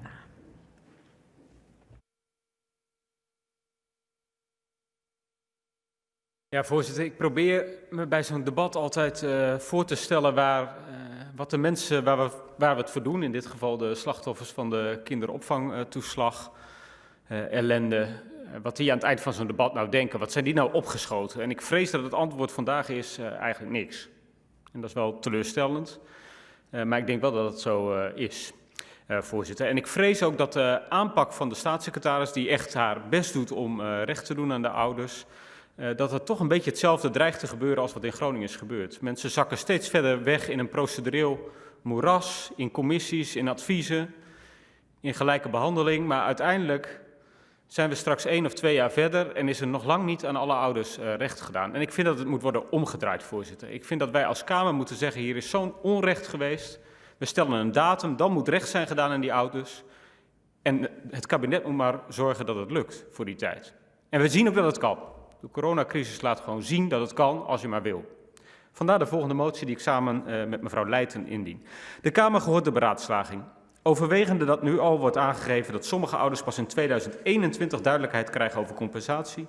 Overwegende dat ouders door de overheid in de problemen zijn geraakt en zij het verdienen om niet nog langer te wachten voor hen recht wordt gedaan, verzoekt het kabinet alle ouders uiterlijk 1 september 2020 te compenseren en gaat over tot de orde van de dag. Wordt de indiening van deze motie in voldoende mate ondersteund? Dat is het geval, dan maakt ze deel uit van beraadslaging. Voorzitter, tot slot, ik wil de staatssecretaris danken voor haar eerste optreden in een plenair debat in de Kamer en voor de hoeveelheid antwoorden die ze heeft gegeven. Het was best een stevig debat, maar ik vond ook dat de staatssecretaris op veel vragen al een adequaat antwoord had. Al zijn we het over dit punt niet eens, vandaar ook dat ik de motie heb ingediend. Dank u wel, voorzitter. Dank u wel.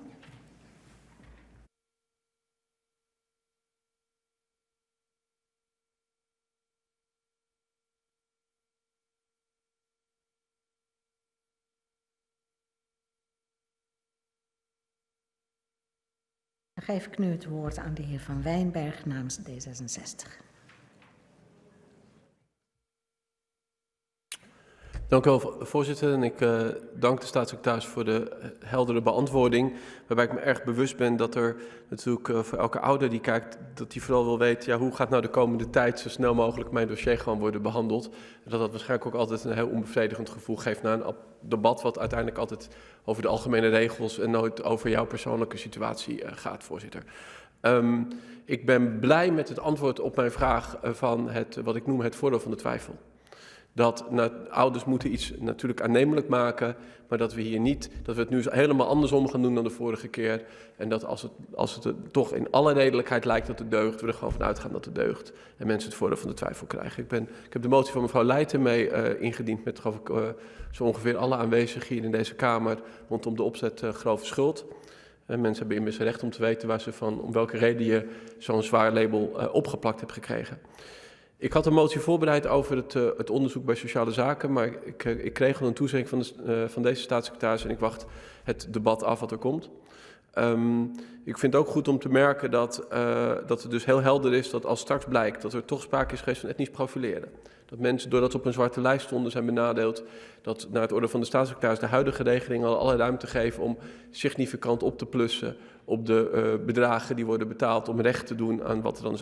We hopen allemaal dat dat natuurlijk zo niet of zo min mogelijk is gebeurd. Maar we kijken denk ik allemaal toch ook in die zin wel met enige zorg uit naar de onderzoeken die daar nog lopen. En voorzitter, dan is het denk ik nu aan deze Kamer om met grote voortvarendheid het wetsvoorstel te gaan behandelen, zodat op 1 juli dat kan ingaan. Zodat ook rondom mensen die slachtoffer zijn van de hardheid van de regeling het kan ingaan, inclusief een vangnet voor mensen die daarnaast nog extra schade hebben, bijvoorbeeld omdat ze hun huis hebben moeten verkopen. En ik hoop met de collega's dat we dat ook heel snel kunnen behandelen. Dank u wel. Dank u wel.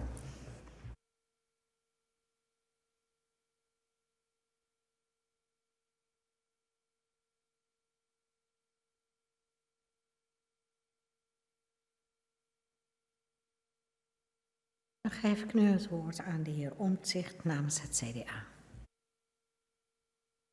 Dank u wel. En dank aan waarschijnlijk het meest inhoudelijke debat wat ik ooit met een staatssecretaris die de eerste keer naar de Kamer gekomen is, gehad heeft. Voorzitter, een aantal punten staan open. En ik heb net het woord ganzenborden genoemd. En ik vrees dat we daarin uitkomen. Want ik had graag gewild dat het een lineair proces was met hoe gaan we het oplossen.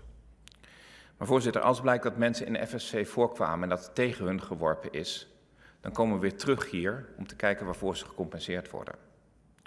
Als het Openbaar Ministerie de Belastingdienst veroordeelt, komen er behoorlijke schadeclaims van al deze ouders. Dat kunnen we nu zien. Ik heb het nog niet gezien in de wereld dat een regering zijn eigen belastingdienst van knevelarij beschuldigt. Dat is schuldslavernij. Schuldslavernij in Nederland in 2020.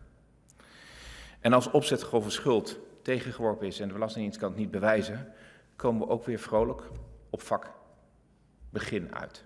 Want anders kunnen we deze ouders niet recht in de ogen aankijken. Dus ik ben zeer benieuwd om dat stroomschema voor donderdag te ontvangen, zodat we mee kunnen nemen bij de voorbereiding. Voorzitter, ik dank dat we de documenten gaan krijgen.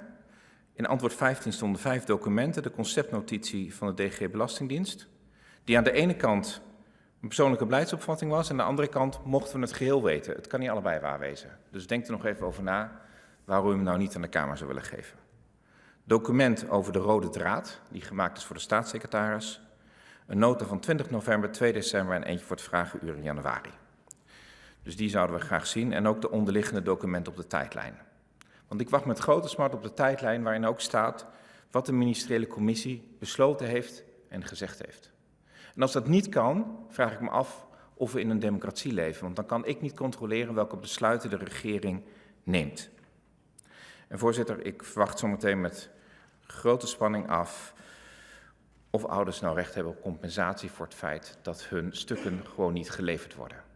Hoe kan het dat die dossiers er niet zijn, terwijl ze wel op basis van de AVG daartoe een vraag ingediend hebben? Dank u wel, meneer Omtzigt.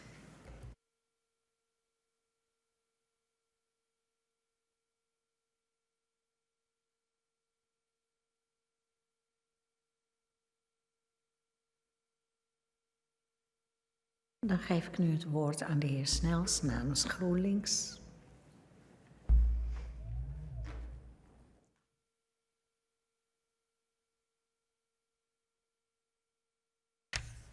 Dank u wel, voorzitter. Voorzitter, een groot deel van het debat ging ook over welke mensen, welke groepen hebben nu recht op een compensatie of niet. En ik moet zeggen dat ik dit niet van tevoren verwacht had toen ik aan dit debat begon, maar er is wel heel veel mist ontstaan. En de staatssecretaris heeft niet goed kunnen uitleggen in welke gevallen mensen nu wel of niet een compensatie te krijgen. En ik snap dat het ingewikkeld is, maar ik vind het wel teleurstellend en dat moet ook voor de ouders denk ik wel lastig te accepteren zijn. Ik ben wel blij met de toezegging dat stromenschema, dat schema er zo snel mogelijk komt. En we gaan natuurlijk ook gewoon heel snel die wetsbehandeling doen. En dan moet het volstrekt helder zijn. Met wellicht daarna nog de onderzoeken van de autoriteit persoonsgegevens bijvoorbeeld en de zwarte lijst. Voorzitter, het andere punt dat ik maakte in dit debat was de politieke verantwoordelijkheid. Na alle onderzoeken die we hebben, na alle onderzoeken die er ook nog komen, blijft het maar buiten beeld welke verantwoordelijkheid in dat hele proces ook de betrokken bewindspersonen en de topambtenaren die daar een rol hebben gespeeld. Ik vind dat lastig en ik vind daarom ook, dat pleidooi heb ik gehouden in het najaar, dat heb ik in de eerste termijn gehouden. Ik vind dat de politiek ook een spiegel zichzelf moet voorhouden. De motie die ik eerder had ingediend, die heb ik per abuis laten verlopen en daarom dien ik hem opnieuw in. De Kamer, gehoord de beraadslaging, spreekt uit dat er naar aanleiding van de kinderopvangtoeslagaffaire een parlementaire ondervraging moet komen waarbij topambtenaren en betrokken bewindspersonen gehoord worden, waarbij met name de rol van de Kamer en het kabinet tegen een licht worden gehouden en gaat over tot de orde van de dag. Wordt de indiening van deze motie in voldoende mate ondersteund? Dat is het geval, dan maakt ze deel uit van de beraadslaging. En voorzitter, ik wens de staatssecretaris ook alle succes toe bij ook het uitvoeren van de compensatie en het recht doen aan de mensen en de slachtoffers van deze affaire. Ik weet dat het ingewikkeld is, maar het moet wel zo snel mogelijk gebeuren. Mevrouw Leijten. Ja, voorzitter, dat de Kamer aan zet is om hier een parlementaire stap te zetten. Dat ben ik hardgrondig met de heer Snels eens. Maar vreest de heer Snels niet voor enorm geheugenverlies bij de betrokken bewindspersonen als wij niet stukken kunnen vorderen en die stukken niet gewoon hebben? Met andere woorden, dat we met lege handen staan terwijl er dan wel een heel circus wordt opgetuigd. De heer Snels. Nou, kijk, het grote voordeel. Overigens ben ik niet per definitie tegen de inzet van mevrouw Leijten dat er ook uiteindelijk wellicht een keer een parlementaire enquête moet komen. Ik vind die parlementaire ondervraging die zou snel moeten. Snel, kort en echt die politieke verantwoordelijkheid van Kamer en bewindspersonen. Daar gaat het mij om. En mijn punt is, en dan kunnen we de betrokken personen ook echt onder ede horen. Weet je, ik wil het nu zelf wel eens horen van al die bewindspersonen en van al die topambtenaren op financiën, op SZW. Wat is er nou precies gebeurd? Welke verantwoordelijkheid hadden zij? Welke opdrachten hebben zij gegeven? Dat wordt allemaal in al die onderzoeken niet duidelijk. En natuurlijk, en dat is nog steeds ongoing business, zou ik zeggen, blijven er heel veel documenten iedere keer weer boven tafel komen. En onder andere die ministeriële commissie fraudeaanpak. Wat daar nou precies gebeurd is en besloten is, ik zou het dolgraag willen weten.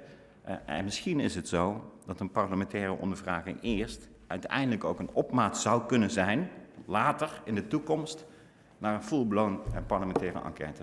Maar Tot slot. ik denk dat we deze stap ook echt nu Ja. op korte termijn zouden moeten zetten. Tot slot, mevrouw Leijten. Ja, voorzitter, wat deze affaire heel erg blootlegt, los van wat we zien, wat er is gebeurd bij de Belastingdienst, maar legt het ook bloot dat bestuurlijk Den Haag, wat zogenaamd aan externe onderzoeken doet, aan kritische externe onderzoeken doet, toch inderdaad altijd mensen comfortabel op posities laat zitten.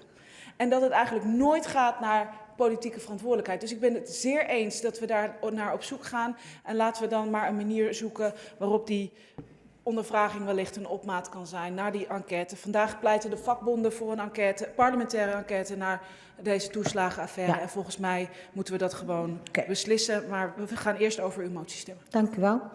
De heer Nijboer. Maar dan aan deze kant. Ja.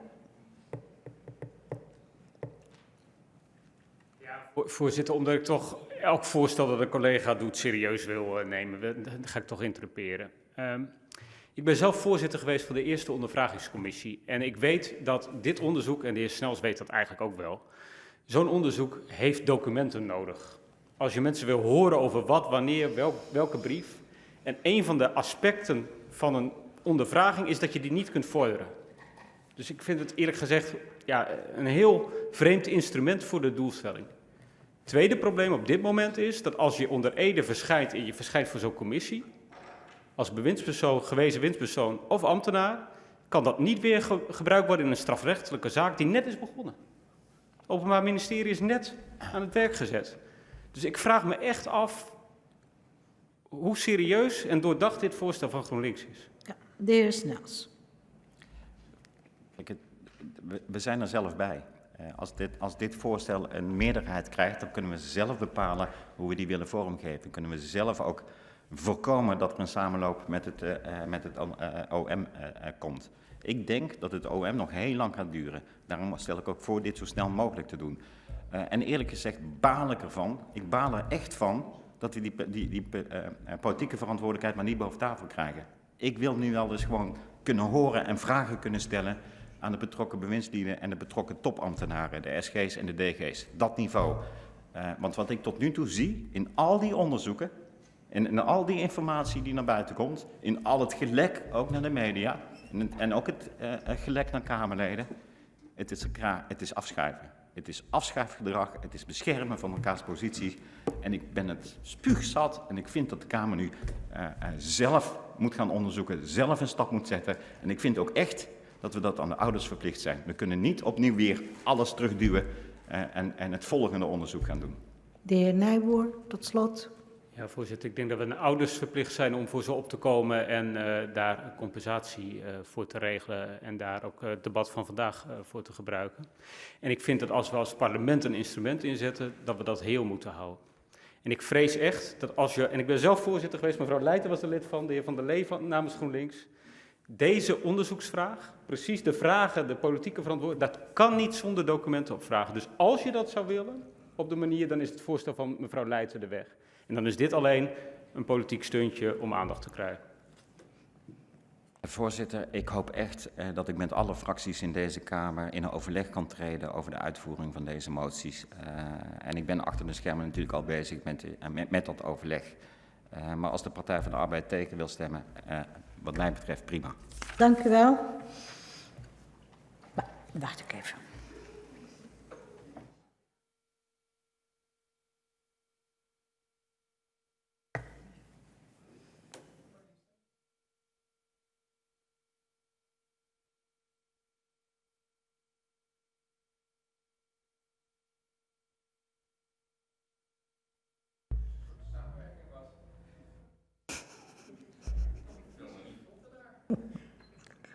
Gelukkig zijn er geen microfoons daar.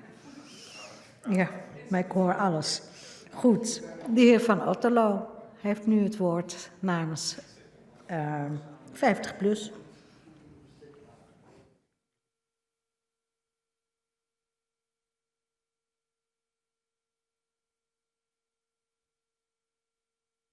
Ja, dank u wel, voorzitter. Ja, ik dank de staatssecretaris voor haar pogingen om, zoals ik het in ieder geval nog steeds beleef, dat wij uit het moeras komen, maar het drijfzand is toch zwaar aanwezig. Want wij moeten het doen met veel ontbrekende documenten, met documenten die steeds weer boven tafel komen. Of boven water moet je dan zeggen. En ik begrijp de discussie over de parlementaire ondervraging. Collega Snels had het overigens niet hoeven in te dienen, want ik heb er toen ook één ingediend op 4 december en die is nog wel levend, als ik dat zo mag zeggen. Dus ik heb hem nog even meegenomen, dus die ga ik ook niet nu weer indienen, maar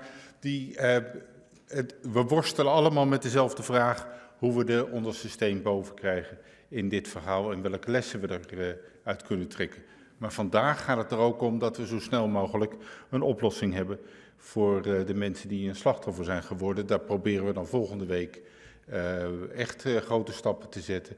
Maar ik hoop dat de mensen thuis hebben begrepen dat wij ons heel erg sterk maken dat het over meer dan één klein clubje gaat die slachtoffer is geworden. Dat het veel meer mensen betreft en dat de knevelarij ook in overdrachtelijke zin moet worden gezien. Namelijk een verschil in macht tussen een grote dienst en kleine mensen. Een verschil in macht wat niet bestaat bij grote ondernemingen en de Belastingdienst, maar wel bestaat bij kleine mensen.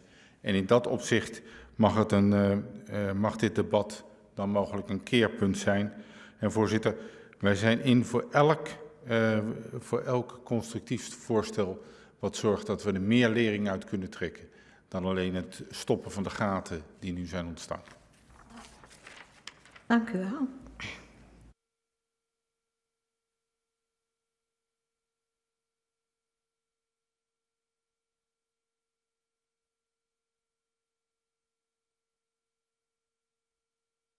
Dan geef ik nu het woord aan de heer. Even kijken, de heer Van Raan zie ik niet. Dan ga ik naar mevrouw Lodders, namens de VVD.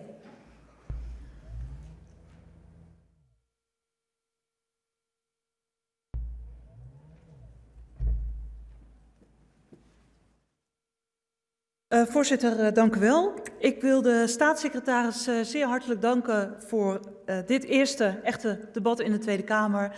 En ik denk dat we een stevig debat met elkaar hebben gehad. Dank voor de antwoorden en de toezeggingen. Ik kom daar zo nog even op terug. Voorzitter, ik begon dit debat over het gevoel van een rit in een achtbaan, waar je keer op keer die looping neemt. En op het moment dat je denkt dat je de rust hebt, dan word je weer gelanceerd. En ouders moeten dit echt zo voelen, deze hele situatie rondom de kinderopvangtoeslag. En dit debat zal voor veel ouders, maar het geldt ook voor de berichtgeving van de afgelopen dagen, weer dat gevoel van die looping hebben gegeven. Ik gaf aan dat het tijd is voor de ouders. En ik denk dat de brief waarom we dit debat met elkaar hebben, de brief wat centraal stond in dit debat, de tijd voor de ouders moet zijn. En ik heb een aantal toezeggingen gehad, dank daarvoor. En dat geldt in ieder geval voor het stroomschema. Ik denk dat het heel erg belangrijk is, zodat wij als Kamer kunnen weten hoe verzoeken en vragen van ouders behandeld worden, hoe ermee omgegaan wordt met onvolledige dossiers, wat de collega's hebben aangegeven. Maar het is extra belangrijk voor de ouders. Ik dank ook de toezegging van de staatssecretaris voor het gesprek met de CAF 11 ouders. En zeker ook de informatie die toegezegd is aan de hele CAF 11 groep. Ik hoop dat ze daar nog een sprankje hoop ook uit kunnen halen, maar ook daadwerkelijk wellicht vervolgschade. Ik heb nog 2 dingen openstaan, voorzitter. Ik had een vraag gesteld over het toeslagenstelsel en het onderzoek. Dus ik hoop dat de staatssecretaris daar in tweede termijn op in wil gaan. Dan hoef ik de vraag niet te herhalen. Ik zie haar knikken. En ik heb de vraag nog uitstaan over het handelingsperspectief ten aanzien van individuele ambtenaren in de context van onrechtmatig handelen. Of dat met de voorganger van deze staatssecretaris besproken is. Voorzitter, het is tijd voor de ouders en dat is onze verantwoordelijkheid. Dus ik wens de staatssecretaris heel veel succes toe met de uitvoering van in ieder geval de belangrijkste stappen die we nu moeten gaan zetten. Dank u wel. Dank u wel, mevrouw Lodders.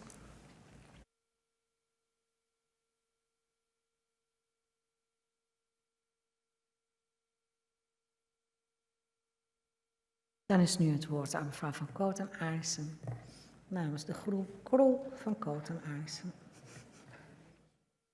Voorzitter, dank u wel. Ik heb 1 motie. Ik ga snel lezen. De Kamer hoort de beraadslaging constateren dat de melding van misstanden door klokkenluider Pierre Niese momenteel in het onderzoek van onderzoeksbureau Integriteit Financiën onderzocht worden en zich daartoe beperkt. Constateren dat deze misstanden raakvlakken hebben met de overige misstanden in de KAF, niet-KAF en buiten-KAF dossiers. Constateren dat er naast ook andere meldingen tegen de bewuste topambtenaren bij de Belastingdienst zijn binnengekomen.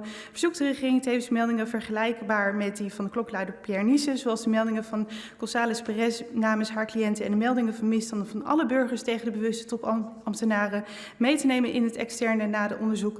Verzoekt de regering vervolgens uiterlijk 1 september 2020 dus een tussenrapportage naar de Kamer te sturen over het onderzoek ten aanzien van deze misstanden en relevante ontwikkelingen in dit onderzoek en gaat over tot de orde van de dag, mede ingediend door het lid Leijten van de SP. Wordt de indiening van deze motie in voldoende mate ondersteund? Dat is het geval. Dan maakt ze deel uit van de beraadslaging. Dank u wel. En daarmee zijn we ook aan het einde gekomen van de tweede termijn van de zijde van de Kamer. Ik kijk naar de staatssecretaris. Dus zeker behoefte aan een schorsing van ongeveer, mag het zeggen, kwartier is prima. Ja, dan schors ik de vergadering tot, nou, zullen we 5 voor 6? 6 uur? Ja, prima.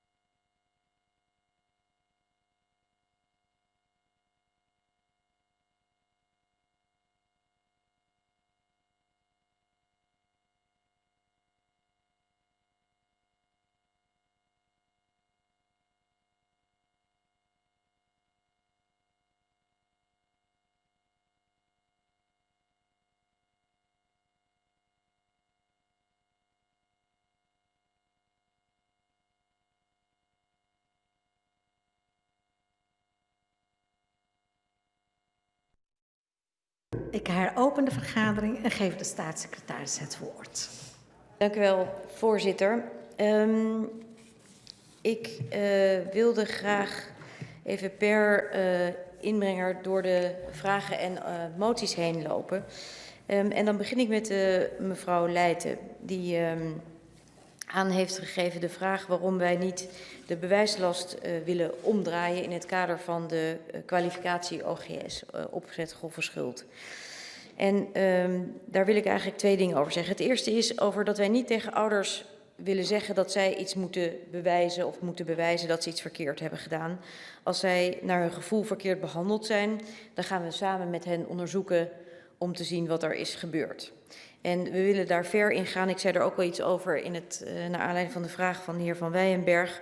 Omdat we willen zorgen dat die dossiers, als het niet meer in onze stukken staat of ouders hun gegevens niet meer hebben, dat we dan op zoek gaan bij informatie gaan zoeken, bijvoorbeeld bij banken of kinderopvangorganisaties. En we gaan ook ruimhartig kijken, want we vinden het belangrijk dat inderdaad bij twijfel ouders het voordeel van de twijfel krijgen. Maar het kan natuurlijk ook dat er geen recht is of niet aannemelijk te maken is dat er inderdaad verkeerd gehandeld is. En dan kan de ultieme conclusie natuurlijk ook zijn dat een ouder geen compensatie krijgt, maar wij gaan er wel alles aan doen om te zorgen dat die informatie boven water komt en kijken daarbij ook ruimhartig. En dan, dat is over het thema van de bewijslast. U gaf ook aan in het kader van OGS, hoe werkt dat nou straks in die compensatie een rol? Nou, zoals eerder gezegd, naar de toekomst toe speelt OGS geen rol meer, want wij geven iedereen vanaf nu een persoonlijke betalingsregeling. In het verleden hebben we die kwalificatie wel degelijk gegeven en die nemen we ook mee in het beoordelen van de dossiers van de ouders. En dat betekent niet automatisch dat het krijgen van een OGS-kwalificatie betekent dat iemand compensatie krijgt. Want het kan soms ook terecht zijn gebeurd. Maar als die onterecht was, als er dus een onderdeel was van dat vooringenomen behandelen, waar we het eerder over gehad hebben, waarbij de ouders geen kans hebben gekregen, geen eerlijke kans hebben gekregen om hun zaak te bepleiten, dan past uiteraard natuurlijk de compensatieregeling. En dat past dan ook in het maatwerk wat we willen opzetten voor die specifieke regeling. Dus dat is eigenlijk wat ik daarover zou willen zeggen. Er is geen automatisme bij het opzet grove schuld, maar het speelt een belangrijke rol in de beoordeling van de dossiers. Mevrouw Leijten, ik geef u de gelegenheid tot het stellen van een korte vraag. Want we hebben de hele dag hierover gedebatteerd, dus er moet op een gegeven moment ook een afronding komen. Nee, voorzitter, dat begrijp ik. Maar ik juich de beweging hierop toe, omdat Donner eigenlijk opzet grove schuld helemaal niet onderzocht heeft. Dus dat juich ik toe.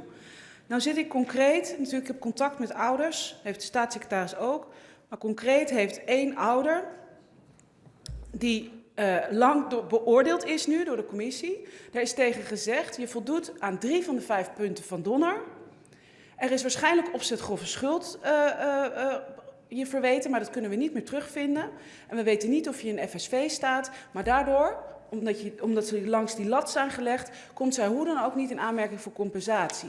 We gaan hier nog over spreken. Okay. En de staatssecretaris gaat nog zo'n stroomschema sturen. Maar ik zou dat wel graag willen dat daar dan ook in duidelijk is hoe mensen toch dan, ook al doen ze niet aan het lijstje van Donner, toch wel op welke gronden mogelijk recht hebben op die compensatie. Want in deze situatie, voorzitter, denk ik dat we allemaal, als we ernaar kijken, zeggen, hier is fors geleden. Nou, we gaan dat in het stroomschema ook meenemen, hoe dat een rol speelt daarin. En nogmaals, het zal meestal wel helder zijn dat iemand opzet grove schuld heeft gekregen. Dat feit, dat kunnen we meestal terugvinden. De reden waarom soms niet. En dat is ook niet iets wat ouders zouden moeten bewijzen, want dat is natuurlijk, dat past niet in onze aanpak. Ik ga dan naar de vragen die gesteld zijn nog door de heer Omtzigt, of de vragen die nog openstaan.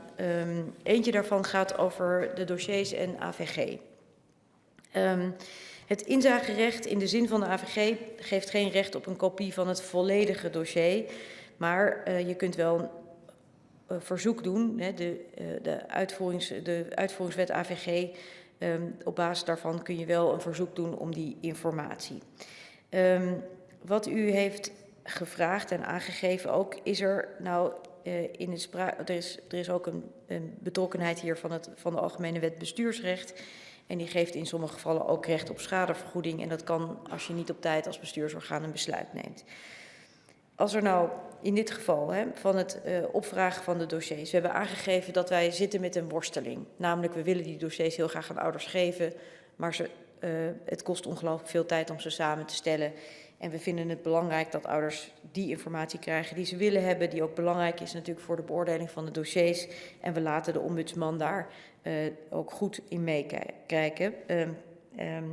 Maar u geeft aan dat als de Belastingdienst niet op tijd is in het opleveren van die informatie, dat er dan sprake kan zijn van een schadevergoeding. Dat klopt ook, dan moet wel de ouder ons in gebreken stellen, enzovoorts, enzovoorts. Dus daar is een mogelijkheid voor schadevergoeding. Maar wij hopen eerlijk gezegd dat we met de route die we hebben gevonden, samen met de ombudsman, ouders kunnen helpen zonder dat we in dit traject terecht hoeven te komen. Ook voor u geldt, meneer Omtzigt, een korte vraag.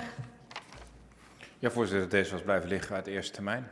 Ja? Maar hiermee trekt de staatssecretaris de antwoorden van gisteravond in. Want daarin stond dat dat recht op schadevergoeding er niet was. En ik dank haar zeer. En ik hoop dat even op papier te krijgen. En ik hoop dat deze ouders niet in gebreken hoeven te stellen en naar de rechter hoeven te stappen. Maar als er meer dan 3 maanden vertraging is, dat ze gewoon die schadevergoeding automatisch uitbetaald krijgen. Ik zou daar graag een antwoord op willen hebben. Of moeten die ouders de Belastingdienst in gebreken gaan stellen? Dat kan, maal 600. Gaat gebeuren. Is helemaal niet erg. Krijgen ze allemaal €1000. Maar dat is de enige manier waarop een aantal mensen nu schadevergoeding kan krijgen van de Belastingdienst. Nou, nogmaals,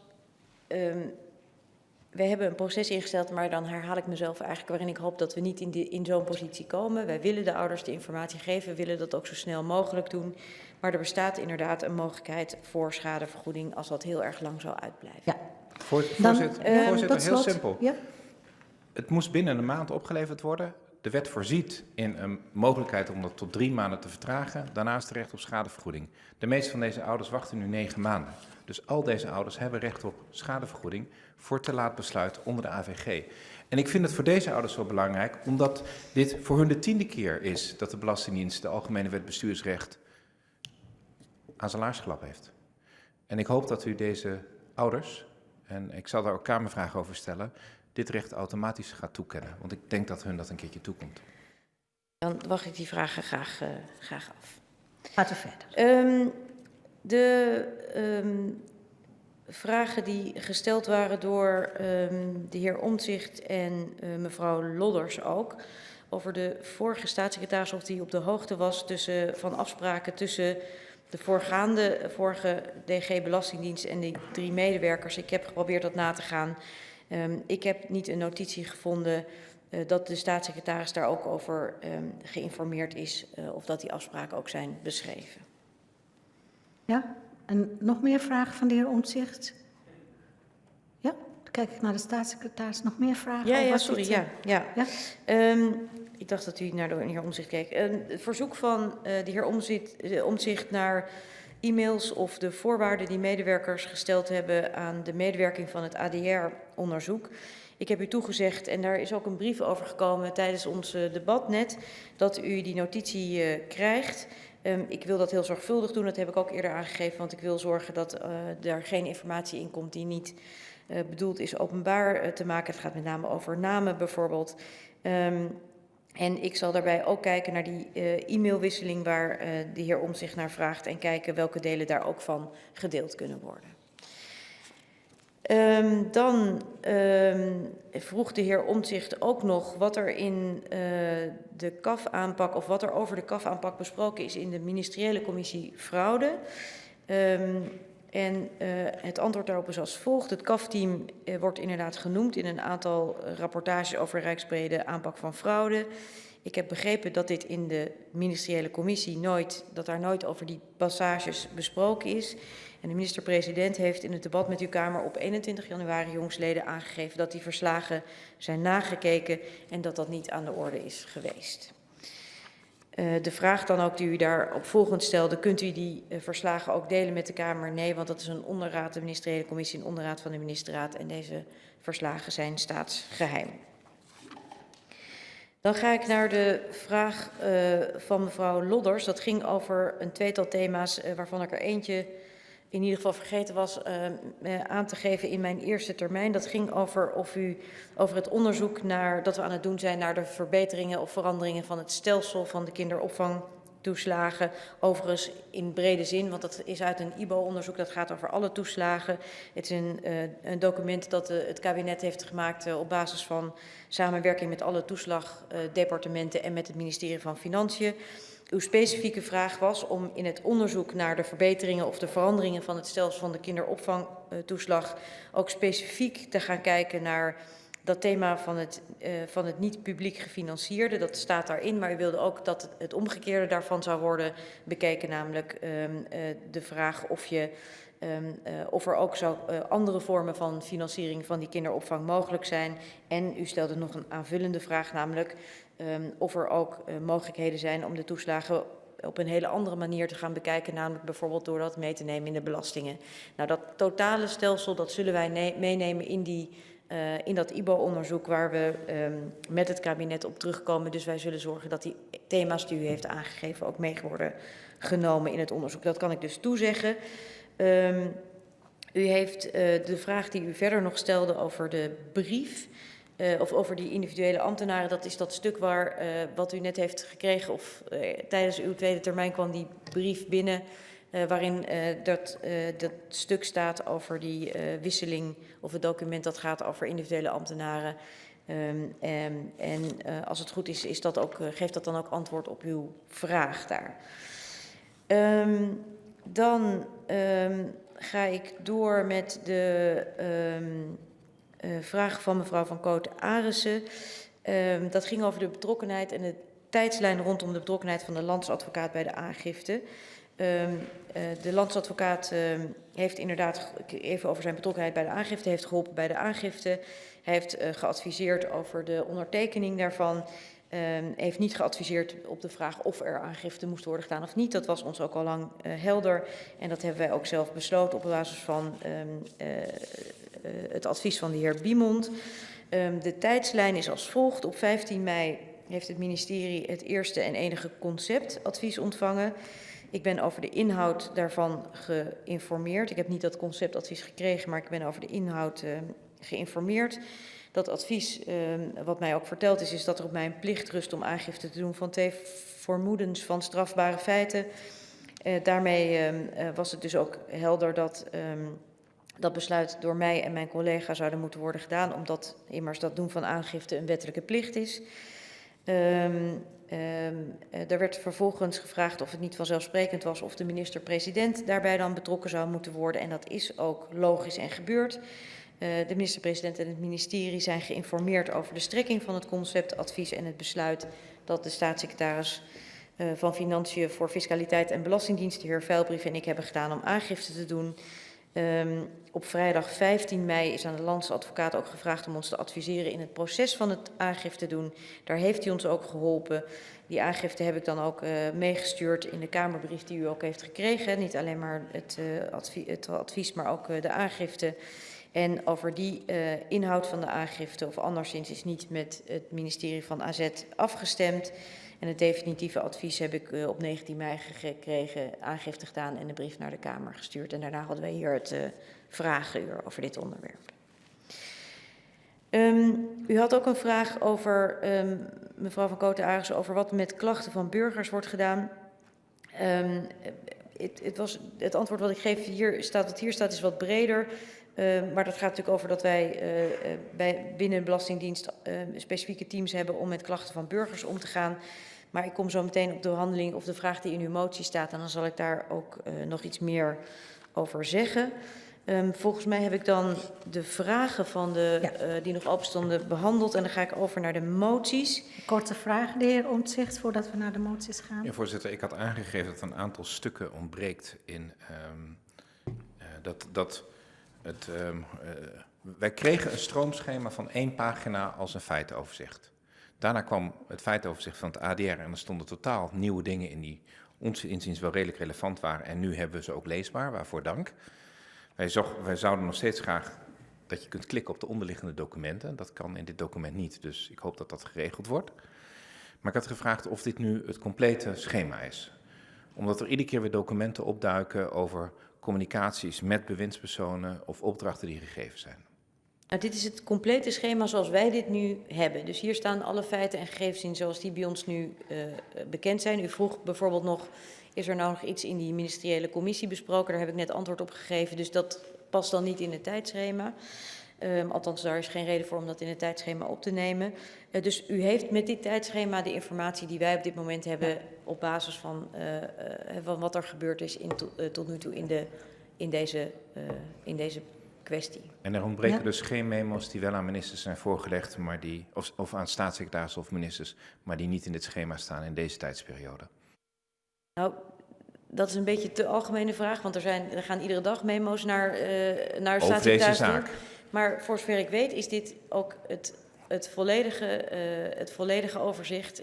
Ik kan het nog een keer voor u nakijken, maar voor zover ik weet is dit ook het volledige overzicht van alle informatie. Mocht ik nog iets vinden, dan laat ik u dat weten. Graag. Voorzitter, ik neem aan dat ik over 2 weken hoor of daar nog stukken zijn die ontbreken. En dan met name stukken die naar de bewindspersonen gegaan zijn die betrekking hadden op CAF of op andere terugvordering over deze hele periode die je behandelt. Wij gaan daar, ik zal zorgen dat er, als dat aan de orde is, dat daar een antwoord op komt. Dan ga ik over naar de...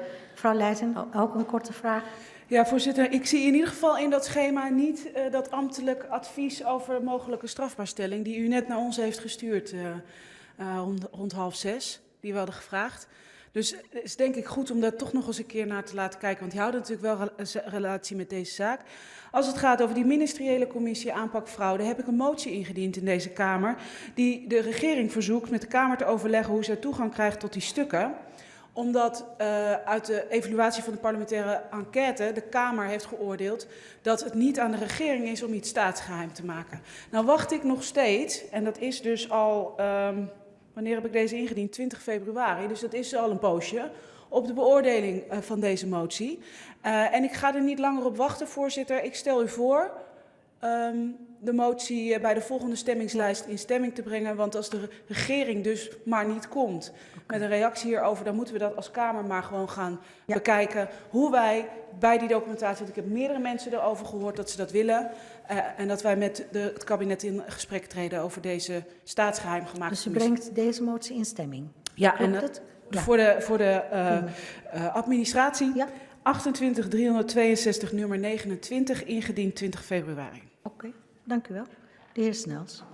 In aanvulling op mevrouw Leijten en de heer Omtzigt. We hebben als Kamer vaak gevraagd naar de ministeriële commissie en de verslagen daarvan en zo. En die krijgen we niet. En daar gaan we nu een motie op indienen. Maar als de staatssecretaris toch op het departement gaat kijken naar nog ontbrekende stukken in de tijdlijn. Kijk, dit was een onderraad. En alle onderraden worden voorbereid, ook ambtelijk voorbereid. Dus ik kan me niet voorstellen dat ook deze ministeriële commissie ook niet op financiën of bij de Belastingdienst is voorbereid door ambtenaren met memo's voor de DG's of voor de bewindspersonen. En dan zouden we graag die informatie ook willen hebben, want als dan niet in de ministeriële commissie het aan de orde is geweest, is het in ieder geval voorbereid met wellicht besluiten of besluitvorming. Ik zal daar naar kijken. Het is dus in die ministeriële commissies niet besproken. Dus het zou ook heel goed kunnen zijn dat het niet in de voorbereiding staat. Maar ik wil dat graag nog wel even voor u bekijken. Prima. Nu de moties. Dan de moties. De eerste is de motie van mevrouw Leijten. En dat gaat over verzoek de regering om zo spoedig mogelijk het onderzoek naar de Kamer te sturen over dat opzetgrove schuldstuk. Ik vind het een beetje ingewikkeld, want er gaan hier eigenlijk 2 dingen door elkaar. Wat natuurlijk zo is dat we het hebben gehad, net al in het even kort, is over hoe dat opzetgrove schuld een rol speelt bij de beoordeling van dossiers. Dat gaat over individuele zaken. We komen daar volgende week nog verder op terug in het stroomschema en de behandeling van de wet. Als u zegt van, dus dat gaan wij bekijken.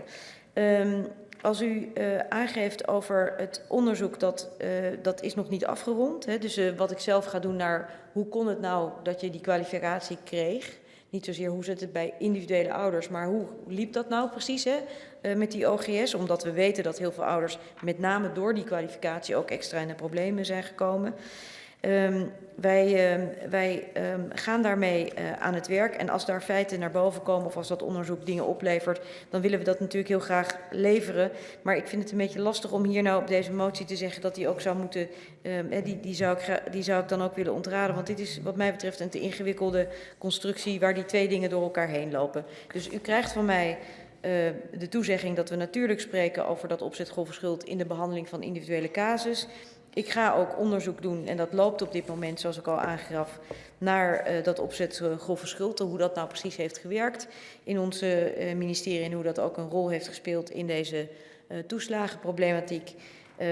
Maar ik vind het een beetje moeilijk om deze motie dan ook, om daar uw oordeelkamer te geven. Ik zou die dan ook willen ontraden. Korte reactie of opmerking. Mevrouw Leijten. Nou, voorzitter, kijk, er is een veroordeling natuurlijk op die opzet grove schuld van de Raad van State, disproportioneel, in april 2019.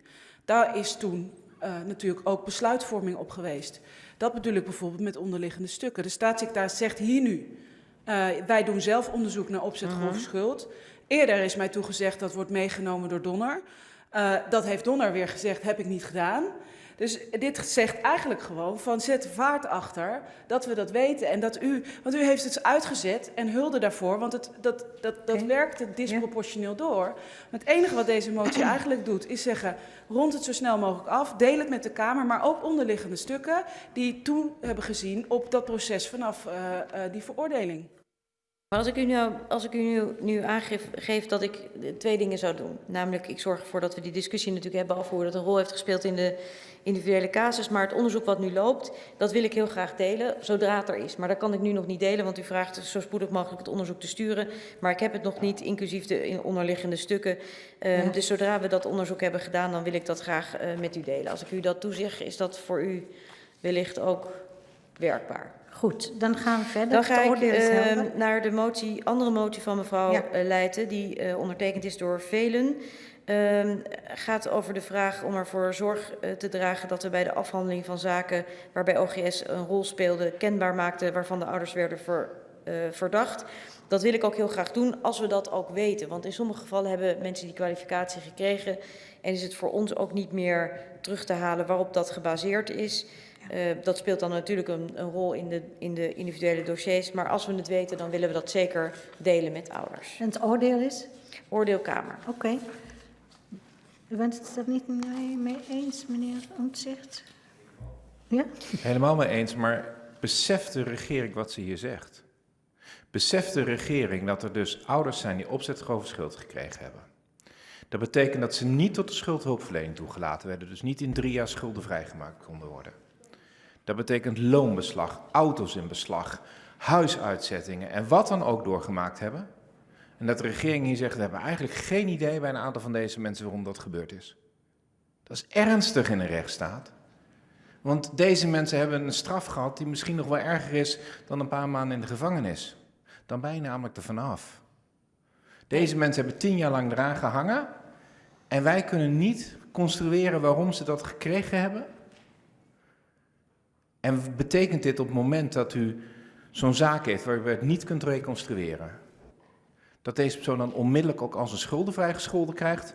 Of gaan we dan nog jarenlang doorkijken en die opzet grove schuld handhaven?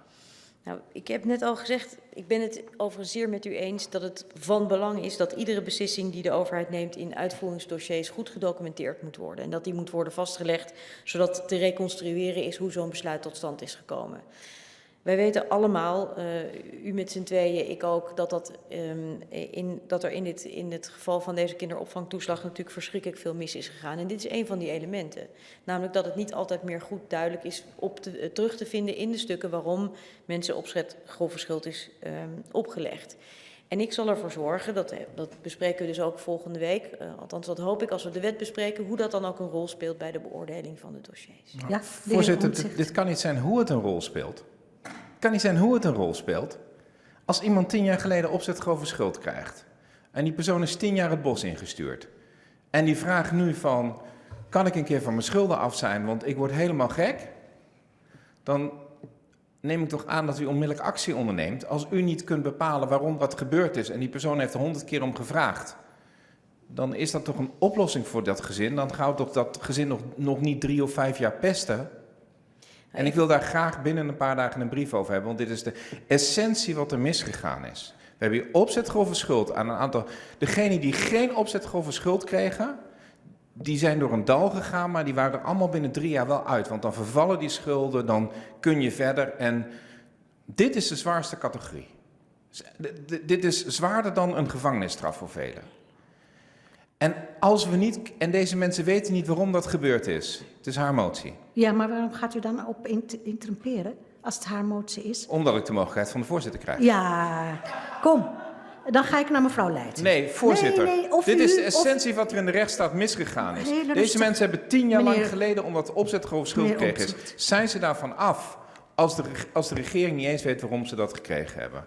Of kunt u dat binnen een week in een brief zetten, want dat is essentieel voor het wetsvoorstel. Maar misschien even twee dingen daarover zeggen. Ik ben het met u eens dat dat heel ernstig is en dat dat niet zou moeten en dat altijd moet worden kunnen getraceerd waarom besluiten in dossiers zijn gedaan.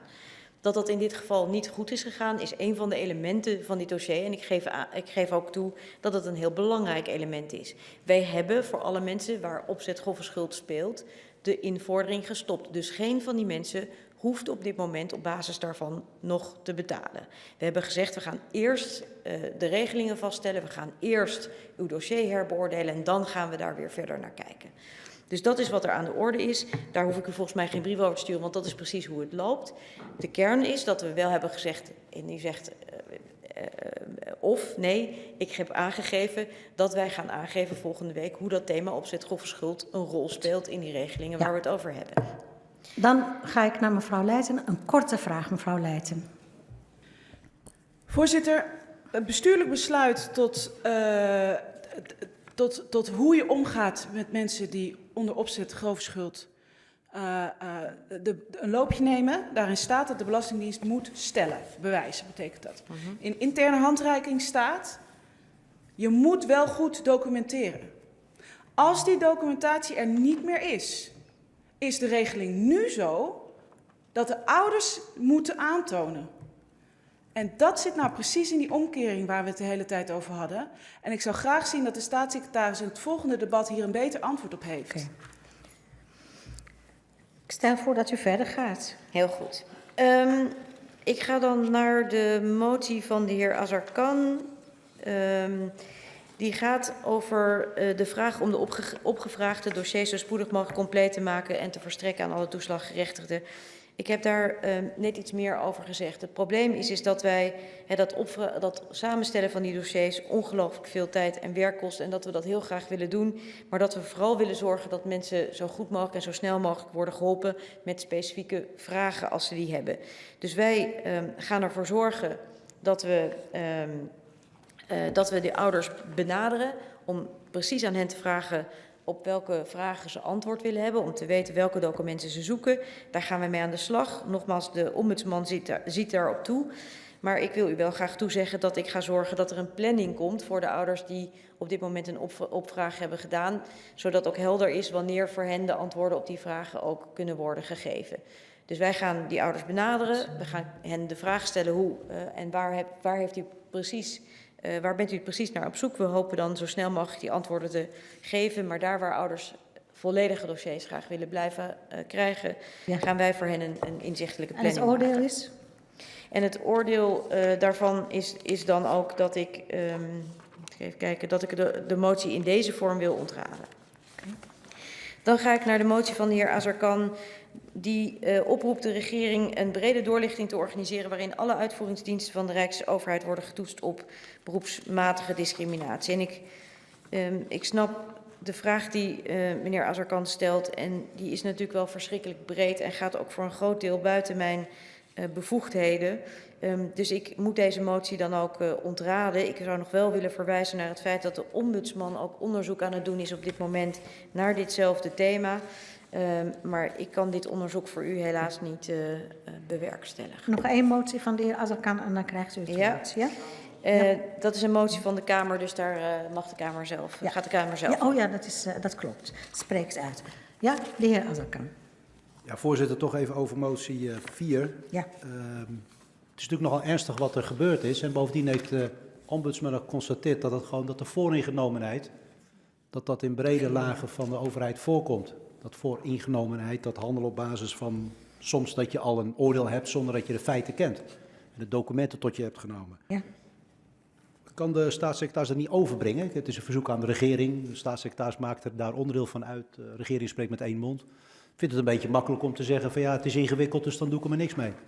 Staatssecretaris. Ja, wat ik nou natuurlijk zou kunnen doen is dit ook aan de minister van Binnenlandse Zaken doorgeven. Omdat ik heel goed begrijp wat u hiermee bedoelt. Om te kijken wat zij daar eventueel mee zouden kunnen doen.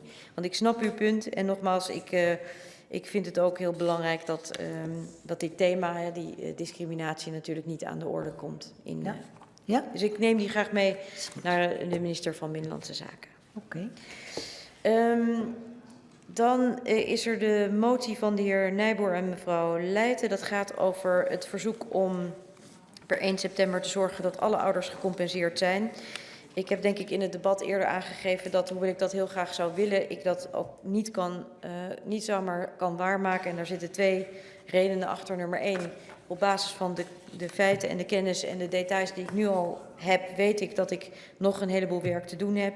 Maar het is ook zo dat we hebben aangegeven dat ouders zich moeten ook kunnen melden nog om in aanmerking te komen, bijvoorbeeld voor die hardheid van de regeling. En daarvoor wil ik hen ook ruim de tijd geven. Dus niet alleen maar zeggen dat zij zich ook binnen een week of 2 weken moeten melden, maar dat zij daar ook meer tijd voor krijgen. Dus het is ook om die reden dat ik het belangrijk vind. Wat ik u wel wil toezeggen is 2 dingen. Dat is nummer 1, dat we een heldere planning maken over wanneer zijn welke ouders die inmiddels in beeld zijn, wanneer zijn die aan de beurt, wanneer hun dossiers worden behandeld en wanneer kunnen die ook rekenen op beoordeling door ons. En ik heb ook toegezegd dat ik de meest schrijnende, meest harde problemen als eerste zou willen behandelen. Ja. En daarmee wil ik deze motie dan ook ontraden. De heer Nijboer. Ja, voorzitter. De tweede reden vind ik een beetje een drogreden. Want er staat op geen enkele manier in die motie dat ouders hun rechten verliezen of dat het langer kan duren. Daar is hij ook niet op bedoeld. De eerste zijn we het gewoon over oneens. Ik wil de staatssecretaris vragen of er wel een einddatum wordt gesteld. Want uiteindelijk is bij elke keer als het weer moeilijker wordt, lastiger wordt, complexer wordt, ja, die datum voor die ouders blijft maar opschuiven. Als de voormalige staatssecretaris Snel had gezegd in 2021 compenseren we, hadden we, ik zou niet zeggen eerder naar huis, maar bij wijze van spreken eerder naar huis gestuurd. En dat hadden we niet geaccepteerd. Terwijl nu de staatssecretaris zegt 2021 ga ik echt halen, maar niemand weet dat zeker. Is dat dan een harde einddatum? Nou ja, u doet het voorkomen alsof pas in 2021 mensen worden gecompenseerd. Dat is niet aan de orde. Wij beginnen in juli met de eerste ouders te compenseren.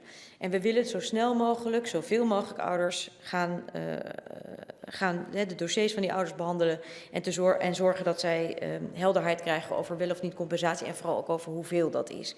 Dus dat gaan we doen. We denken op basis van de aantallen die we verwachten dat we daar nog dit jaar en volgend jaar voor nodig hebben. Maar we hopen natuurlijk wel zo snel mogelijk te werken. En wat ik wel echt belangrijk vind, is dat ouders niet, dat het ook zou kunnen zijn dat iemand zich in augustus bij ons meldt. En die casus willen we ook gewoon kunnen behandelen. En als iemand zich in december van dit jaar meldt, ook. En ik denk dat het goed is dat we naar die planning ook kijken. Omdat het, als we volgende week over die wet spreken, want daar staat ook iets in over de termijnen. Goed. Dan ga ik over naar de motie van de heer Snels. Dat is uiteraard aan uw Kamer. Daar heb ik geen oordeel over. En ik ga dan naar de motie van mevrouw Van Kooten-Arissen. Die gaat over het onderzoek van de heer Niese, de klokkenluider. Ik heb daar even navraag naar gedaan. Er is sprake van een gesprek waar zit u daar? Waar de heer Niese samen met mevrouw González Perez gesproken heeft met minister Hoekstra. Als het gaat over meldingen, als u het heeft over meldingen die daar in de orde zijn, dan zullen wij deze, als dat de meldingen zijn waar u het over heeft, dan zullen we die graag willen meenemen in dit onderzoek. En daarmee zou ik de motie dan ook oordeelkamer willen geven. En dat is het geval, mevrouw Van Kooten? Ja, dus ik niks van wel. Dan zijn we door de moties heen, ja, volgens mij. Inderdaad. Ja. Maar mevrouw Leijten die heeft altijd iets toch nog om te vragen. Ja? Tot uw grote vreugde, voorzitter. Ik wil even zeggen, ook tot uw vreugde, dat ik mijn eerste motie eigenlijk als overgenomen beschouw. Ik roep daarin op zo spoedig mogelijk dat naar de Kamer te sturen. De staatssecretaris ontraadt hem, maar zegt mij wel toe het naar de Kamer te sturen met onderliggende stukken. Ik zal ook nog wel wat navraag doen over wat is precies het onderzoek wat plaatsvindt. Maar ik beschouw hem eigenlijk als overgenomen, dus ik kan hem intrekken. U trekt gewoon uw motie op stuk nummer 1 in. Nee, dat kan niet. Als ik de toezegging wilde accepteren, zei ze. En dat is gewoon dictum van de motie. Ja, dus u kunt, als iedereen gaat zeggen, ik beschouw mijn motie als overgenomen, dat is niet de bedoeling. Dat is echt, tenzij u trekt hem gewoon in, begrijp ik? Ja. Oké, dan is de het. Toezegging is er, die staat, ja. Ik vind het een opmerkelijke constructie dat hij ontraden werd, voorzitter. Dus de heer Nijboer gaat ook zijn motie intrekken, omdat het overgenomen wordt. Dank u wel. En ik had nog één ding. In mijn eerste betoog heb ik de hele tijd gezegd dat het advies van Donner eigenlijk drijfzand is. En daar is in de eerste termijn niet op ingegaan, in de tweede termijn ook niet. Dat vind ik wel heel erg jammer. Ik zal het zeker ter sprake brengen bij het wetsvoorstel, want dan hebben we wat meer spreektijd wellicht. U heeft de hele dag gehad. Mevrouw Leijten, ik neem aan dat u tevreden bent over hoe het gegaan is. Ik wil de staatssecretaris ontzettend bedanken voor haar inbreng en voor haar antwoorden. Ik wil ook de Kamerleden bedanken. En alle ouders die dit debat hebben gevolgd of misschien later alsnog terugkijken of de handelingen teruglezen. Tegen hun kan ik niet zeggen wat het resultaat is van het debat. Dat is aan de Kamerleden. Maar ik hoop dat ze hebben kunnen zien dat Kamerleden hun problemen over het voetlicht hebben gebracht, maar ook voor hun belangen zijn opgekomen. Dus ik ben heel blij dat wij de gelegenheid hier hebben, ondanks de corona-maatregelen, dat de Kamerleden hier gewoon hun volksvertegenwoordigende functie, controlerende functie goed hebben uitgeoefend. Nogmaals, dank de staatssecretaris. Het was uw eerste optreden. Hartstikke goed. En ik hoop volgende week over de moties te gaan stemmen. En ik sluit de vergadering. Ja.